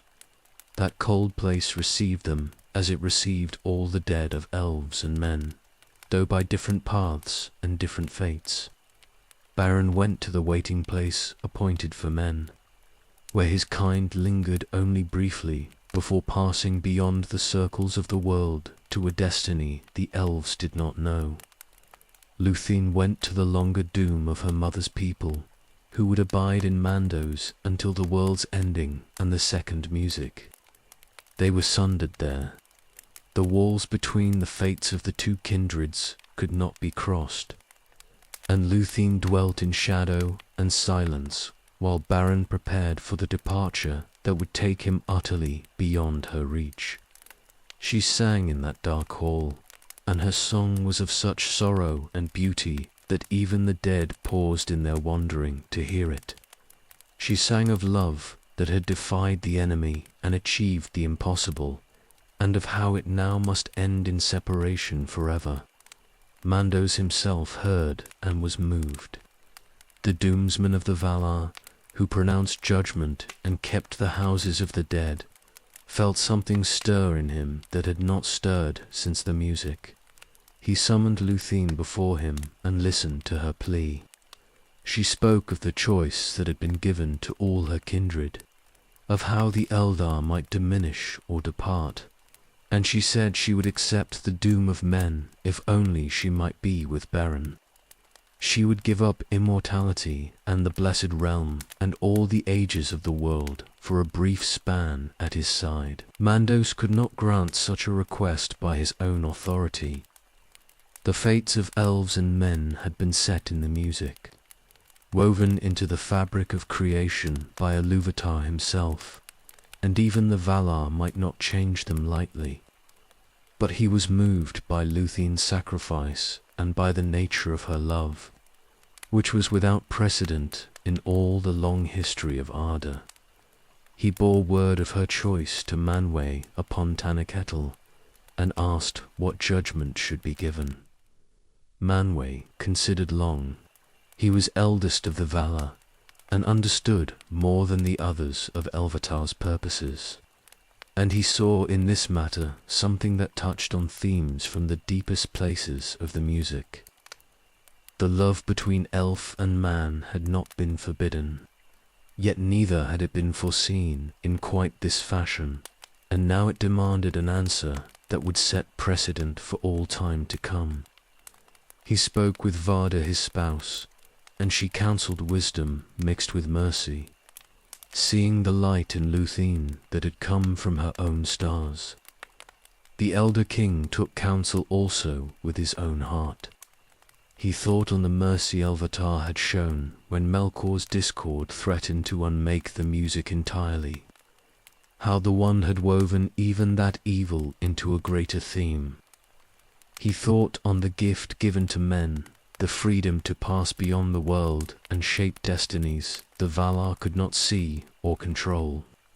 And he thought on love, which had not been part of the original design but had emerged from it, powerful and transformative and wholly good despite the pain it sometimes brought. At last, Manwë gave his judgment. He sent it down through Mandos to Luthien, where she waited in shadow, and the choice he offered was unlike any that had been given before. She might return to Valinor if she wished, and dwell there in peace until the world's end, forgetting grief in the blessed realm's unchanging beauty. Or she might return to Middle-earth with Beren, both of them living again in mortal flesh, and share the brief span granted to men before passing together beyond the circles of the world to whatever fate Ilúvatar had prepared for his younger children. Luthien chose mortality without hesitation. The blessed realm held no appeal if Beren could not be there, and the long ages of the world seemed empty measured against even a few years at his side. She accepted the doom of men freely and wholly, becoming the first of the Eldar to do so, and in that choice she changed the pattern of fate itself. Mandos released them both. Their spirits returned to Middle-earth and found bodies waiting, and they lived again under the sun and moon. They did not go back to Doriath. Thingol would have welcomed them, but the weight of his court and the memory of all that had occurred pressed too heavily on them. They went instead to the green land of Assyriand, east of Sirion, where the Laiquendi dwelt in secret among the trees. There they made their home in a place hidden from the world's troubles, and the elves who knew of them called it Tall Galen, the Green Isle, though it was no true island but a fair land between rivers. They lived there in peace and joy for a time beyond count. The years passed swiftly as they pass for mortals, each season precious because numbered, each day holding weight it had never held before. They walked in the woods and swam in clear waters, and they spoke of all they had endured and all they had won. The Silmaril they gave to Thingol, sending it back to Menegroth with messengers, for they wanted no more to do with that jewel or the doom it carried. A son was born to them in those peaceful years. They named him Dior, and he was fair beyond measure, having in him the blood of all three kindreds, Eldar and Maya through his mother, and the race of men through his father. He grew to strength and wisdom in Tor Galen, and though his parents aged as mortals age, there was no shadow on their dwelling while they lived. The curse of the oath did not touch them. The darkness of the north seemed distant and unreal, but mortality ran its course as it must. Beren grew old and died at last in Lúthien's arms, and she followed him soon after, and they passed beyond the world together as she had chosen. Their fate beyond that departure is not known to any save Ilvatar, but the Eldar hoped they had found such joy in the timeless halls as they had known briefly in the circles of the world. Their story became legend, the tale of Beren and Lúthien, greatest of the romances of the elder days, and it lived on in memory long after all who knew them had themselves passed away or sailed into the west.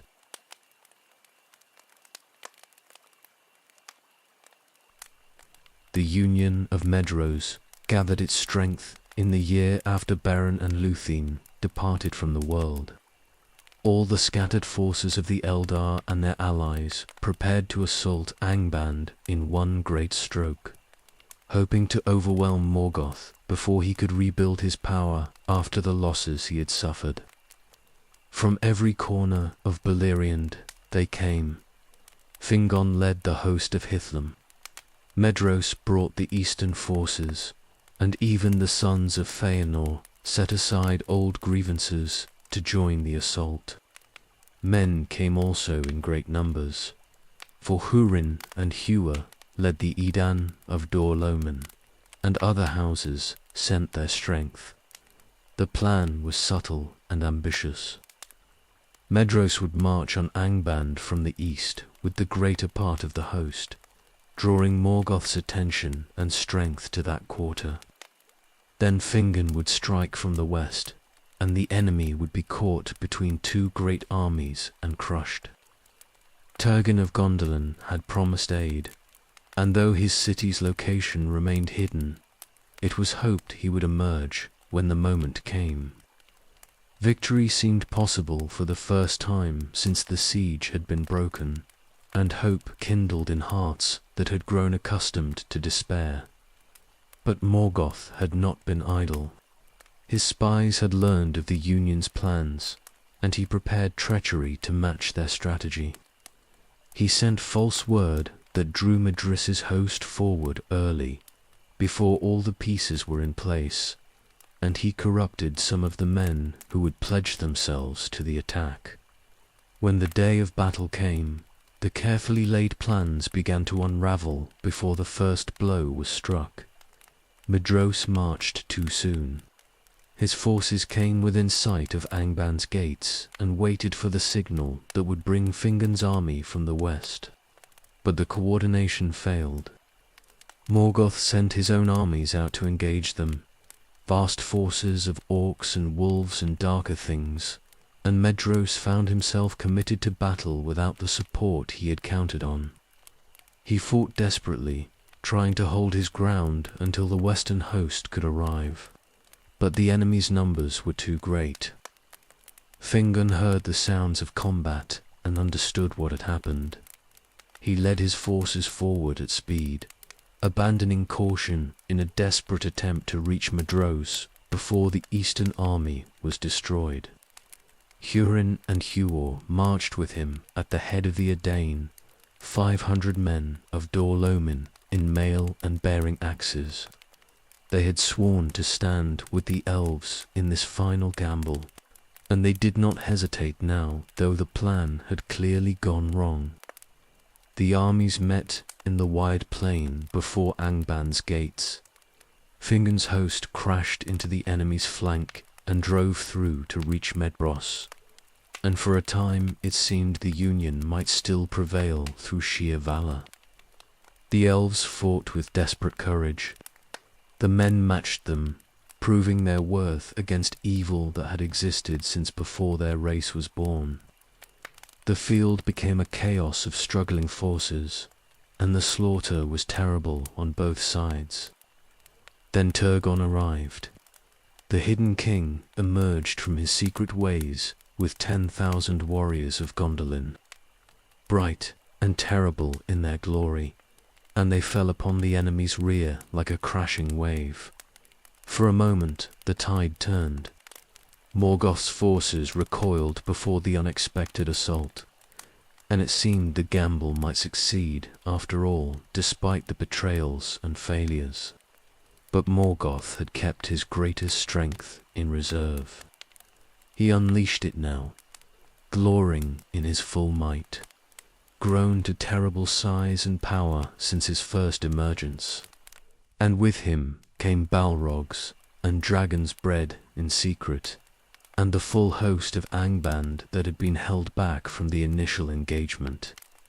They poured forth like a black tide, and the Union's armies found themselves surrounded and pressed on all sides. The battle that was meant to break Morgoth became instead a desperate struggle for survival. The armies of the elves and men were driven back. They fought as they retreated, but the enemy was too strong and too numerous, and the retreat became a rout. Warriors died in their hundreds and thousands. The captains tried to maintain order, but the lines broke and scattered. Only the rear guard held firm, buying time with their lives for others to escape south, toward the pass of Sirion. Hurin and Huor commanded that rear guard. They had led their people to this battle, and they would not abandon them now. And the men of Dor-Lomin gathered around them on a hill that rose from the plain. Turgon and the remnant of Gondolin's host passed by them in retreat, and Hryn urged the hidden king to flee while the way remained open. He said the hope of elves and men now rested with Gondolin, and Turgon must survive to preserve that hope. The king departed with grief and gratitude mingled in his heart, and Hin turned to face the pursuing host. The hill became an island in a sea of enemies. Orcs surrounded it in their thousands, wave after wave breaking against the defenses the men had raised. Hurin and Huor fought side by side as they had always done, brothers in blood and spirit, and their people died around them one by one. Each time the line broke, they reformed it. Each time a gap opened, they filled it with their own bodies. The Edain sold their lives at a price that would be remembered. Huor fell before noon. A poisoned arrow took him in the eye, and he died speaking prophecy to his brother, that from their line would come a new hope, and that through Hurin's son the fates of elves and men would be bound together in ways not yet revealed. Then he was gone, and Hin fought on, alone, at the head of the diminishing band. The afternoon wore away in butchery. The men of Dor-Lomin died, until only a dozen remained, then 6, then 3. Still they fought, too weary now to do more than swing their axes and endure. Hurin alone stood at last upon the hill's summit, surrounded by the bodies of his people and of the scores of enemies he had slain. His shield was broken, his armor hung in tatters. blood covered him from head to foot, his own and that of others, and his strength was nearly spent. He fought on. Each time an orc came within reach, he struck it down, and each time he struck, he cried aloud the name of his people and his defiance. 70 times he killed. 70 orcs fell to his axe, though his arms burned with exhaustion and his vision blurred. The enemy's forces hung back at last, unwilling to face this berserk warrior who would not fall. Then they took him alive by Morgoth's command. They bound him with chains and bore him north to Angband, the last survivor of the Hill of Slain. The Nerneath Arnadiad was over. The Union had failed utterly, and the armies of the elves and men lay broken across the plain. The fourth battle had ended in complete victory for the enemy, and now the darkness would deepen across all Beleriand, with nothing left to oppose it.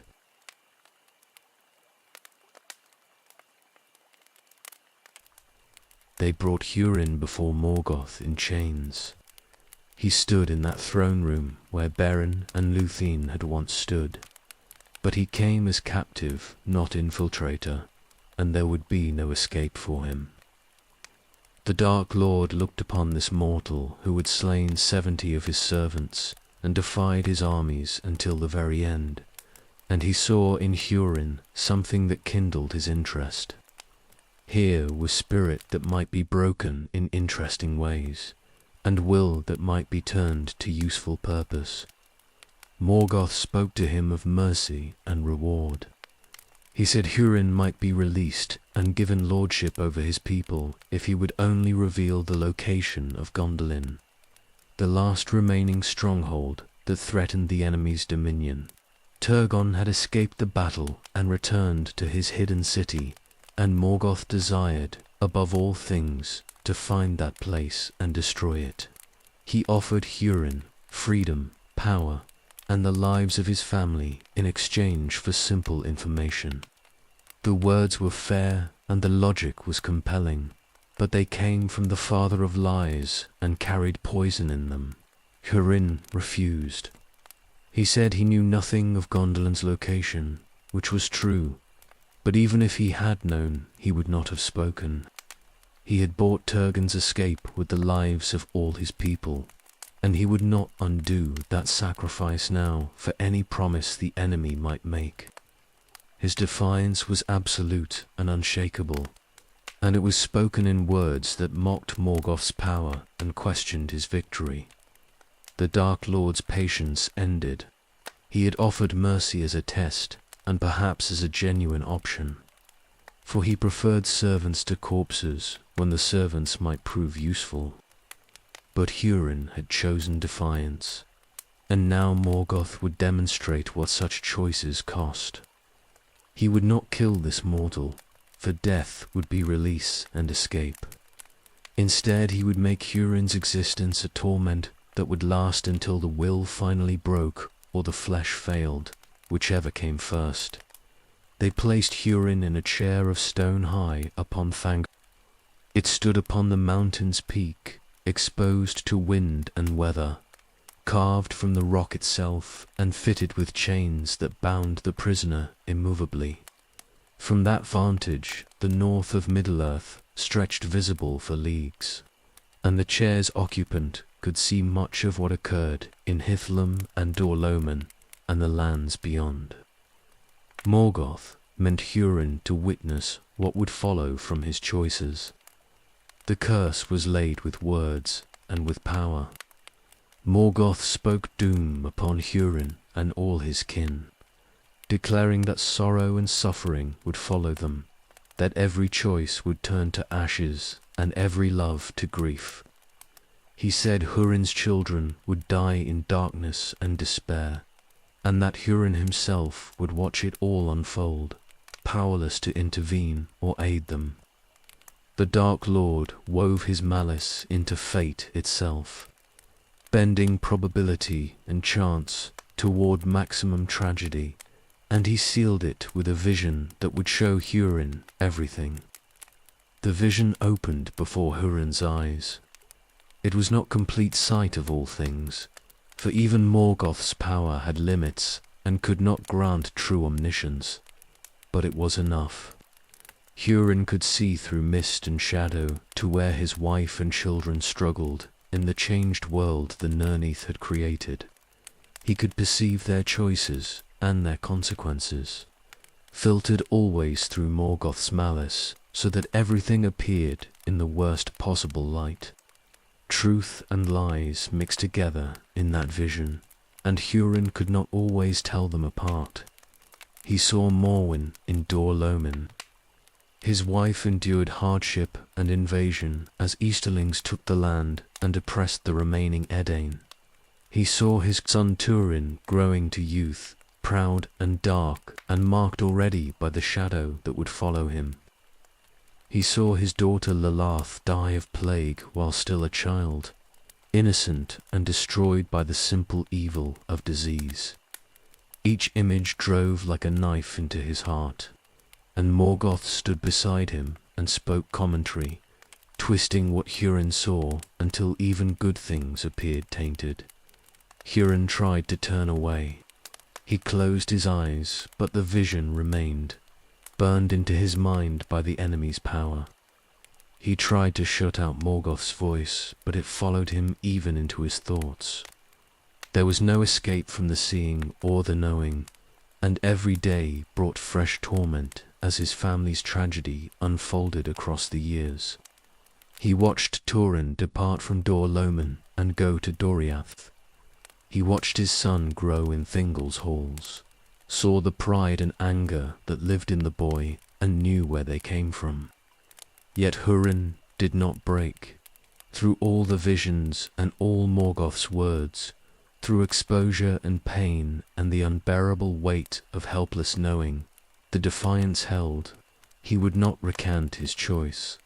He would not reveal what he did not know of Gondolin. He would not bow or beg or acknowledge Morgoth's victory.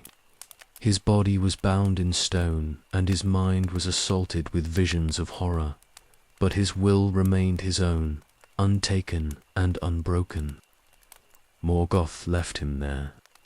The Dark Lord had other concerns and other projects, and Hurin would keep for years or decades, slowly destroyed by the curse that had been laid on him.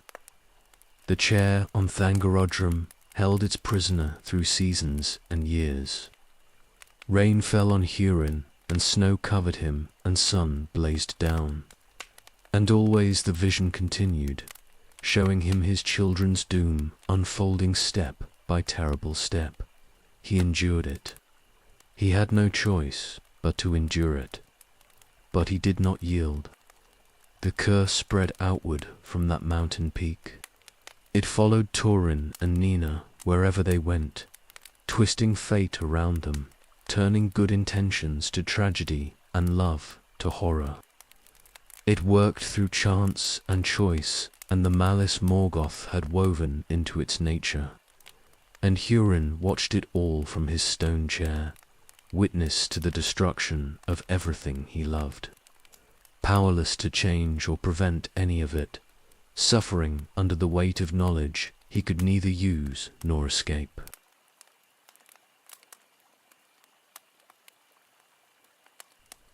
Turin came to Doriath as a child of 8 years.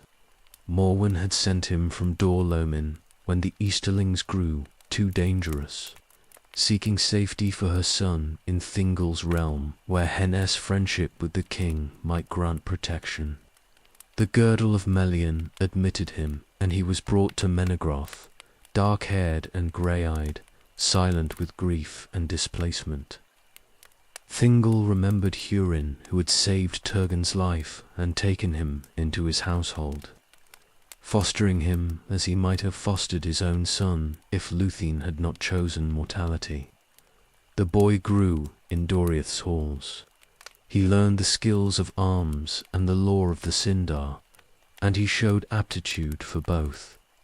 But there was something shadowed in him from the beginning, a darkness that went beyond normal grief. The curse Morgoth had laid on Hurin's line was already at work, subtle and patient, turning Turin's natural pride into something harder and more dangerous. He made few friends among the elves. He kept his own counsel and nursed wounds that others could not see. Beleg Strongbow befriended him. The great March Warden of Doriath saw past Turin's defences to the boy beneath, and he took him ranging in the forests beyond Menegroth. They hunted together and fought orcs on the borders, and Turin learned woodcraft and warfare from one of the greatest warriors in Beleriand. Beleg's friendship was genuine and steadfast, offered without expectation of return, and it provided the only real light in Turin's youth. But even that friendship could not wholly turn aside the shadow that grew in him. Years passed. Turin became a man by the measure of his people, tall and strong and skilled in battle. Thingol gave him the dragon helm of Dor Loman, the heirloom of his house that had come from Doriath, when Morwen sent what treasures she could preserve. The helm was wrought with gold, and bore upon its crest the image of Glorung, and it marked its wearer as one of rank and martial prowess. Turin wore it with pride, and his pride grew greater as his reputation spread. He went to war against the enemy's servants with skill and valor, but always there was something excessive in him, something that pushed beyond necessity into cruelty or recklessness. Seros hated him. This counselor of Thingol, a Nandoran elf of proud bearing, resented the honor shown to a mortal and spoke against Turin in council. His words were barbed and calculated to wound, touching on Turin's exile and his people's defeat, suggesting that the men of Dor Loman had brought their suffering on themselves through weakness. Turin endured these provocations in silence for years, swallowing his anger, but the rage accumulated like water behind a dam. The break came at a feast. Sorrow spoke words about Morwen and the women of Hurin's house that could not be born. Crude suggestions delivered with a smile in front of all the assembled court. Something snapped in Turin. He threw a cup that struck Saros in the face, and when the elf rose in outrage, Turin overturned the table and would have killed him there in Menegroth if others had not intervened. The feast ended in chaos. Thingol commanded both to keep peace until judgment could be given, but the damage was done and could not be unmade. Saros attacked Turin the next morning in the forest. He came armed and ready, meaning to kill the mortal who had humiliated him. But Turin was the better warrior and quickly gained the advantage. He disarmed Saros, and in his wrath stripped him and drove him naked through the woods like a beast, mocking him as he had been mocked. The chase ended at a ravine. Saros tried to leap across in desperation and fell short, and his body was broken on the rocks far below. Turin fled. He did not wait for Thingol's judgment or attempt to explain what had occurred. Shame and rage mixed together in him, and the shadow that had always lived in his heart rose up and drove him out of Doriath. He took his arms and armor, including the dragon helm, and departed through the girdle without word or farewell. Beleg tried to follow, but could not catch him. The last Thingol saw of Hurin's son was his back, disappearing into the wilderness, proud and hunted and alone. Mablung brought word of what had truly happened. He had witnessed the chase and Seros's fall, and he testified that Turin had not struck the killing blow, that Seros had died through his own desperation and misjudgment. Thingol's anger cooled when he heard this. The king sent messengers after Turin to recall him and grant him pardon, but they could not find him in the wild lands beyond the girdle. He had vanished into the chaos of Beleriand, and his trail went cold in regions where Doriath's reach did not extend. Beleg ranged far, searching for his friend. He went to places where rumors spoke of outlaws and desperate men, following faint traces and half-heard stories.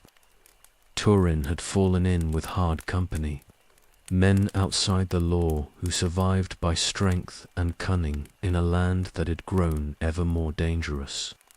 The March Warden found signs of them, but never caught up with Turin himself.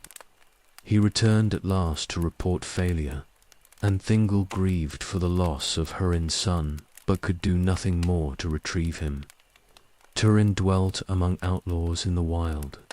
He had left Doriath in shame and pride, driven by forces he did not fully understand, and now he made his life among the lawless.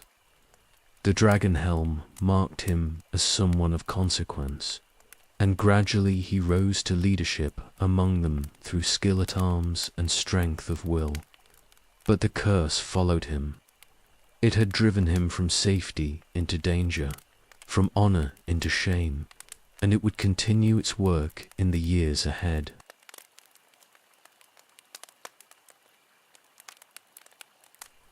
Turin's band grew in number and reputation. Outlaws came to him from across the broken lands, drawn by word of a leader who wore a dragon helm and fought the enemy's servants without fear. They were desperate men mostly, driven outside the law by war or crime or simple survival, and they made their living by raiding and ambush. Turin led them well enough, using the skills Beleg had taught him, but the life was hard and grew harder as winter came and food grew scarce. They captured a dwarf in the wild. He was small and ancient, ragged and alone, and he begged for his life with promises of shelter and safety. His name was Mim, and he was one of the petty dwarves who had dwelt in Beleriand since before the elves came. His people had been driven from their homes and hunted nearly to extinction by the Sindar, who had mistaken them for beasts in the early days and slain them without mercy. Mim hated elves with a hatred that went bone deep, but he would deal with men if it meant survival. He led them to Amon-Rud. The lonely hill rose from the plain west of Doriath, and within it lay caves that Mim's people had delved in ancient times. Most of the petty dwarves were dead now, slain by elves or orcs, or simply worn away by time and grief. Only Mim and his 2 sons remained, and they dwelt in the caves in secrecy and bitterness.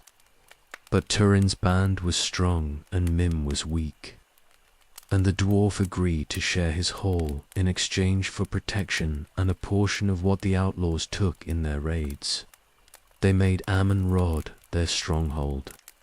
The caves provided shelter from winter's cold and from the eyes of enemies who might have hunted them. Turin's leadership solidified. The outlaws began to see themselves as something more than mere bandits, as a company of free warriors who stood against the darkness in their own way.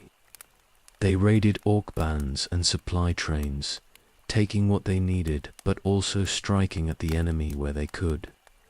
The common folk of the region began to speak of them with a mixture of fear and hope. Beleg found Turin at last in the spring. The March Warden had never stopped searching, and news of the outlaws on Amon-Rod had reached him in Doriath. He came alone and unarmed save for his great bow, bearing Thingol's pardon and the king's plea for Turin to return. They met on the hills, slopes, and for a moment it seemed the friendship between them might bridge all that had happened. Turin's heart lifted at the sight of his old companion, but his pride remained unbroken. He refused the pardon. Turin said he would not return to Doriath as a suppliant seeking mercy, that he had made a new life and would not abandon the men who followed him now. Beleg argued with him gently, pointing out the danger of his position and the futility of playing at war with a handful of outlaws. But Turin would not be moved. The curse worked in him still, turning good counsel aside and hardening his heart against wisdom. At last Beleg gave up the argument and chose instead to stay. If Turin would not come to Doriath, then Doriath's greatest warrior would come to him. The band grew stronger with Beleg among them. The elf's skill and experience transformed them from a ragged group of outlaws into something approaching a true warband. They struck deeper into enemy territory and won victories that seemed impossible for their numbers. The dragon helm became a terror to orcs across the region, and the name of Turin began to spread even to Angband itself. For a season, it seemed they might actually achieve something lasting, might carve out a space where free people could resist the enemy's advance. But Mim hated Beleg. The petty dwarf saw an elf dwelling in his hall, one of the race that had slaughtered his people and driven them to the edge of extinction. Every day Beleg remained was an offense and a wound. Mim's hatred festered in silence. He watched and waited for opportunity, and when it came, he did not hesitate to seize it. Orcs captured Mim while he foraged far from Amen-Rud. They brought him before their captain and offered him the choice between death and service.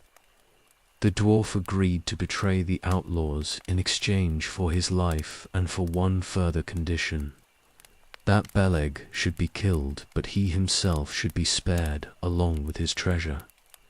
The orcs accepted these terms. They knew where Amen-Rod stood now, and they prepared an assault that would come when the defenders least expected it. The attack came at night. Turin had led most of the band out on a raid, leaving only a small guard at the caves. The orcs fell upon them in overwhelming numbers, and those who remained were killed or captured before they could mount effective defense.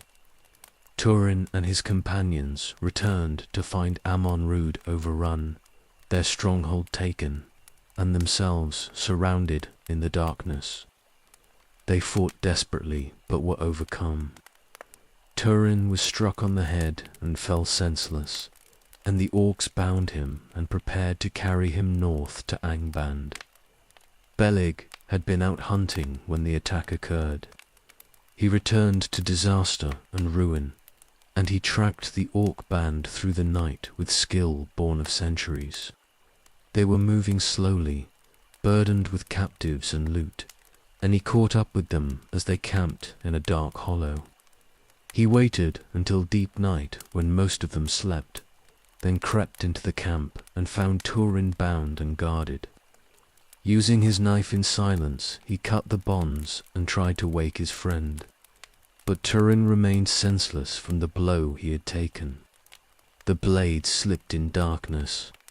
As Beleg cut the last cord, Turin woke suddenly in confusion and terror, not knowing where he was or who stood over him with a knife.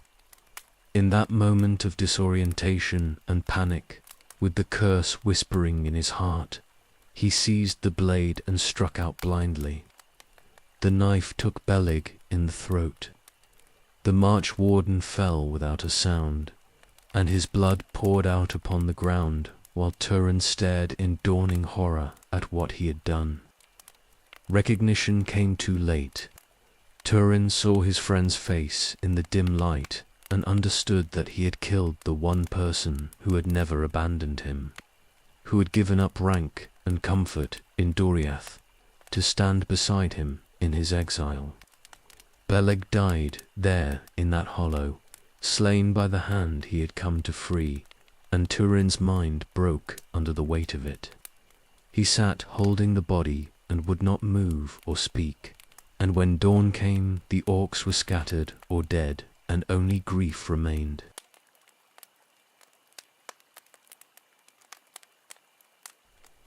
Tuatha, son of Hua, grew to manhood as a thrall.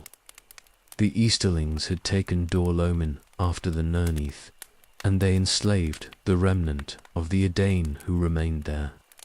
Tor's mother had hidden him in the wild as a child, and for a time he lived free among the Sindar of Mithrim, but eventually he was captured and put to labor. He endured 3 years of bondage, working in the mines and fields of his own homeland, and the experience carved something hard and enduring into his character that would serve him in years to come. He escaped at last by killing his overseers. The deed was long planned and executed with cold precision, and once free, he did not look back.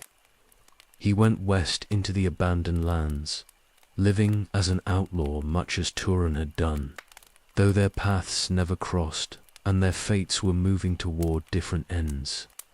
Tur survived alone for 4 years, hunting and hiding, slowly making his way toward the coast of the great sea that he had never seen. Ulmo called him there.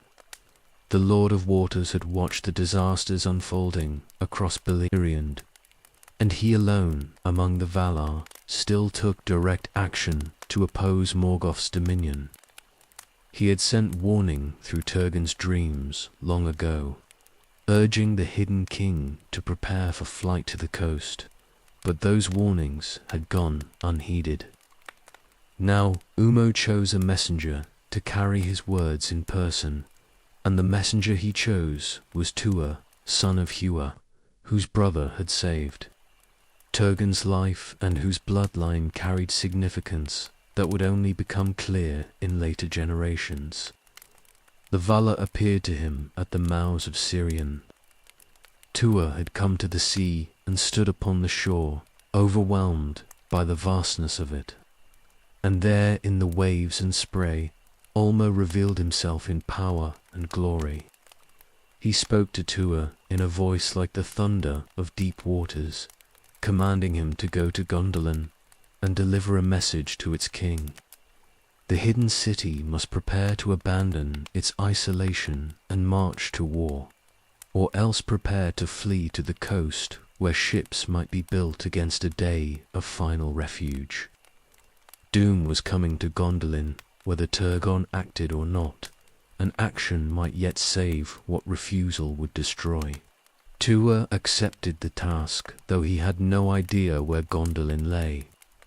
Ulmo sent for Onwu to guide him, a Noldoran elf who had been shipwrecked on the coast and preserved by the Valar's power specifically for this purpose. Together they travelled inland, following secret paths that Voronwë remembered from his youth. Winter overtook them in the mountains, and they endured hardship and danger, hunted by servants of the enemy and threatened by cold that killed as surely as any blade. But Ulmo's errand protected them, and they survived where others would have perished. They found the hidden entrance in the early spring. The dry river led them into the mountains through passages that seemed natural but had been shaped by ancient power. They climbed through darkness and emerged at last in the valley where Gondolin stood, and Tuatha saw what no outsider had seen since the city's founding. It rose white and beautiful in its hidden veil, towers and walls gleaming in the sun, a vision of peace and strength preserved against all the ruin that had overtaken the rest of Beleriand. The guards brought them before Turgon in his high tower. The king received Tuatha with courtesy, but also with suspicion, for the policy of secrecy had been absolute since Gondolin's founding and was not lightly set aside. Tuatha delivered Ulmo's message, speaking the words exactly as the Valar had given them, urging preparation for war or flight. He stood before the greatest of the surviving Noldoran lords and spoke truth to power, and for a moment the fate of the city hung balanced on the king's response. Turgon refused the counsel. He had built Gondolin to be a refuge against the darkness, and it had stood secure for centuries while the rest of Beleriand fell into ruin. His people lived in peace and beauty here, isolated from the wars that had destroyed so many others. To abandon that security on the word of a messenger, even one sent by Olmo, seemed to him folly of the worst kind. He thanked Tora for his service, but said Gondolin would remain as it was, hidden and strong, trusting in its secrecy and its walls. Meglin spoke against Tora's message most strongly. The king's nephew, son of El and Eridel, had risen to power in Gondolin through skill and ambition. He loved the city and loved more his own position in it, and he saw in Olmo's council a threat to both. If Gondolin marched to war, it might be destroyed. If it prepared ships for flight, it would eventually be abandoned. Either path led away from the isolation that had preserved it. Meglin argued for maintaining the policy that had worked thus far, and his words carried weight in Turgon's council. Tua was permitted to remain. Turgon remembered Hua, his friend, and would not cast out Hua's son, and something in Tua's bearing suggested he might be valuable to the city even if his message was refused. The messenger became an inhabitant of the hidden realm, and gradually he found his place there. He learned the speech and customs of the Noldor. He trained with the city's warriors and proved his worth in their ranks. The years began to pass in a peace he had never known. He met Idril Celebrindle, Turgon's daughter, and she was fair beyond measure with her silver-gold hair and her eyes that held wisdom beyond her years. Love grew between them slowly, resisted at first by custom and by Turgon's reluctance to see his daughter wed a mortal. But Idril's choice was clear and steadfast, and eventually the king relented. They married in a ceremony that all Gondolin celebrated, and Meglin watched with jealousy burning in his heart, for he had desired Idril himself and been refused. The years turned. Tua lived in Gondolin for decades, dwelling in peace, while outside the hidden valley the darkness deepened across all Beleriand. He had delivered Olmo's warning, and it had been rejected, but he could do nothing more to change Turgon's mind.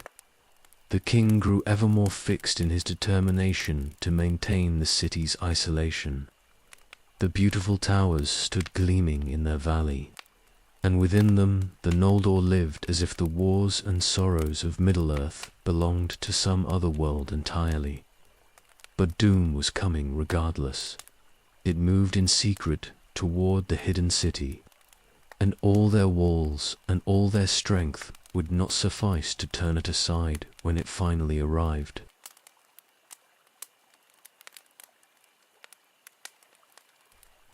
Turin came to Nargothrond bearing a new name.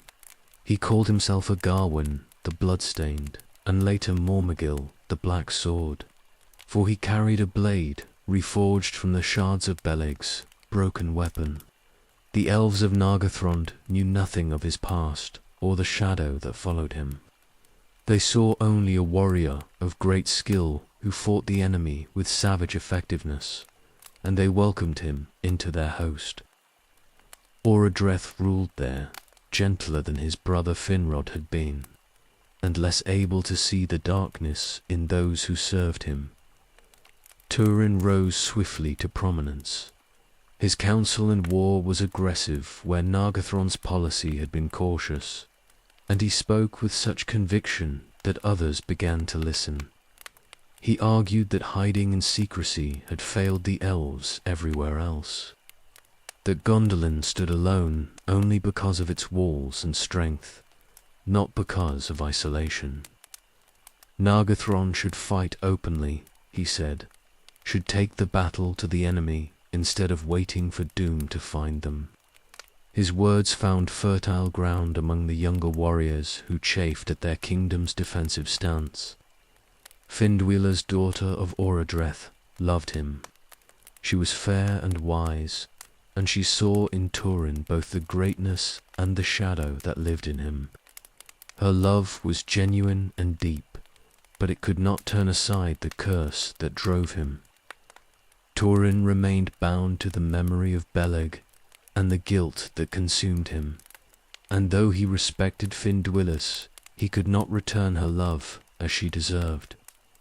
Another doom was coming for her, and for all who dwelt in Nargothrond. Turin persuaded them to build a bridge.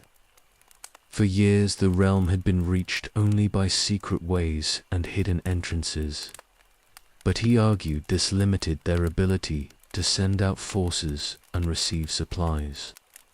A great bridge should span the Narog before the gates, allowing swift movement of troops and turning the hidden fortress into an active military power. Orodreth was reluctant, but yielded to the pressure from his captains and his people. They built the bridge, and it stood wide and strong, and the secret kingdom became less secret with every stone they laid. Gloran came in the winter. The dragon had grown to his full terrible size since his first emergence, and Morgoth sent him against Nargothrond with a host of orcs following in his wake. They came up the river valley openly, making no attempt at stealth, for they knew the bridge would grant them entrance, and they trusted in the dragon's power to overcome whatever resistance they met. Glorung led them, massive and ancient and filled with malice, his eyes burning with fire and cunning. The armies of Nargothrond marched out to meet them. Turin persuaded Orodreth to give battle in the field rather than endure a siege, arguing that their strength was sufficient to defeat even a dragon if they met him boldly. The elves crossed their new bridge in bright array, and Turin led them with the black sword in his hand and the dragon helm upon his head. They were brave and skilled, but they were marching into disaster and could not see it. Glorung destroyed them. The dragon's fire swept across the field in great gouts of flame, and the elves, who had never faced such power, broke before it. Their weapons could not pierce his scales. Their courage availed nothing against the heat that turned armor to molten metal and flesh to ash. Orodreth fell in the first assault, and the host fragmented as captains died and formations collapsed. Turin fought with desperate fury, trying to rally the survivors, but the battle was lost before it truly began. The remnant fled back across the bridge. Gloran came after them slowly, savouring the rout, and the orcs followed to complete the slaughter. The dragon reached the bridge and crossed it, and the gates of Nargothrond stood open before him. The hidden realm that had endured through centuries of war fell in a single day, its secrecy undone by the bridge Turin had convinced them to build. Turin tried to organize a defense inside the halls. He gathered what warriors remained and prepared to make a final stand in the caverns. But Glorung came down into the deeps, and his presence alone broke their will. The dragon was too vast, too ancient, too filled with evil power. The defenders scattered. Some fled into the darkness and were hunted down. Others tried to bargain for their lives and were slain or enslaved. Nargothrond became a charnel house, its treasures looted and its people destroyed. Glorung found Turin at last in the lower halls. The dragon regarded him with eyes that held terrible intelligence, and he spoke with words that carried the weight of long knowledge. He knew who Turin was.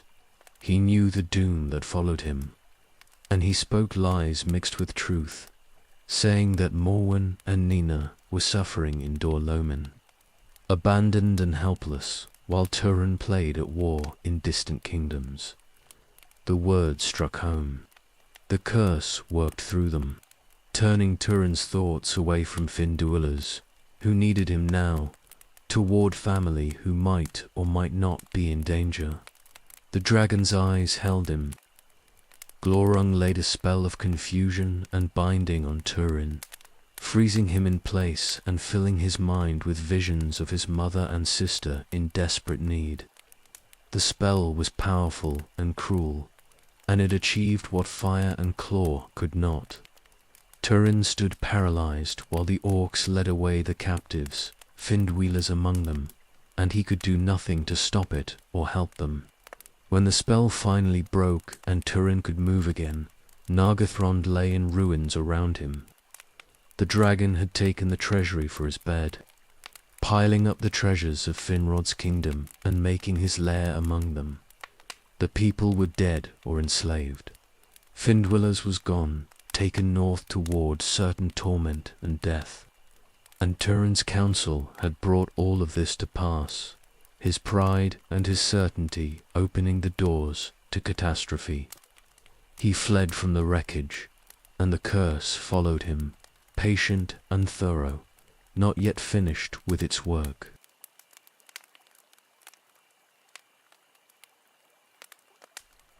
Turin went north, seeking his mother and sister. He traveled in haste, driven by Glorung's words and by guilt over Nargothrond's fall. When he reached Dorloman, he found his mother's house empty and learned she had departed for Doriath years before, taking his sister with her. The news should have brought relief, but instead it compounded his anguish. He had abandoned Finduilas on the word of a lying dragon, and now he learned the lie too late to matter. He turned back south, hoping to find Finduilas among the captives the orcs had taken. He followed their trail into the forest of Brethel, asking after news of the prisoners wherever he went. The woodman told him a grim tale. The orcs had been ambushed and slain by the folk of Brethel, but they had killed their captives before dying, nailing them to trees in spite and cruelty. Finduilas had died there, calling Turin's name at the end, and the woodman had buried her in a mound they called Hord Enelith. Turin came to her grave, and his grief broke over him like a wave. She had loved him truly, and he had failed her utterly, choosing phantom danger over real need, believing a dragon's manipulation over his own judgment. He had brought destruction to Nargothrond and death to its princess, and now he knelt before her mound with nothing to offer but useless sorrow. The curse had struck again through his own choices, and he could see no path forward that did not lead to further ruin. The people of Brethel took him in. He gave them a new name, calling himself Turambar, master of fate, as if naming could make it true. He swore he would flee his past and build a new life in these quiet woods, far from the great kingdoms and their dooms. The folk accepted him gladly, for he was a warrior of great skill, and they were few and believed. He became one of them, living simply, and for a brief time it seemed the curse might lose his trail. Morwen and Nina had indeed gone to Doriath years before. Thingol welcomed them for Horin's sake and gave them safety within the girdle. But when news came of Glorun's assault on Nargothrond, Morwen determined to go there and learn what had become of her son. She rode north, despite all counsel against it, and Nina followed her, unable to bear separation. Mablung went with them, leading an armed escort, hoping to keep them from the worst dangers. They came to Nargothrond and found it a lair of horror. Glorun dwelt there still, coiled upon his treasure, and when he sensed the approach of Hin's wife and daughter, he roused himself to meet them.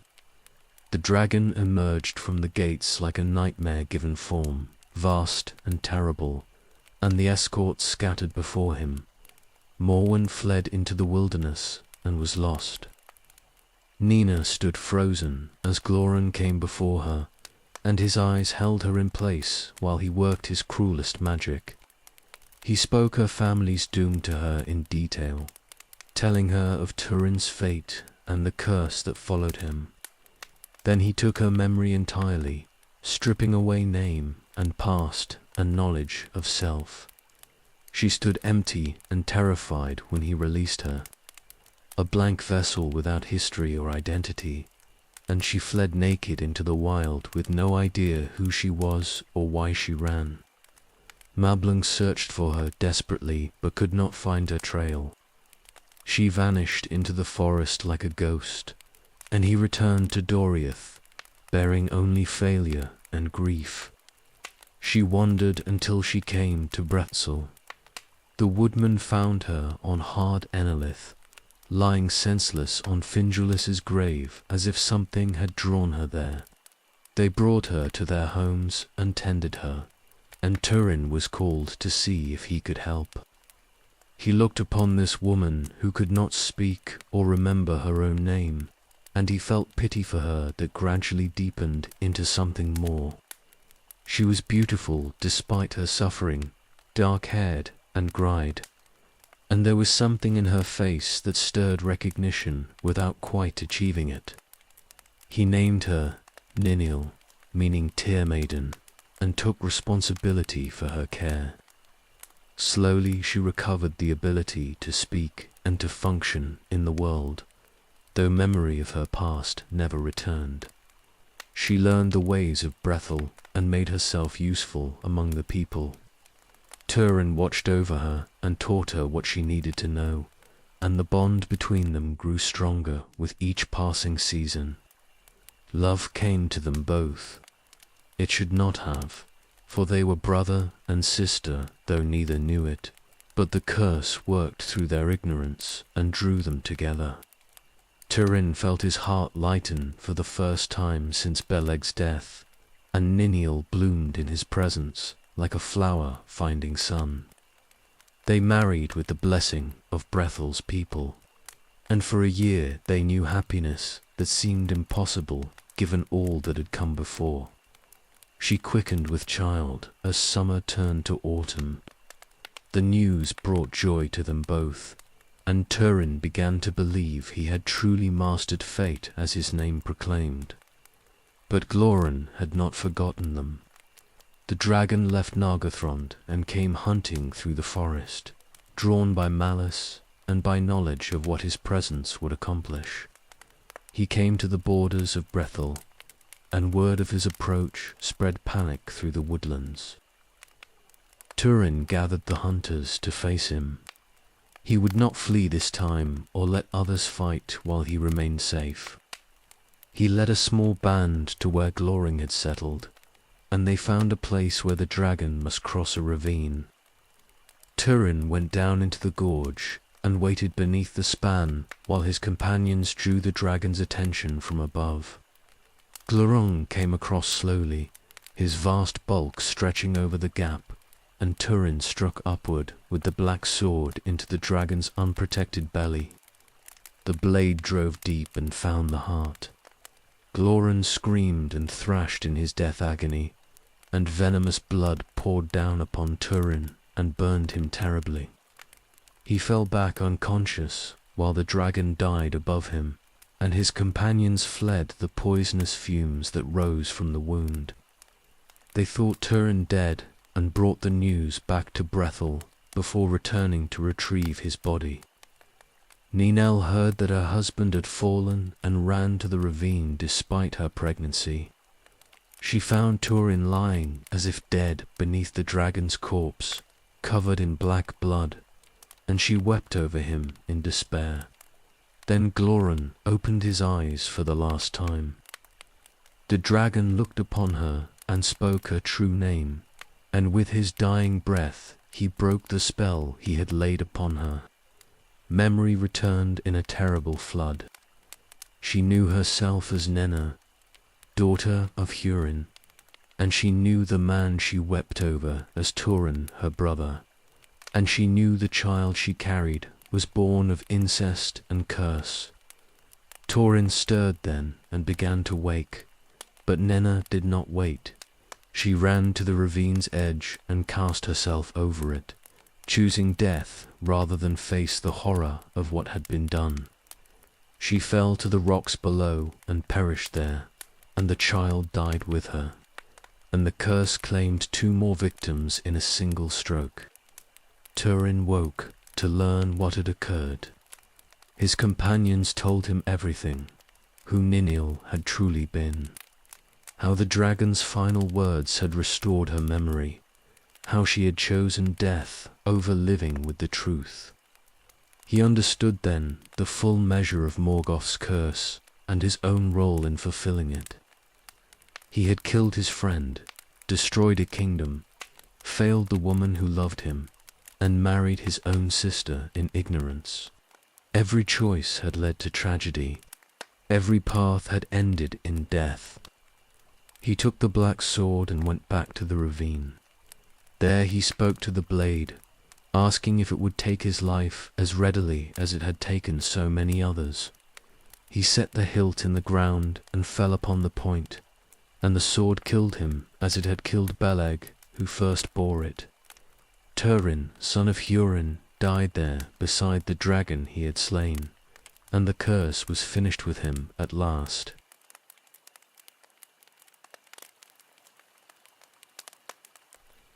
Morgoth released Hurin in the 28th year after his capture. The Dark Lord had kept him bound upon Thangorodrim's peak through all that time, forcing him to watch as the curse destroyed his children one by one. Now Turin and Nina both lay dead, the tragedy complete, and Morgoth had no further use for his prisoner. He released Hryn not from mercy but from malice, sending him forth as a final instrument of ruin, broken and bitter and carrying poison in his heart. Hurin descended from the mountain, an old man. He had been in his prime when captured, strong and fierce. But the years had wasted him, and the visions had scarred him deeper than any physical wound. He walked south through lands he barely recognized, changed utterly by decades of war and defeat. The curse clung to him still. Morgoth had released his body, but not his fate, and everywhere Hurin went, he would carry disaster with him like a disease. He came first to the ruins of Amon-Rûd. The outlaw's stronghold stood empty and desolate, burned and broken years before. But Mim had returned there, the last of the petty dwarves, living alone among the caves where his people had once dwelt. The old dwarf recognized Hurin and trembled, knowing why this visitor had come. Hurin named him traitor and murderer, speaking of how MMM's betrayal had led to Turin's capture and set in motion all the horror that followed. MDM tried to defend himself. He spoke of old grievances and justified hatreds, of how the elves had slaughtered his kindred and driven them to extinction. But Hryn heard only excuses for treachery, and his rage had been building for 28 years. He killed MDM there in the caves, the last act in the long dying of the petty dwarves, and he took from the horde the dragon helm that had belonged to his house. Then he went on southward, carrying his grief and anger, toward destinations he had not yet chosen. He wandered for months through the wastelands. Sometimes he sought news of what had occurred during his captivity, learning the full tale of his children's doom from those who had witnessed parts of it. Other times he avoided all contact, traveling alone through empty country, talking to himself or to the ghosts that haunted him. The visions Morgoth had shown him mixed with reality until he could not always separate what he had seen from what had truly happened. His mind bore scars that would never heal. He came to Nargothrond in the autumn. The dragon's lair stood open and unguarded, for Glóran was dead and Morgoth had not yet sent another to claim the treasure. Hin entered the halls where his son had brought ruin, and he walked among the bones and the looted chambers. The great hoard lay scattered across the floors, gold and jewels beyond counting. All the wealth of Finrod's kingdom left to gather dust in darkness. He found the Noglamir among the treasure. This was the necklace of the dwarves, wrought in ancient times by craftsmen of Nograd, beautiful beyond measure and heavy with enchantment.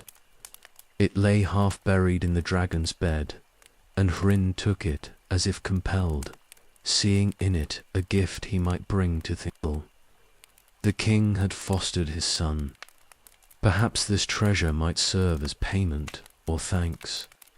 Or perhaps, though Hryn did not acknowledge the thought, it would serve as a final instrument of the curse. He travelled to Doriath and passed through the girdle. Melian's power read his heart and found there such bitterness and pain that she counselled Thingol to turn him away. But the king would not refuse Hin entry. He remembered his friend from the Nirnath, the man who had saved Turgon's life and held the rear guard while others escaped. He welcomed Hryn into Menegroth, though his appearance was grim, and his manner spoke of damage that went soul deep. Hryn cast the Noglamir at Thingol's feet. He spoke with savage mockery, saying here was payment for the king's care of Turin, though that care had ended in exile and death. His words were bitter and unjust, twisted by Morgoth's influence and by his own unending grief. Thingol answered with patience and sorrow, speaking of how he had tried to save Turin and had sent Beleg to find him, but Hryn would not hear it. The curse worked through him, poisoning even this encounter. Melian spoke to him at last with power and compassion both. She told him plainly that he had been used, that Morgoth's malice still worked in him, that he carried poison he did not recognize. Her words pierced the fog of bitterness for a moment, and Hryn saw clearly what he had become. The recognition broke something in him. He left Menegroth and went into the wild, and he came at last to his wife's grave, where Morwen had died alone beside the mound of their children. There he lay down and died himself, exhausted and empty, the last victim of the curse that had destroyed his house. But the Noglamir remained in Doriath, and with it came the seeds of further tragedy. Thingol looked upon the necklace and desired to set the Silmaril in it, the jewel that Baron had won and that had passed to Dior and then back to the king when his grandson came to rule in Doriath. He summoned dwarven craftsmen from Nograd to do the work, and they came and saw the Silmaril and coveted it. The curse that had followed Hryn now began to spread through Doriath itself, reaching toward the jewel that had been at the center of so much doom since Fëanor first wrought the three in Valinor. Thingol looked upon the Noglamir and conceived a desire that would doom him. The necklace was beautiful beyond measure, wrought by dwarven craftsmen in ages past with skill that had not been matched since. The Silmaril lay in his treasury, the jewel Beren had cut from Morgoth's crown and paid for with his hand and ultimately his life. The king decided these two treasures should be joined, the greatest work of dwarves united with the greatest work of elves, and he summoned craftsmen from Nograd to perform the task. The dwarves came and laboured long in Menegrath's workshops. They set the Silmaril into the Noglamir with skill and care, binding the holy jewel into the ancient gold until the necklace blazed with light that had come from the two trees themselves. But as they worked, desire grew in them. They looked upon the Silmaril and coveted it with a hunger that went beyond reason or wisdom. The jewel had been cursed by Fëanor's oath, and by all the blood spilled in its name. And now that curse reached out to claim new victims.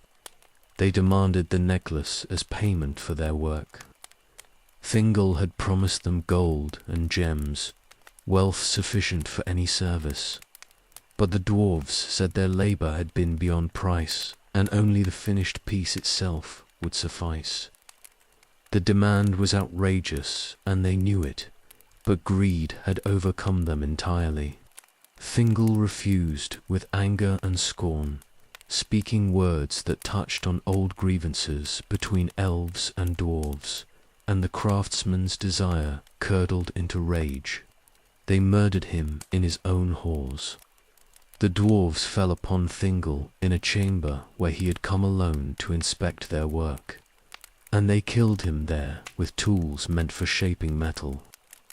The greatest of the Sindar, who had walked under stars before the moon rose and wed Amaya, and ruled in Doriath for thousands of years, died at the hands of those he had hired to serve him. They took the Noglamir and fled Menegroth, moving swiftly toward the borders before the murder could be discovered. Melian's power failed when Thingol died. The girdle that had protected Doriath since its founding unraveled with her grief, for it had been woven from her strength and maintained by her will.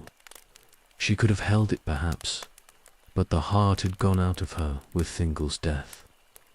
She found his body and wept over it, and then she departed from Middle-earth entirely, returning to Valinor and to the gardens she had tended before the world was made.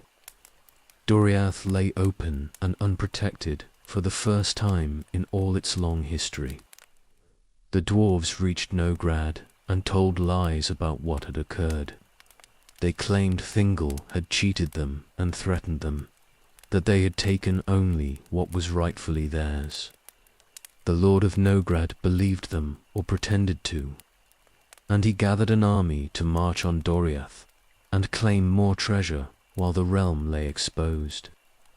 Greed and old hatred drove them eastward, and they came to Menegroth and sacked it, killing many who remained and taking what wealth they could carry. But Beren still lived. He dwelt in Osiriand with his son Dior, and word reached him of what had befallen Doriath. He gathered the green elves and pursued the dwarven army as it returned westward, heavy with loot and unsuspecting of vengeance. They ambushed the dwarves at the fords of Askar and destroyed them utterly. Beren himself slew the Lord of Nograd and took back the Noglamir from his body, and the Silmaril blazed in his hand once more, as it had in Angband so many years before. He brought it home to Elthine.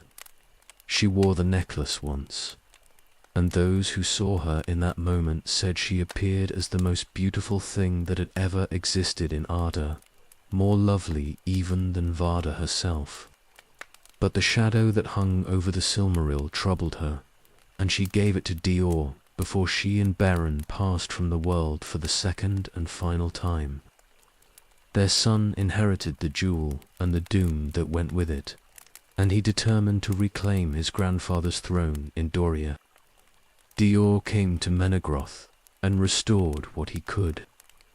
The Sindar, who had survived the sacking, rallied to him, and some of the Noldor came as well. Seeing in him the heir of both Thingol and Beren, he wed Nimloth, and they had children. And for a brief time it seemed Doriath might recover from the disasters that had struck it.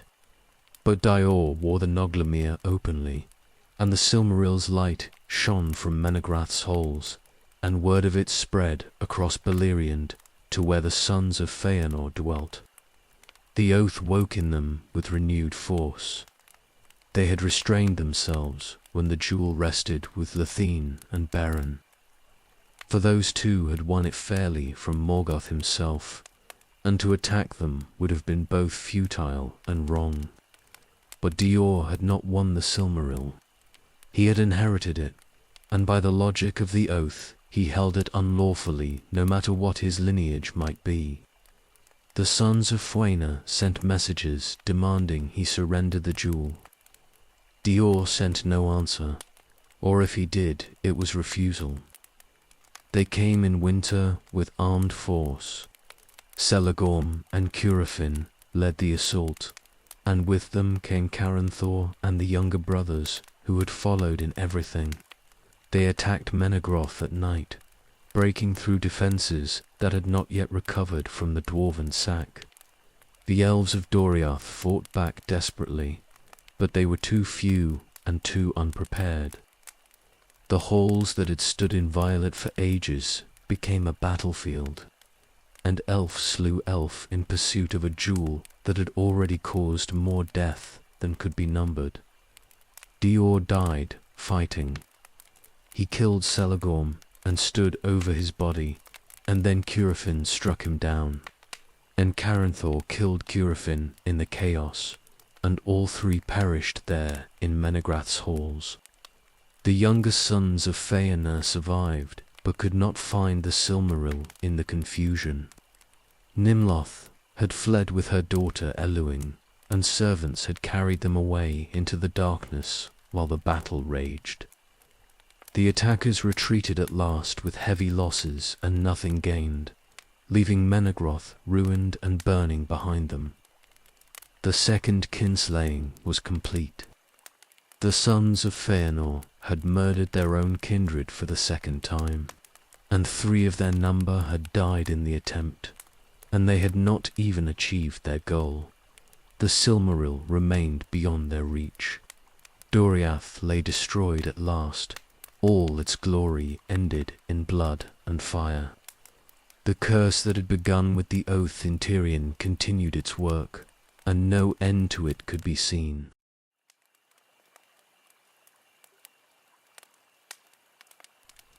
Thingol looked upon the Noglamir and conceived a desire that would doom him. The necklace was beautiful beyond measure, wrought by dwarven craftsmen in ages past with skill that had not been matched since. The Silmaril lay in his treasury. The jewel Baron had cut from Morgoth's crown and paid for with his hand and ultimately his life. The king decided these 2 treasures should be joined, the greatest work of dwarves united with the greatest work of elves, and he summoned craftsmen from Nograd to perform the task. The dwarves came and laboured long in Menegrath's workshops. They set the Silmaril into the Noglamir with skill and care, binding the holy jewel into the ancient gold until the necklace blazed with light that had come from the 2 trees themselves. But as they worked, desire grew in them. They looked upon the Silmaril and coveted it with a hunger that went beyond reason or wisdom. The jewel had been cursed by Fuena's oath, and by all the blood spilled in its name. And now that curse reached out to claim new victims. They demanded the necklace as payment for their work. Thingol had promised them gold and gems, wealth sufficient for any service.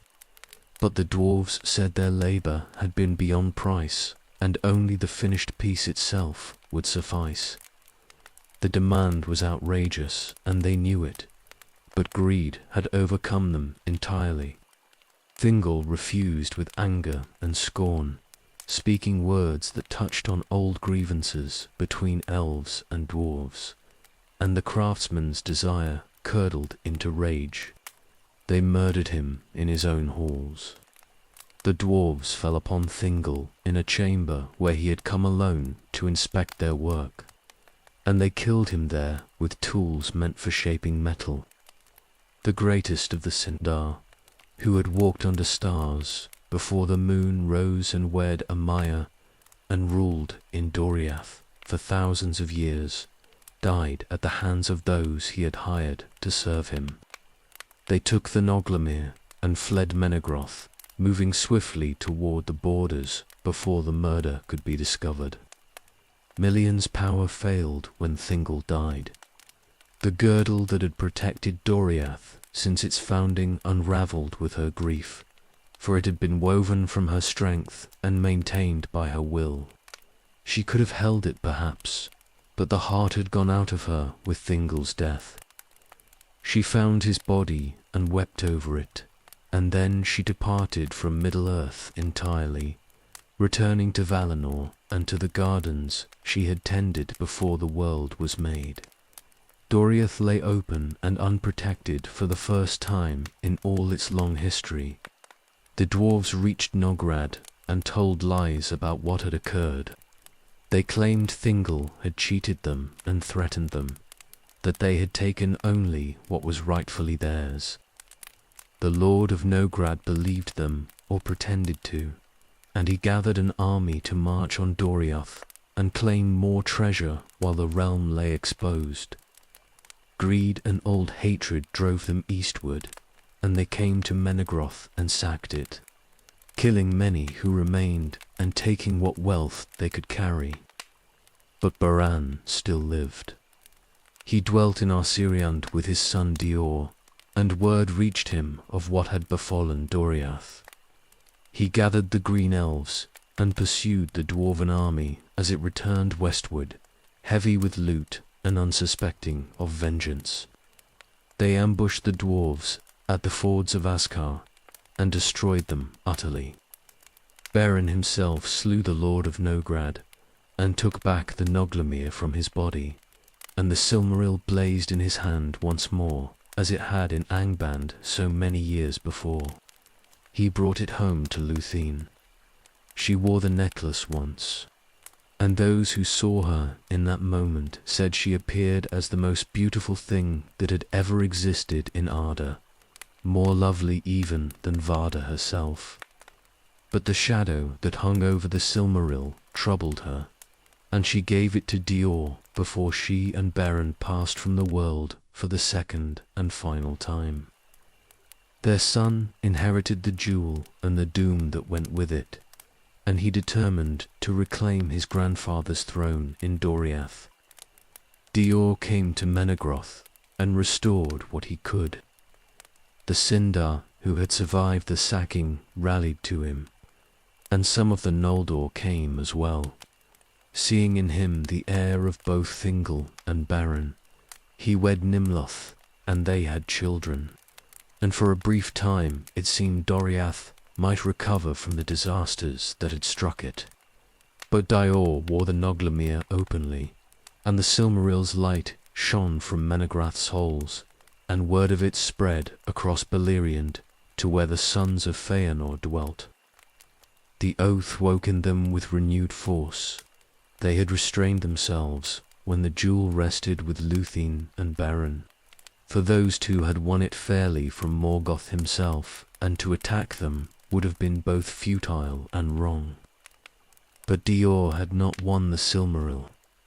He had inherited it, and by the logic of the oath he held it unlawfully, no matter what his lineage might be. The sons of Fuena sent messages demanding he surrender the jewel. Dior sent no answer, or if he did, it was refusal. They came in winter with armed force. Celagorm and Curufin led the assault, and with them came Caranthor and the younger brothers, who had followed in everything. They attacked Menegroth at night, breaking through defences that had not yet recovered from the dwarven sack. The elves of Doriath fought back desperately, but they were too few and too unprepared. The halls that had stood inviolate for ages became a battlefield, and elf slew elf in pursuit of a jewel that had already caused more death than could be numbered. Dior died fighting. He killed Celagorm and stood over his body, and then Curufin struck him down, and Caranthor killed Curufin in the chaos, and all three perished there in Menegroth's halls. The younger sons of Fuena survived, but could not find the Silmaril in the confusion. Nimloth had fled with her daughter Eluing, and servants had carried them away into the darkness while the battle raged. The attackers retreated at last with heavy losses and nothing gained, leaving Menegroth ruined and burning behind them. The second kinslaying was complete.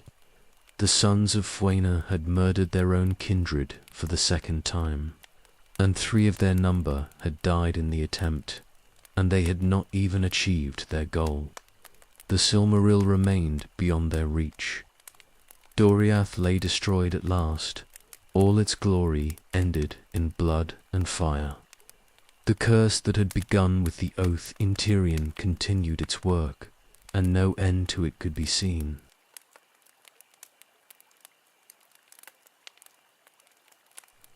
Meglin went out from Gondolin in secret. He had done this before, slipping through the hidden ways to prospect for metals in the mountains beyond the valley. Mining was his craft and his passion, inherited from his father, Eowell, and the city's forges required ore that could only be found in the wild places outside their protection. He went alone, as always, trusting in his skill and his knowledge of the peaks to keep him safe from the enemy's servants. Orcs took him in a high pass north of the city. They had been watching the mountains for years, patient and thorough, seeking any sign of Gondolin's location. Meglin fought when they surrounded him, but he was one against many, and they had orders to take him alive. They bound him and bore him north through the desolate lands, and he knew with growing dread what fate awaited him in Angband. They brought him before Morgoth, in the deep places of the fortress. The Dark Lord looked upon this prince of Gondolin and saw opportunity written in every line of his face. Meglin was proud and ambitious, bitter over old slights, consumed with desire for things he could not have.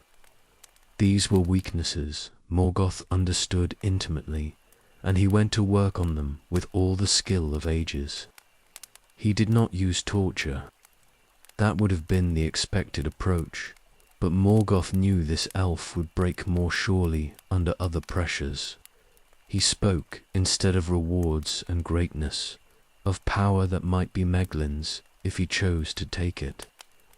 The Dark Lord painted visions of lordship in Gondolin after Turgon fell, of Meglin ruling as king with Idril at his side. All of it could be his. All he need do was reveal the city's location and the secrets of its defenses. Meglin resisted at first.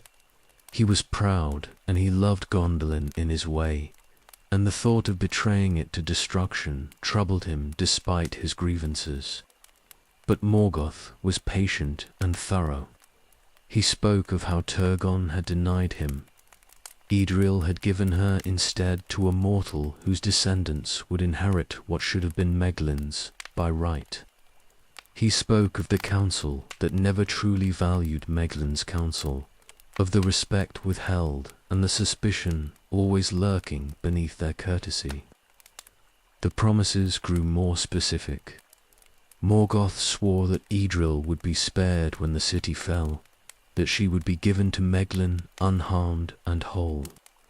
Turgon would die, of course, and Tor and all who stood in the way, but Idril herself would be preserved for Meglin's possession. The Dark Lord made it sound simple and just, a rightful claiming of what had been wrongfully denied. Fear worked on him as much as desire. Meglin hung in Angband's depths and saw the power arrayed there, the dragons and balrogs and countless orcs.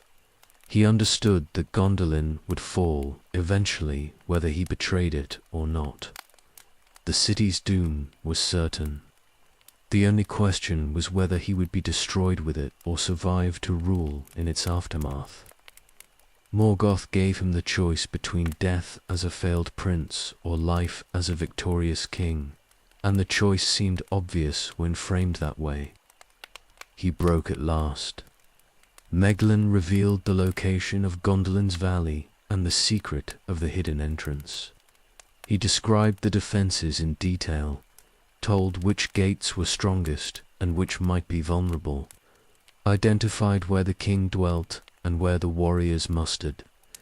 He betrayed everything and everyone, buying his own survival and his imagined future with information that would doom thousands. He broke at last.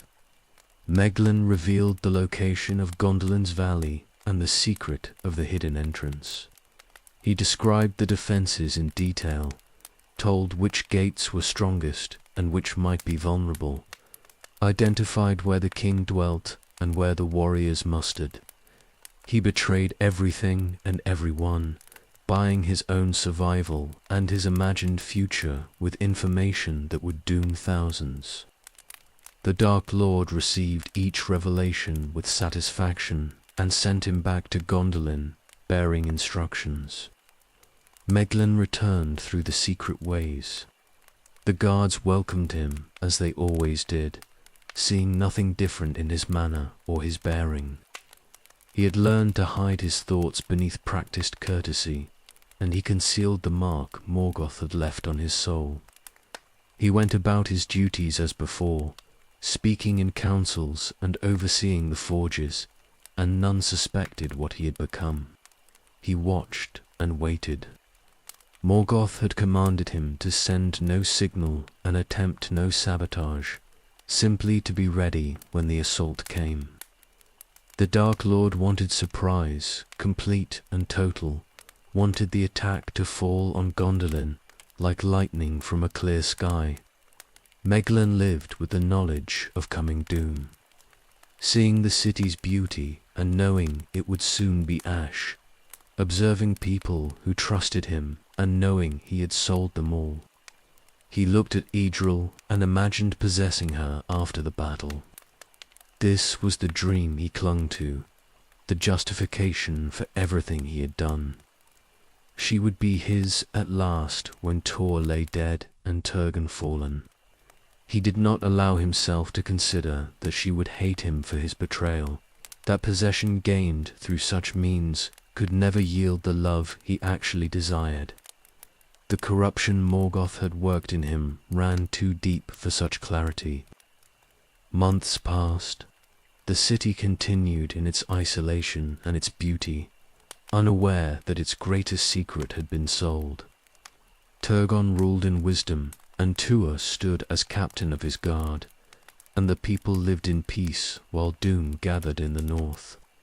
Meglin moved among them like a ghost, living and breathing but already dead in all the ways that mattered, waiting for the day when Morgoth's promise would be fulfilled or revealed as the lie it had always been.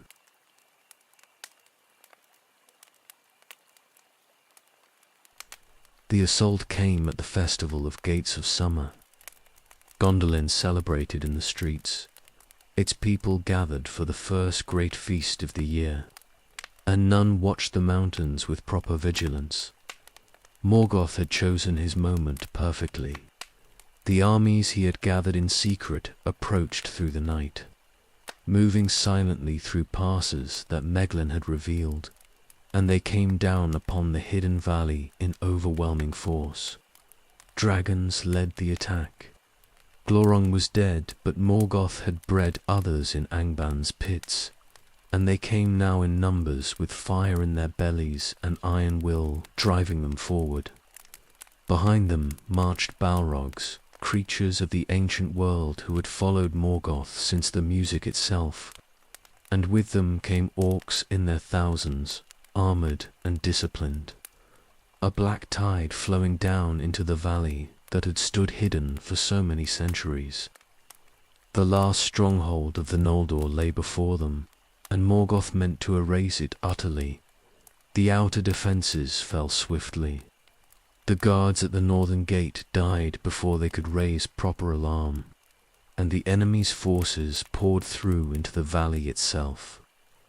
By the time the main city understood what was occurring, dragons were already clawing at the walls, and Balrogs were setting fire to the lower levels.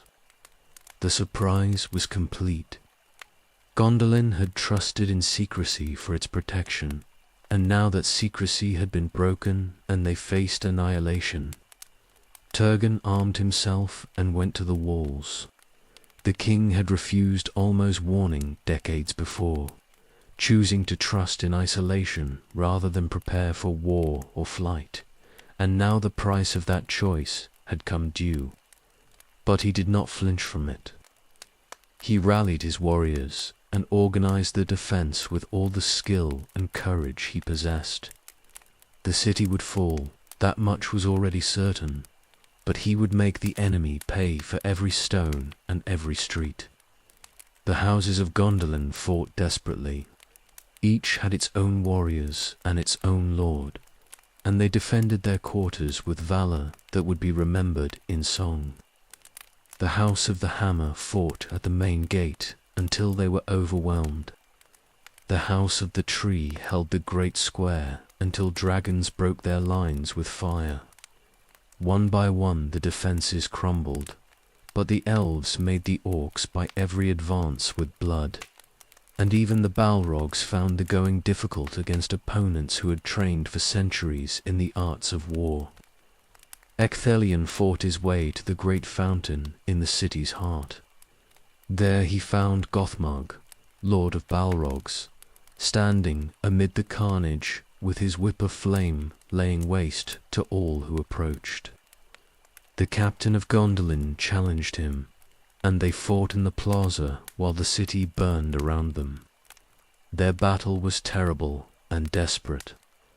Excelion's sword met the Balrog's fire again and again, and the stones beneath them cracked from the heat.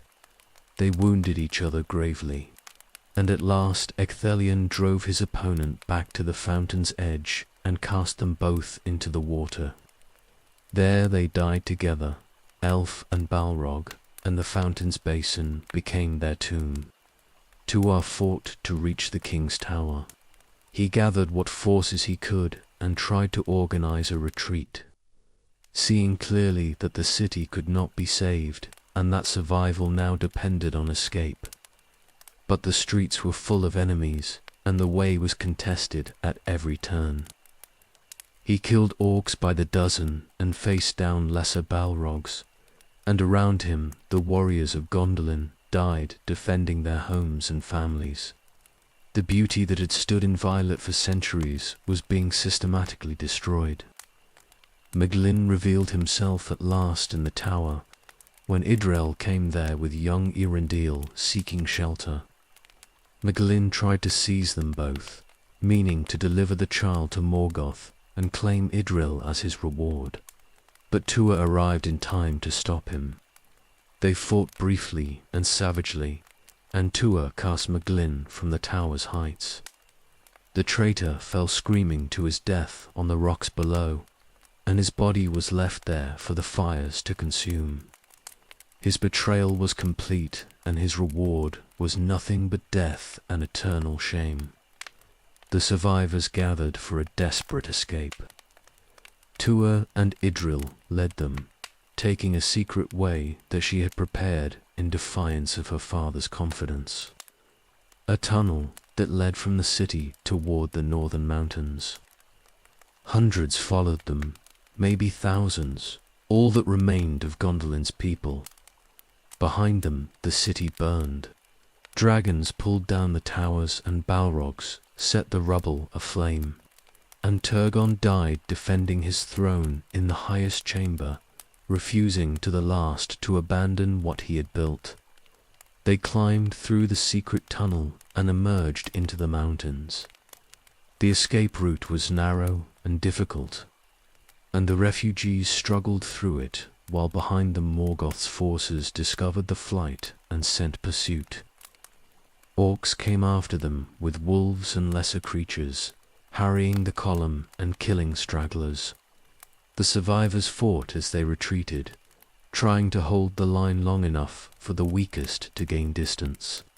They reached the high pass, called Cirith Thornoth, the Eagle's Cleft, and there their pursuit caught them.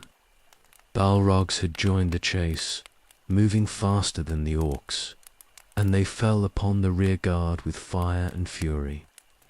The pass was narrow and terrible, with cliffs falling away on either side, and the battle that occurred there was desperate beyond measure. Glorfindel held the rear with warriors of his house, when a Balrog came at them with its whip cracking and its sword blazing. The Lord of the Golden Flower went forward to meet it alone. They fought on a narrow ledge while the refugees fled past them, and all who saw it said the battle was terrible in its intensity. Glorfindel's sword found the Balrog's throat at last and cast it down, but as the creature fell, it caught him with its whip and dragged him over the edge. They fell together into the abyss, and Glorfindel's sacrifice bought time for hundreds to escape who otherwise would have died. The survivors staggered down the far side of the mountains. Eagles came at Thorinder's command and bore away some of the wounded and the children, but most walked through the wilderness on bleeding feet. They made their way south through lands devastated by war, a broken remnant of the proud city that had stood in glory. Behind them, Gondolin burned for days, its towers cast down and its treasures looted or destroyed. The last great stronghold of the Noldor in Middle-earth was gone, erased as thoroughly as Morgoth could manage, and with it died the hope that any elven kingdom might stand against him.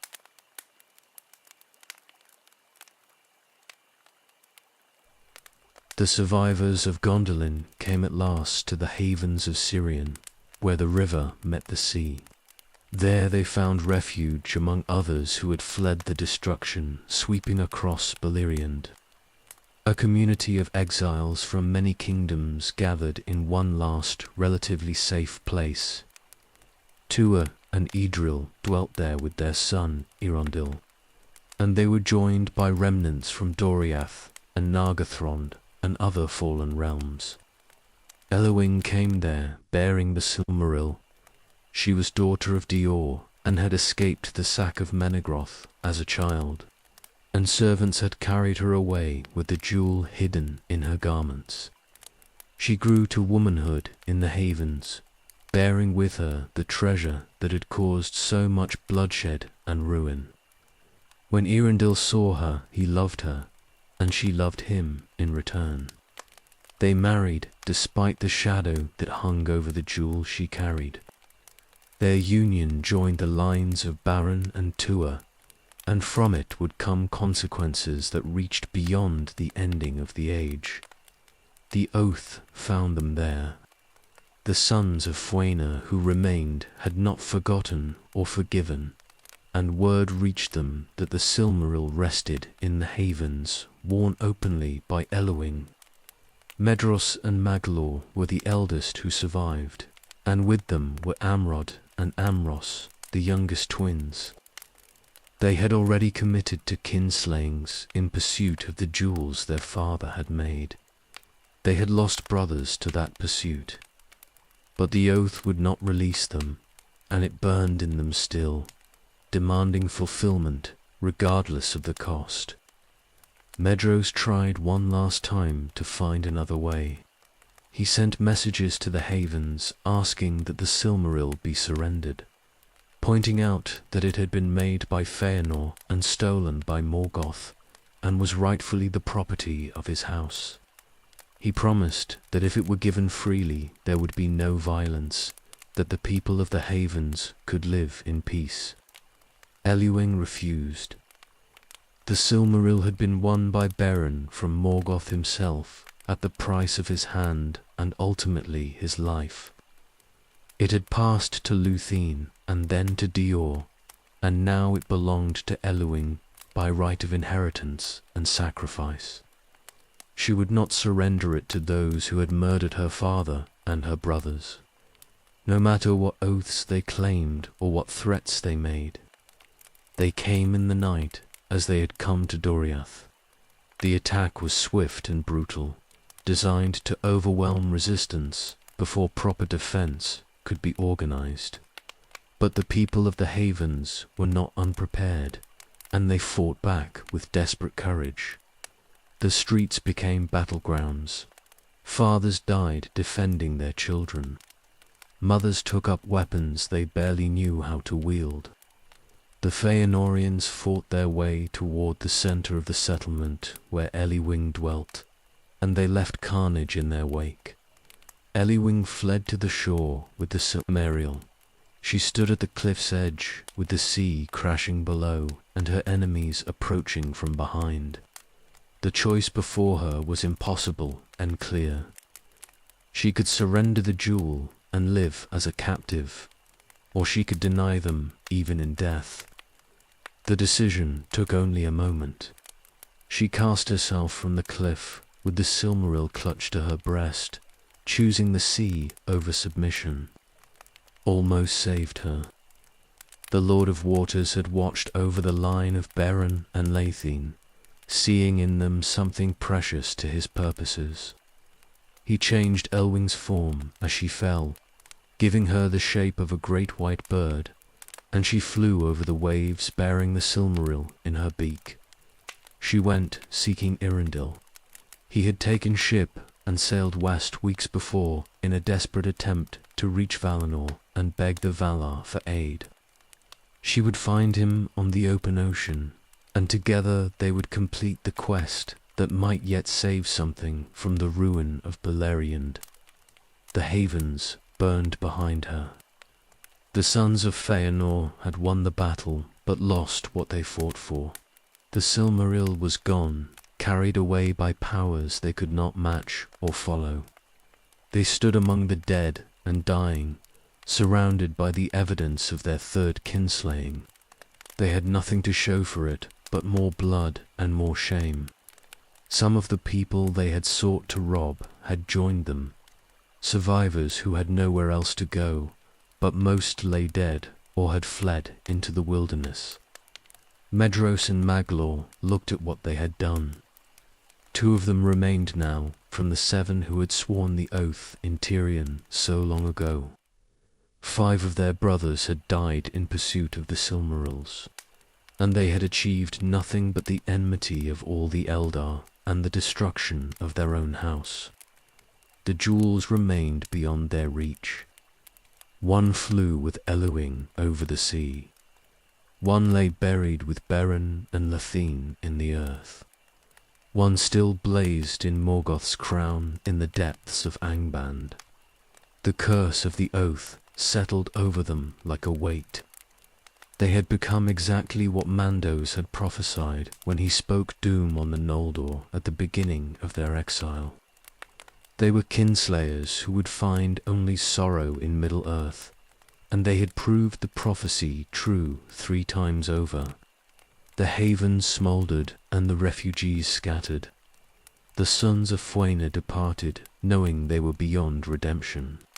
They had destroyed the last true gathering place of the free peoples, and they had done it in service to an oath that had brought them nothing but grief since the moment it was spoken.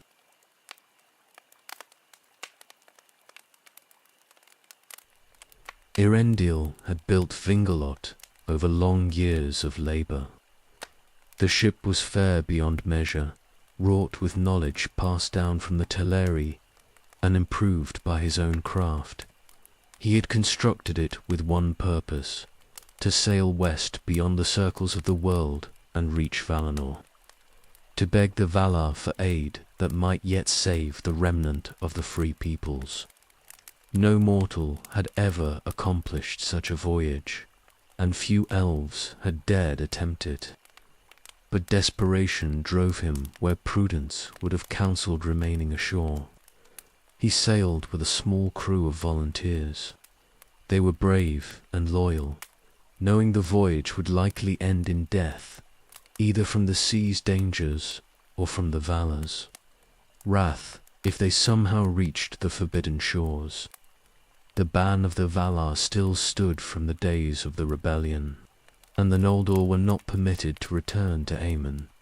But Irendil was half-elven through his mother, and carried the blood of men through his father, and he hoped this might grant him hearing where a pure-blooded Noldor would find only rejection.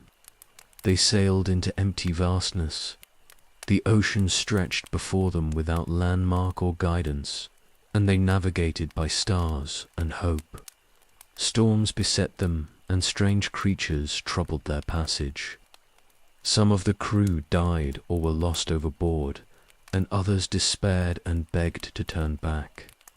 But Irandil held course westward, driven by the knowledge that behind them Beleriand was dying and ahead lay the only possible salvation. Iluing found him at last, far out upon the waves.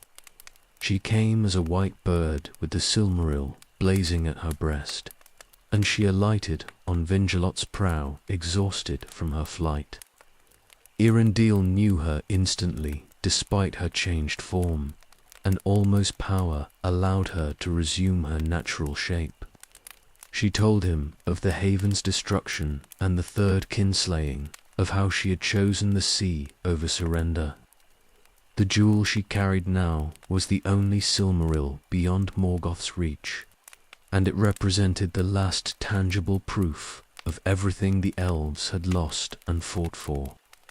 They bound the Silmaril to Irandil's brow. Its light became a beacon in the darkness, brighter than any star, and it guided them onward through regions where no light had shone before. The jewel that had caused so much death and sorrow now served as a lamp of hope, leading them toward shores that had been closed since the world's sundering. They sailed for weeks or months, time becoming meaningless in that trackless waste, until at last they saw land rising before them. Valinor appeared in the dawn. The shoreline gleamed white and golden, and beyond it rose mountains that pierced the sky. And upon those mountains dwelt the Valar in their power and majesty. The blessed realm lay before them, unchanged and eternal, while behind them Middle-earth burned and bled. Irandil felt terror and awe in equal measure. He had achieved what seemed impossible, but now came the harder task of speaking before powers that had witnessed the music itself and shaped the world from formless void. He went ashore alone. The crew remained with the ship, while Erendil climbed toward Tirion, the city the Noldor had abandoned when they followed Fëanor into exile. He walked through streets that stood empty and perfect, preserved exactly as they had been left centuries before. The silence was profound and eerie. This was the home his ancestors had forsaken, and now he came as a beggar seeking aid for decisions made long before his birth. Guards found him on the great stairs that led to the Valar's halls. They were Maya in elven form, and they questioned him closely about his presence and his purpose. Erendil explained that he came bearing a plea from the remnant of the Free Peoples, that Morgoth's victory was nearly complete and only intervention by the Valar could prevent total destruction. He spoke with eloquence born of desperation, and something in his bearing or his message moved them to bring him before their masters. He stood at last before the thrones of the Valar. Manwë was there, eldest and wisest, and Vada, his spouse, who had kindled the stars. Ulmo was present, who had aided his coming, and the others were arrayed in their power and their glory. Erendil trembled before them, yet did not flee. He bore the Silmaril on his brow, and carried the blood of 3 kindreds in his veins, and he spoke for all who struggled against the darkness. His plea was simple and direct. He asked the Valar to remember the elves and men who had remained in Middle-earth, who had fought Morgoth for centuries without aid from those who had the power to end the war. He spoke of the fallen kingdoms and the broken peoples, of children who would never know peace and parents who had watched their families destroyed. He acknowledged the sins of the Noldor and did not try to excuse them, but he argued that those who had committed no crime should not suffer for the crimes of others. He begged for mercy and intervention, not for himself, but for all who remained in the darkness. Silence followed his words. The Valar deliberated among themselves, weighing justice against mercy, considering the consequences of action and inaction. Manwë looked long upon Elendil, and saw in him the fruit of the choices both elves and men had made, the mingling of kindreds that had not been foreseen in the original music. At last the Elder King spoke his judgment. The Valar would go to war. They would march against Morgoth in the fullness of their strength, ending his dominion once and for all. The free peoples would be saved, or at least avenged, and the First Age would close with the enemy's defeat. But Elendil himself could never return to Middle-earth in mortal form. His choice was given to him and to Eowyn. They might be counted among the Eldar and dwell in Valinor, or they might accept the doom of men and pass beyond the circles of the world. Either way, their life in Beleriand was over. Elendil chose the fate of the Eldar for Elwyn's sake. She had chosen to be with him and had sacrificed everything, and he would not see her face the swift death of mortals. They would dwell in Aman, but Elendil would sail the skies in Vingalot, with the Silmaril on his brow, a star of hope visible even in Middle-earth. He would be forever separated from the lands he had fought to save, but his presence above would remind all who looked up that the Valar had not abandoned them entirely.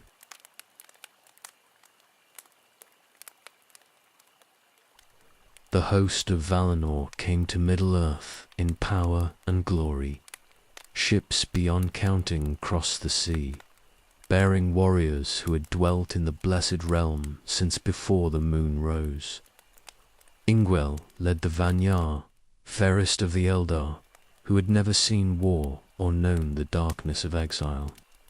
The Maiar came also, taking forms of terror and beauty, and their strength shook the foundations of the world. Enwu was their herald. The banner-bearer of Manwë came at the head of the host, and his presence alone made mountains tremble. The army that followed him was greater than anything Middle-earth had witnessed, dwarfing even the might of the Noldor at their height or Morgoth's forces at their strongest. They landed in Beleriand, and the earth groaned beneath them. Morgoth felt their approach and knew fear for the first time in ages. He had defeated the elves and brought men to their knees, had destroyed kingdoms and broken the will of all who opposed him. But now he faced the powers themselves, and even his vast malice quailed before them. He gathered his armies for a final defense. All the strength of Angband came forth, orcs in their hundreds of thousands, Balrogs who had served him since before time began, and dragons bred in secret through centuries of patient evil. The forces he had used to dominate Middle-earth now stood arrayed to preserve his own existence. The war that followed would break the world itself. The armies met in the plains north of Angband. The initial battles were terrible beyond description, shaking the earth and splitting the sky. Mountains fell. Rivers changed their courses. The landscape itself was torn apart by the violence of the conflict. The Balrogs came forth in their full number. They had hidden in Angband's depths since the breaking of the siege, but now Morgoth released them all to face the Valar's host. They fought with whips of flame and swords of fire, ancient and terrible, but they fell before the Maiar who had been sent against them. One by one the demons of the ancient world were destroyed, and their flames were extinguished forever. The dragons proved more difficult. They were too large and too powerful to be easily killed, and their fire consumed whole companies of warriors. Enwu led the assault against them. and the greatest of the Maya fought alongside him, but the struggle was long and bitter. Gloran's children proved their fathers worthy heirs, and they sold their lives at a price that even the host of Valinor had not expected to pay. Years passed. The war continued without pause or mercy, a grinding destruction that consumed both armies and the land itself. What had been Beleriand was steadily broken apart by the forces unleashed. Valleys were flooded, plains became chasms. The geography that had held the kingdoms of elves and men was systematically destroyed. The remnant of the free peoples watched from their refuges. Those who would survive the wars of the First Age saw the Valar finish what they themselves could never have accomplished. Some few joined the battle, seeking vengeance or glory, but most simply tried to endure. They had suffered too much already to throw themselves into this final cataclysm. Decades turned like pages in a slow book.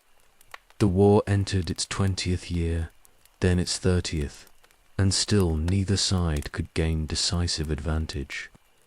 Morgoth's forces were driven back steadily, but they defended every mile with desperate fury. Angband itself became the last stronghold, and there the Dark Lord gathered everything that remained for a final stand. The assault on Angband came at last in the war's 42nd year. The host of Valinor stormed the gates and fought their way into the depths.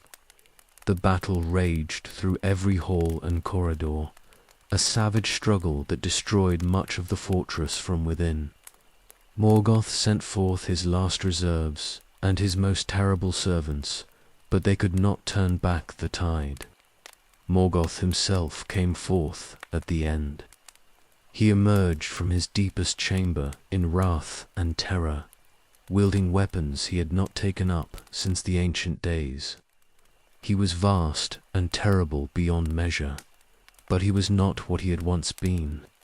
The malice he had poured into his servants had diminished his own power, and the ring of evil he had woven into the world had drained his strength. Enwu and the great Maya fought him. The duel lasted for days, shaking Angband to its roots. But Morgoth was overmatched and could not prevail against the combined might of those who stood for the powers. He was beaten down at last, cast from his throne, and the iron crown was torn from his head. The Silmarils were reclaimed. They blazed in the darkness of Angband's ruins, the last pure things in that place of corruption. Enwu took them into his keeping, intending to return them to their makers if any lived who had the right to claim them. Morgoth was chained with the same chain Angband that had been forged for him in the beginning. They dragged him out of his fortress and brought him before the powers in judgment.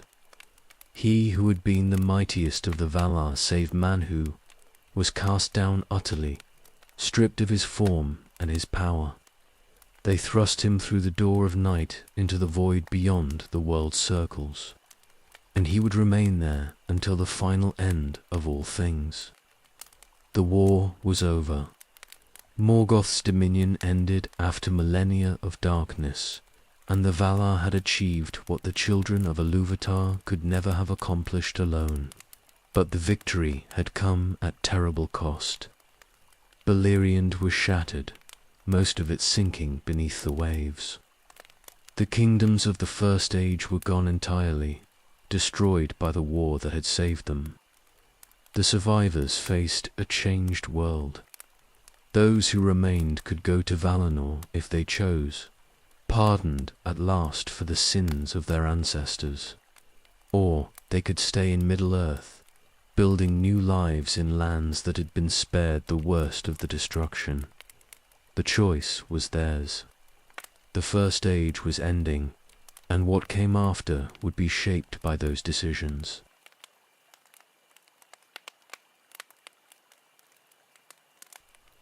Morgoth was gone. The door of night closed behind him, and the void received him into eternal darkness. He who had corrupted the music and brought ruin to Arda was cast out beyond the world's circles, powerless and alone. His throne stood empty in Angban's ruins, and his servants were destroyed or scattered. The long war that had defined the first age was over at last. The Silmarils remained. 2 of them had been recovered from Morgoth's crown, and Enwu held them in keeping for whoever had rightful claim. But the only ones who might claim them by the logic of creation were the sons of Fuena, and they were kinslayers thrice over who had forfeited all honor.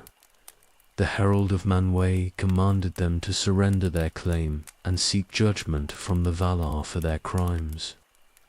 Medros and Magla could not do it. The oath still burned in them despite all reason and all wisdom, demanding they take back what had been their father's. They crept into the camp by night and stole the jewels from Inwell's tent, and they fled with them into the wilderness. But the Silmarils rejected them. The holy lights seared their hands, burning flesh corrupted by kinslaying, and the pain was unbearable. Medros understood at last. He saw clearly what he had become and what the oath had made of him, and he could not endure the knowledge.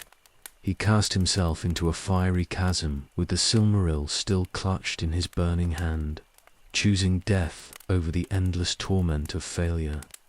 The jewel went down into the earth with him, buried in fire, lost to the world.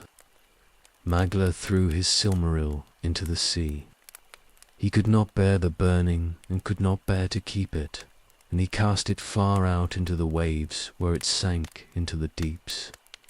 Then he wandered away along the shores, singing laments for his brothers and his father and for all the ruin the oath had wrought. He walked the coastlines for ages after, a ghost of what he had been, and if he ever found peace, it is not recorded. The 3 Silmarils were lost. One shone in the sky on Eärendil's brow as he sailed the heavens. One lay buried in the earth where Medros had fallen. One rested in the sea where Magla had cast it. They would never be gathered again, and the light of the 2 trees was divided forever among the elements of the world. The Valar offered pardon to the exiled Noldor. Any who wished could return to Valinor and dwell there in peace. Forgiven at last for the rebellion and the kinslaying, many accepted. They were weary beyond measure, worn down by centuries of war and loss, and they longed for the blessed realm they had abandoned. Ships were prepared to carry them across the sea to Ammon, and the harbors filled with those who had chosen departure, but many chose to remain. Some could not forgive the Valar for standing aside while Morgoth destroyed everything they had built. Others loved Middle-earth despite its darkness and chose to make their future there. And some had wedded mortals or had other reasons that bound them to the hitherlands. They would stay and see what the Second Age brought, for good or ill. Beleriand sank beneath the waves. The war's violence had broken the land beyond repair, and the sea rushed in to claim what remained. The kingdoms of the First Age vanished beneath the water. Doriath and Nargothrond, Gondolin's valley and the plains where armies had fought. Only a few highlands remained above the waves, and these became islands in a changed geography. Gil-galad established a new realm in Lindon, the land that survived the sinking. He would be High King of the Noldor who remained, and under his rule they would endure through the ages to come. But his kingdom was a remnant of what had been, a pale shadow of the glory that had dwelt in Beleriand before the wars. The Edain were rewarded for their faithfulness. The Valar raised an island from the sea for them, a fair land midway between Middle-earth and Aemon. There the three houses could dwell in peace, and their lives would be lengthened beyond the normal span of mortals. They sailed west to claim this gift, and they established Numenor, which would grow mighty in its time. The dwarves retreated to their mountains. They had suffered losses in the wars, but survived as a people, and they rebuilt their mansions in the deep places of the earth. The wars of elves and the darkness of Morgoth had touched them, but not broken them. The Ents remained in their forests. They were ancient and patient, and they would endure through ages to come, shepherding the trees and remembering the elder days when the world was young. The first age closed. 600 years had passed since the sun first rose, and those years had been filled with glory and tragedy, with heroism and horror, with love that transcended death and hatred that consumed its own. The great tales were finished. Beren and Luthien, Trin and Nyana, the fall of Gondolin and the voyage of Eärendil. What remained was aftermath and beginning, the slow transition to a second age that would be quieter but no less significant. The few who remembered the years of the trees departed, those who had walked in Valinor before the darkening, who had seen the two trees in their glory and known the blessed realm in its fullness, sailed west and did not return. They took with them direct memory of how things had been before Morgoth's shadow fell, and Middle-earth was left to those whose experience was only of struggle and war. The stars shone down on a changed world. Eärendil sailed among them, bearing the last Silmaril, a sign that the elder days had not been entirely in vain. The light that had caused so much suffering now brought hope to those who remained. And though much had been lost and many had fallen, something had endured. The children of Ilúvatar remained, and they would shape what came after. The fire burns low now, wanderer, and this tale is told. You've walked with me through all the first age, from the music's beginning to the elder day's end. We've seen glory and ruin both, watched heroes rise and fall, followed doom to its bitter conclusion. The chronicle is complete. Rest now.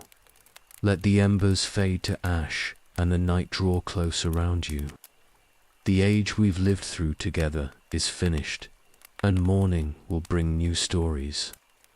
But tonight we've remembered what was, and that remembering matters. Sleep well, friend. The tale is done.